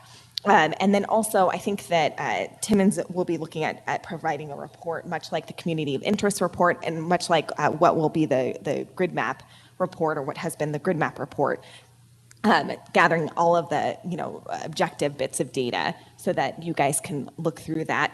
And then I believe you have received all of the paper maps and emails that we have received, and we're going through and putting as much of that as we can online so the members of the public can review all of that data as well. And then as far as scheduling, absolutely, we will as soon as we can, start booking these venues. If the open house concept and the telephone town hall and the public meeting concept is amenable to the commission, then what we'll do is we'll start booking those venues, and then we'll share those locations and those dates as soon as possible. I think the general concept is excellent. I think it's trying to maximize public opinion in efficient ways. I love the open houses, provided that the commissioners make efforts in rotating. Even just a 5-minute appearance, I think, can make all the difference in helping people feel heard. Love the town halls because, again, there's just an efficiency there. I love the idea of a Spanish language town hall for people who, maybe just are a little uncomfortable speaking a different language and want to speak in their own. I want to make sure there's enough face time. So one of my experiences is that I think people appreciated the fact that there was a human body and eyes across, the room from them, that it's not all virtual. So let's, I don't know how many you're thinking about live. Sorry, Madam Chair, as it's proposed right now, it's 8 live live, meetings. tons live, okay, that's plenty. And the last thing I want to say, and I'm not opposed to it, I just feel the moral responsibility to acknowledge it. Jewish and Muslims, they observe the Sabbath Friday to Saturday, and let's make sure we have evening hours during the week, because for that group, it's just a non-starter for them to come on Friday night to Saturday evening. And that's fine. I'm not asking to open up hours for this incredibly small population, but let's at least make sure that there's opportunities for them to come. If I could just ask a question. I like the diversity of opportunities. I think that's great because, not everybody likes to stand up and testify. Some people want to have more individual conversations. Just for clarity, this would be more of the town halls, but then we would be adding to that as well with other opportunities, or are these all of the events that you're talking about? Currently, that is all of the events that we were talking about during that 30-day period. Okay. However, we can add at the commission's direction. Well, I'm only wondering whether or not, I guess I have to think more about whether or not we'd want to add something, but add things that are more, that are not in person as much as maybe some of those telephonic things or something, other ways that people can provide input on other days. And then how we mix those up between town halls and open houses would be important as well to make sure that we're in contact with as many people as possible. But I think having a diversity of options is great. Absolutely. Thank you. I would suggest not trying to start next week and to be looking at that early November date as the start date, because whether we finish by this Thursday or not, I think there's 50-50 we'll finish. If we don't, then we're into next week with our meetings.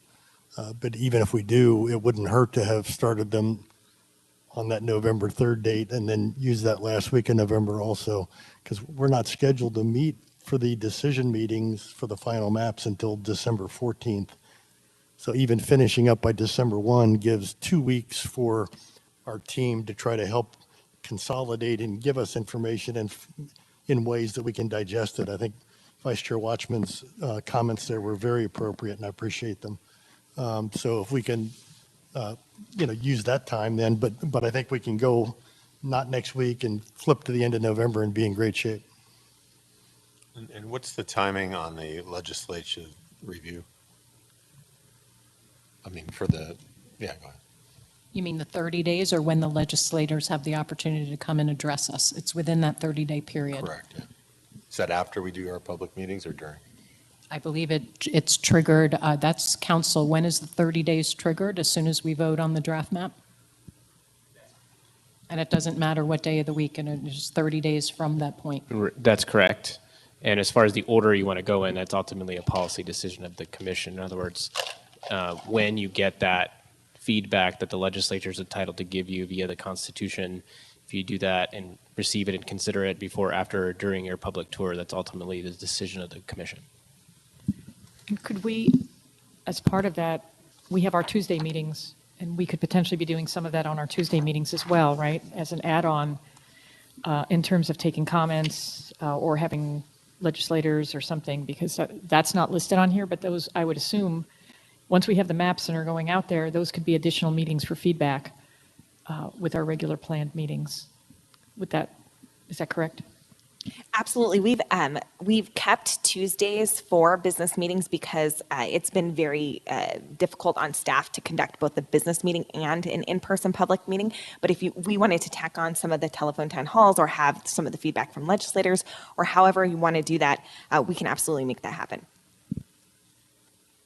I don't think the idea is combining them. I think if we're just going to invite a few isolated guests, elected leaders, that may be on a Tuesday, if it's virtual, that's not going to throw our business meeting off, and it just may be efficient, use of time. Perfect. Okay. I like this schedule. I think 3 a week is 2, 3 a week is what we can handle. I think it's a good pace for mapping. And this doesn't preclude individual commissioners, up to 2 of us, from going into other communities that have difficulties reaching us as well. I mean, so this is just the minimum of what we're going to do collectively as a body. And I know that there are a lot of communities that want, even, more access and all of that. And that's also a possibility for us to be out there more. And I just want to mention I concur with Commissioner Meal on the concept of leaving next week off just in case and going in through the last week of November. I think Thanksgiving week is difficult for everybody because certainly it would be nice almost to leave that open for staff as well, so that if staff wants to have some time with family that week, we could potentially consider seeing if we can maybe do 3 that week, the week after Thanksgiving, to allow staff that week of Thanksgiving some time, as well as the commission. How much time mapping by the end of this public tour before we begin to deliberate in an ideal world? I know you're going to be updating information constantly, but is there a certain number of days that you feel need to be in between?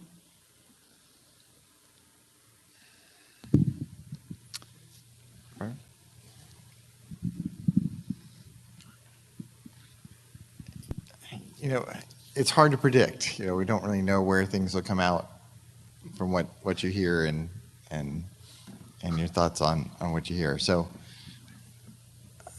it's a lot of time to process and make sure that you have time to review the materials that come in before the meetings. But I think we planned on at least a week. We may not need 2 weeks.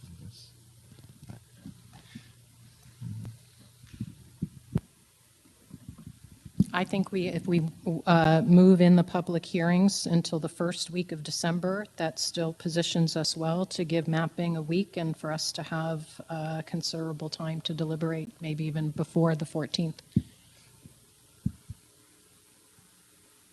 Of course, only after we have the legal 30-day review period. And the only thing I'll add is that we know that over the course of these when we were holding hearings previously, we heard from some communities, and you've mentioned this, so I appreciate that you'd heard from some communities who'd been asking to have hearings, and I know that you're considering that as part of it. So I appreciate the fact that you're listening to communities on those that want to host and have us visit them. In terms of the physical locations of the 8, are you talking about 8 primary locations and then satellites in addition as we've traditionally done? Yes, Madam Chair, that's correct. Okay, if you could just get a list of those locations as a draft us, that'd be great. I know that there's a lot of clamoring in the community for who's going to get them. Absolutely.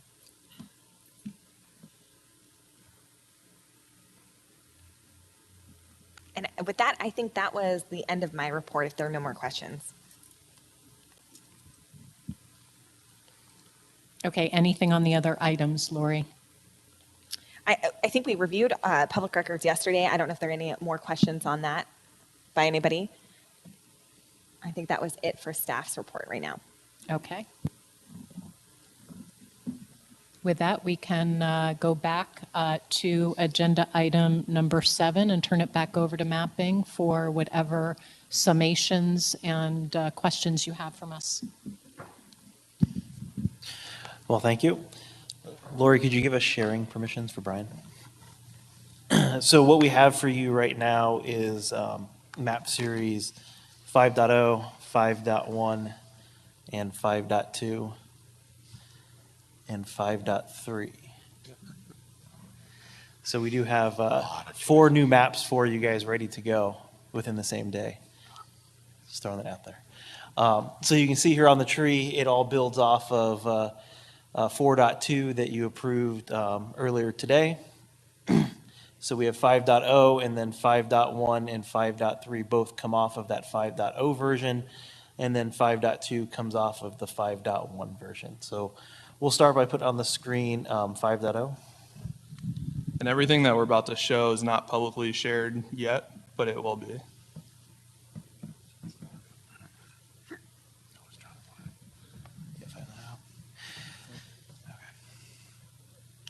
So on 5.0, this map basically builds off of the 4.2 version, and the main goal here is to unite the Auction Indian Reservation and the Gila River Indian Reservation and Maricopa, the city of Maricopa, into District 2. Increase competitiveness in Districts 4 and 5, moving parts of Avondale and Tolleson into District 3, moving all of Casa Grande and the University of Arizona into District 6. And in order to accomplish these major goals, Gila River Indian Reservation, Auction Indian Reservation, the city of Maricopa were moved from District 7 to District 2, which is north of there. There you go. We're moved into District 2. All of Casa Grande, Coolidge, Red Rock, Saddlebrook Ranch, Oracle, and part of Coolidge were moved into the yellow District 6 on the screen. All of Santa Cruz, Green Valley, and Picacho were moved into District 7 for balancing purposes. The area around the University of Arizona, including the university, was moved from District 7 into District 6. And we used the east of 6th Avenue Road as the dividing line.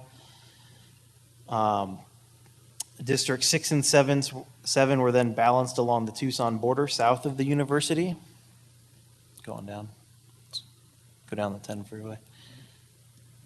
Yep, zoom in there. There you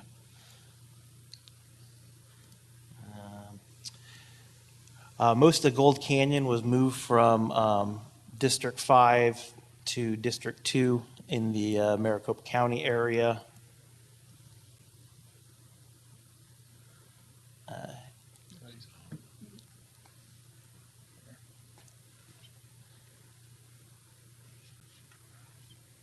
There you go, right where the 60 is.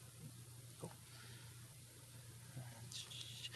District 4 moved further east into District 5, reaching Power Road, while District 5 was moved further north into District 4, east of the 101 corridor, in order to increase competitiveness in the area. District 4 was then moved slightly north into South Scottsdale into District 1 to offset for some population balancing. Tolleson and part of North Avondale were moved into the District 3. For balancing purposes, the southern border of District 1 moved into District 3 down to the 101 loop and slightly west of I-17. Glendale was then moved from District 3 into District 9 west of 75th Avenue. The eastern border pushing into District 1 we used for population balancing. And El Mirage was added from District 9 to District 8. And then District 9 incorporated Sun City West, Sun City Grand, and some of North Peoria from District 8 for the final population balancing. The map is balanced, all population is assigned. There was no request that we could not fulfill in 5.0. I know that was a lot of changes there for you. If there are no questions, we can continue to move on to 5.1. Okay. Can you bring up 5.1?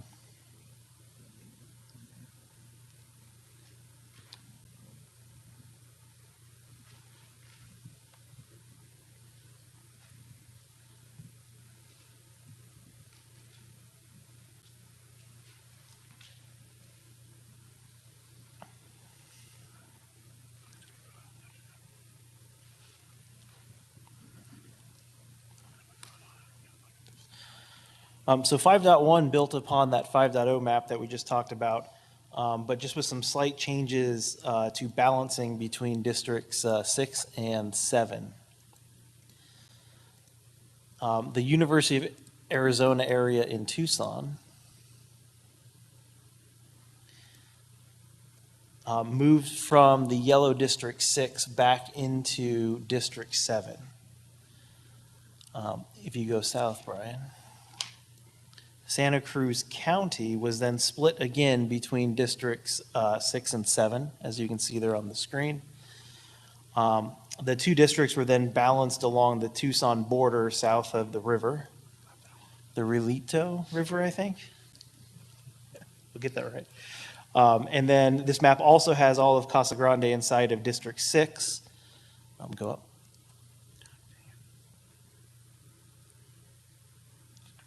And this was the request then that took the city of Maricopa not into District 6. It's still in District 2. Map is balanced. All population is assigned. We were able to fulfill every request for this. And just as a quick note, that odd shape where 6 comes around to get Casa Grande, we're coming around Eloy.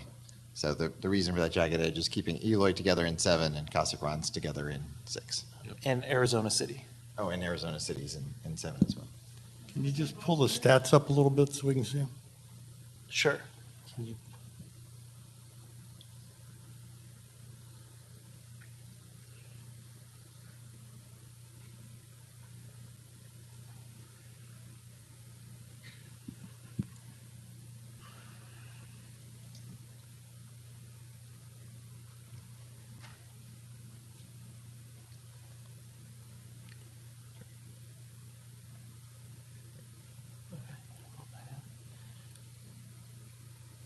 Any other questions on 5.1?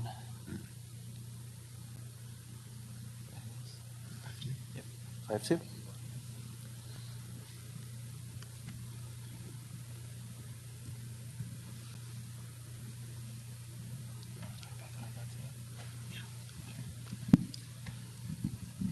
So the 5.2 report is actually fairly simple as Brian pulls it up.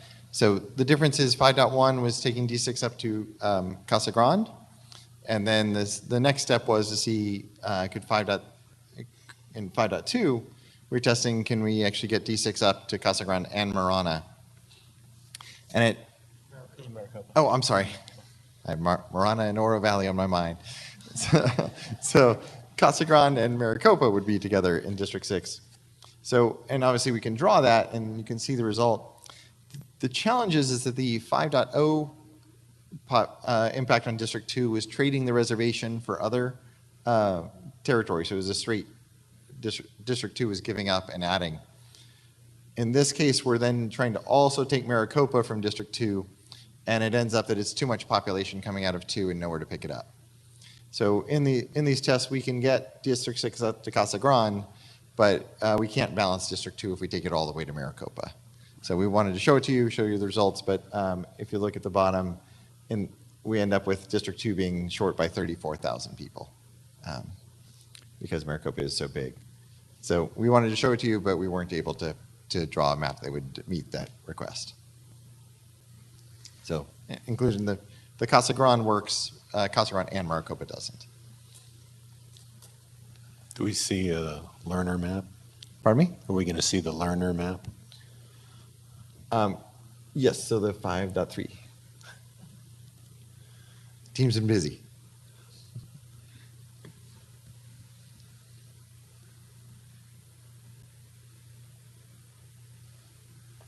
Do you want to talk to this?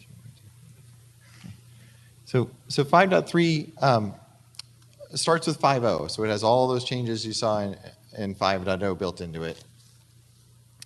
And then the main focus here was the discussion of trading the kind of I-17 Prescott portion of Yavapai County for Graham and Greenlee County. I thought it was for the pause.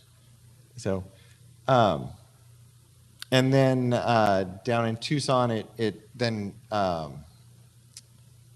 believe, is this the university one? Sorry, this finished seconds before we walked in. So So yes. So, and this has the university, I believe, can you zoom way in on that board? I think the university is back in 7. I'm sorry, the university's, But Shereen, that's right. The did- university's moved to 6 in this one. But I thought the commission asked to see the river communities in the northern district together. Northern So- Tucson, not, So there was a discussion at the end about should we also move Mojave County in or not, but at least our understanding was that wasn't part of this test. so.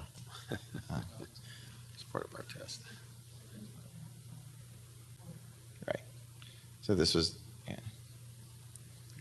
So this is putting all the, as we understood the request, it was to have 9 not be so much in the West Valley by pulling the Prescott I-17 corridor into 9, so to reduce how far it had to come in. Obviously, going in, taking Mojave out would then push it farther back into the West Valley. This is Tucson, you're showing us. Yes. You're talking about Prescott. Oh, so now you jumped to Prescott, yeah, but Sorry. so it did work. It is population balanced, and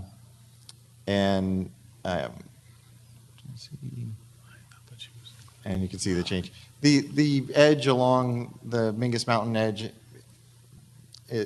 all the Verde Valley populations in 2, all the Prescott populations in 9, we didn't have time to do the little 0 population blocks and make it look a little smoother. But you can see the result. So we are working with everything that was in 5.0 and then just making those trades as discussed this morning.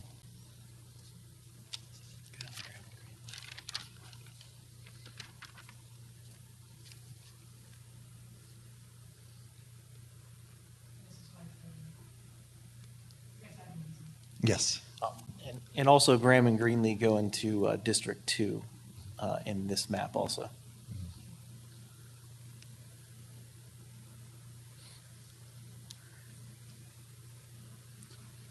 And as noted this morning, we didn't population balance everything in all the districts in Maricopa, but we certainly could to make them work within this.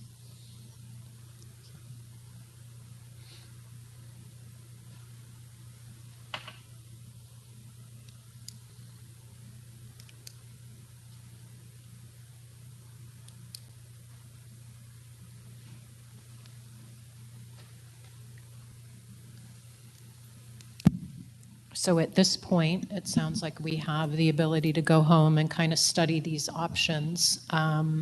Is there any other direction or feedback from us that would be helpful? I think we probably have plenty to do this evening. So, Okay. unless- And when will these be posted where we can see them? Yes, when we go back to the room, we'll make sure they're posted where Okay. you guys can see them, then we'll work on getting them posted to the public, to the hub site. Okay. We'll also work on getting the demographics and the competitive PDF out. So that'll be the immediate homework we have, and then we'll work on the other legislative district homework that you have for us. And it seems like, and I'll ask my fellow commissioners, that when we've added that list of things on the default demographics, it seems like there's been a lot of interest in looking at the vote spread. So could we also add the vote spread as one more column? I don't know if there's any column that can get knocked out of here, or if we just add one, but I would appreciate adding the vote spread just on an ongoing basis, if others agree with me, as one more thing for us to be looking at across. We can add the comp rep votes as well as the dem votes that we have on there. We don't have the ability to create a new column to add those together because the system's building that information on the fly as we put blocks and blocks together. Okay, that's not one of the listed things that can be done. Yeah. You can see it there. So the comp dem votes to comp rep votes, the difference between those two numbers is the vote spread. Right. So in District 1, the vote spread is Okay. 0.8%. Yes. It's not quite as nice as having it I done. was But trying to make it even simpler, but, okay, thank you. Request withdrawn.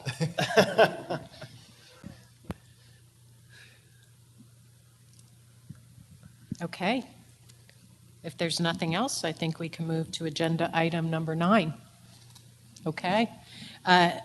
Item number 9, next meeting date, tomorrow, October 20th, 2021, at 8 a.m. Agenda item number 10, closing of public comments.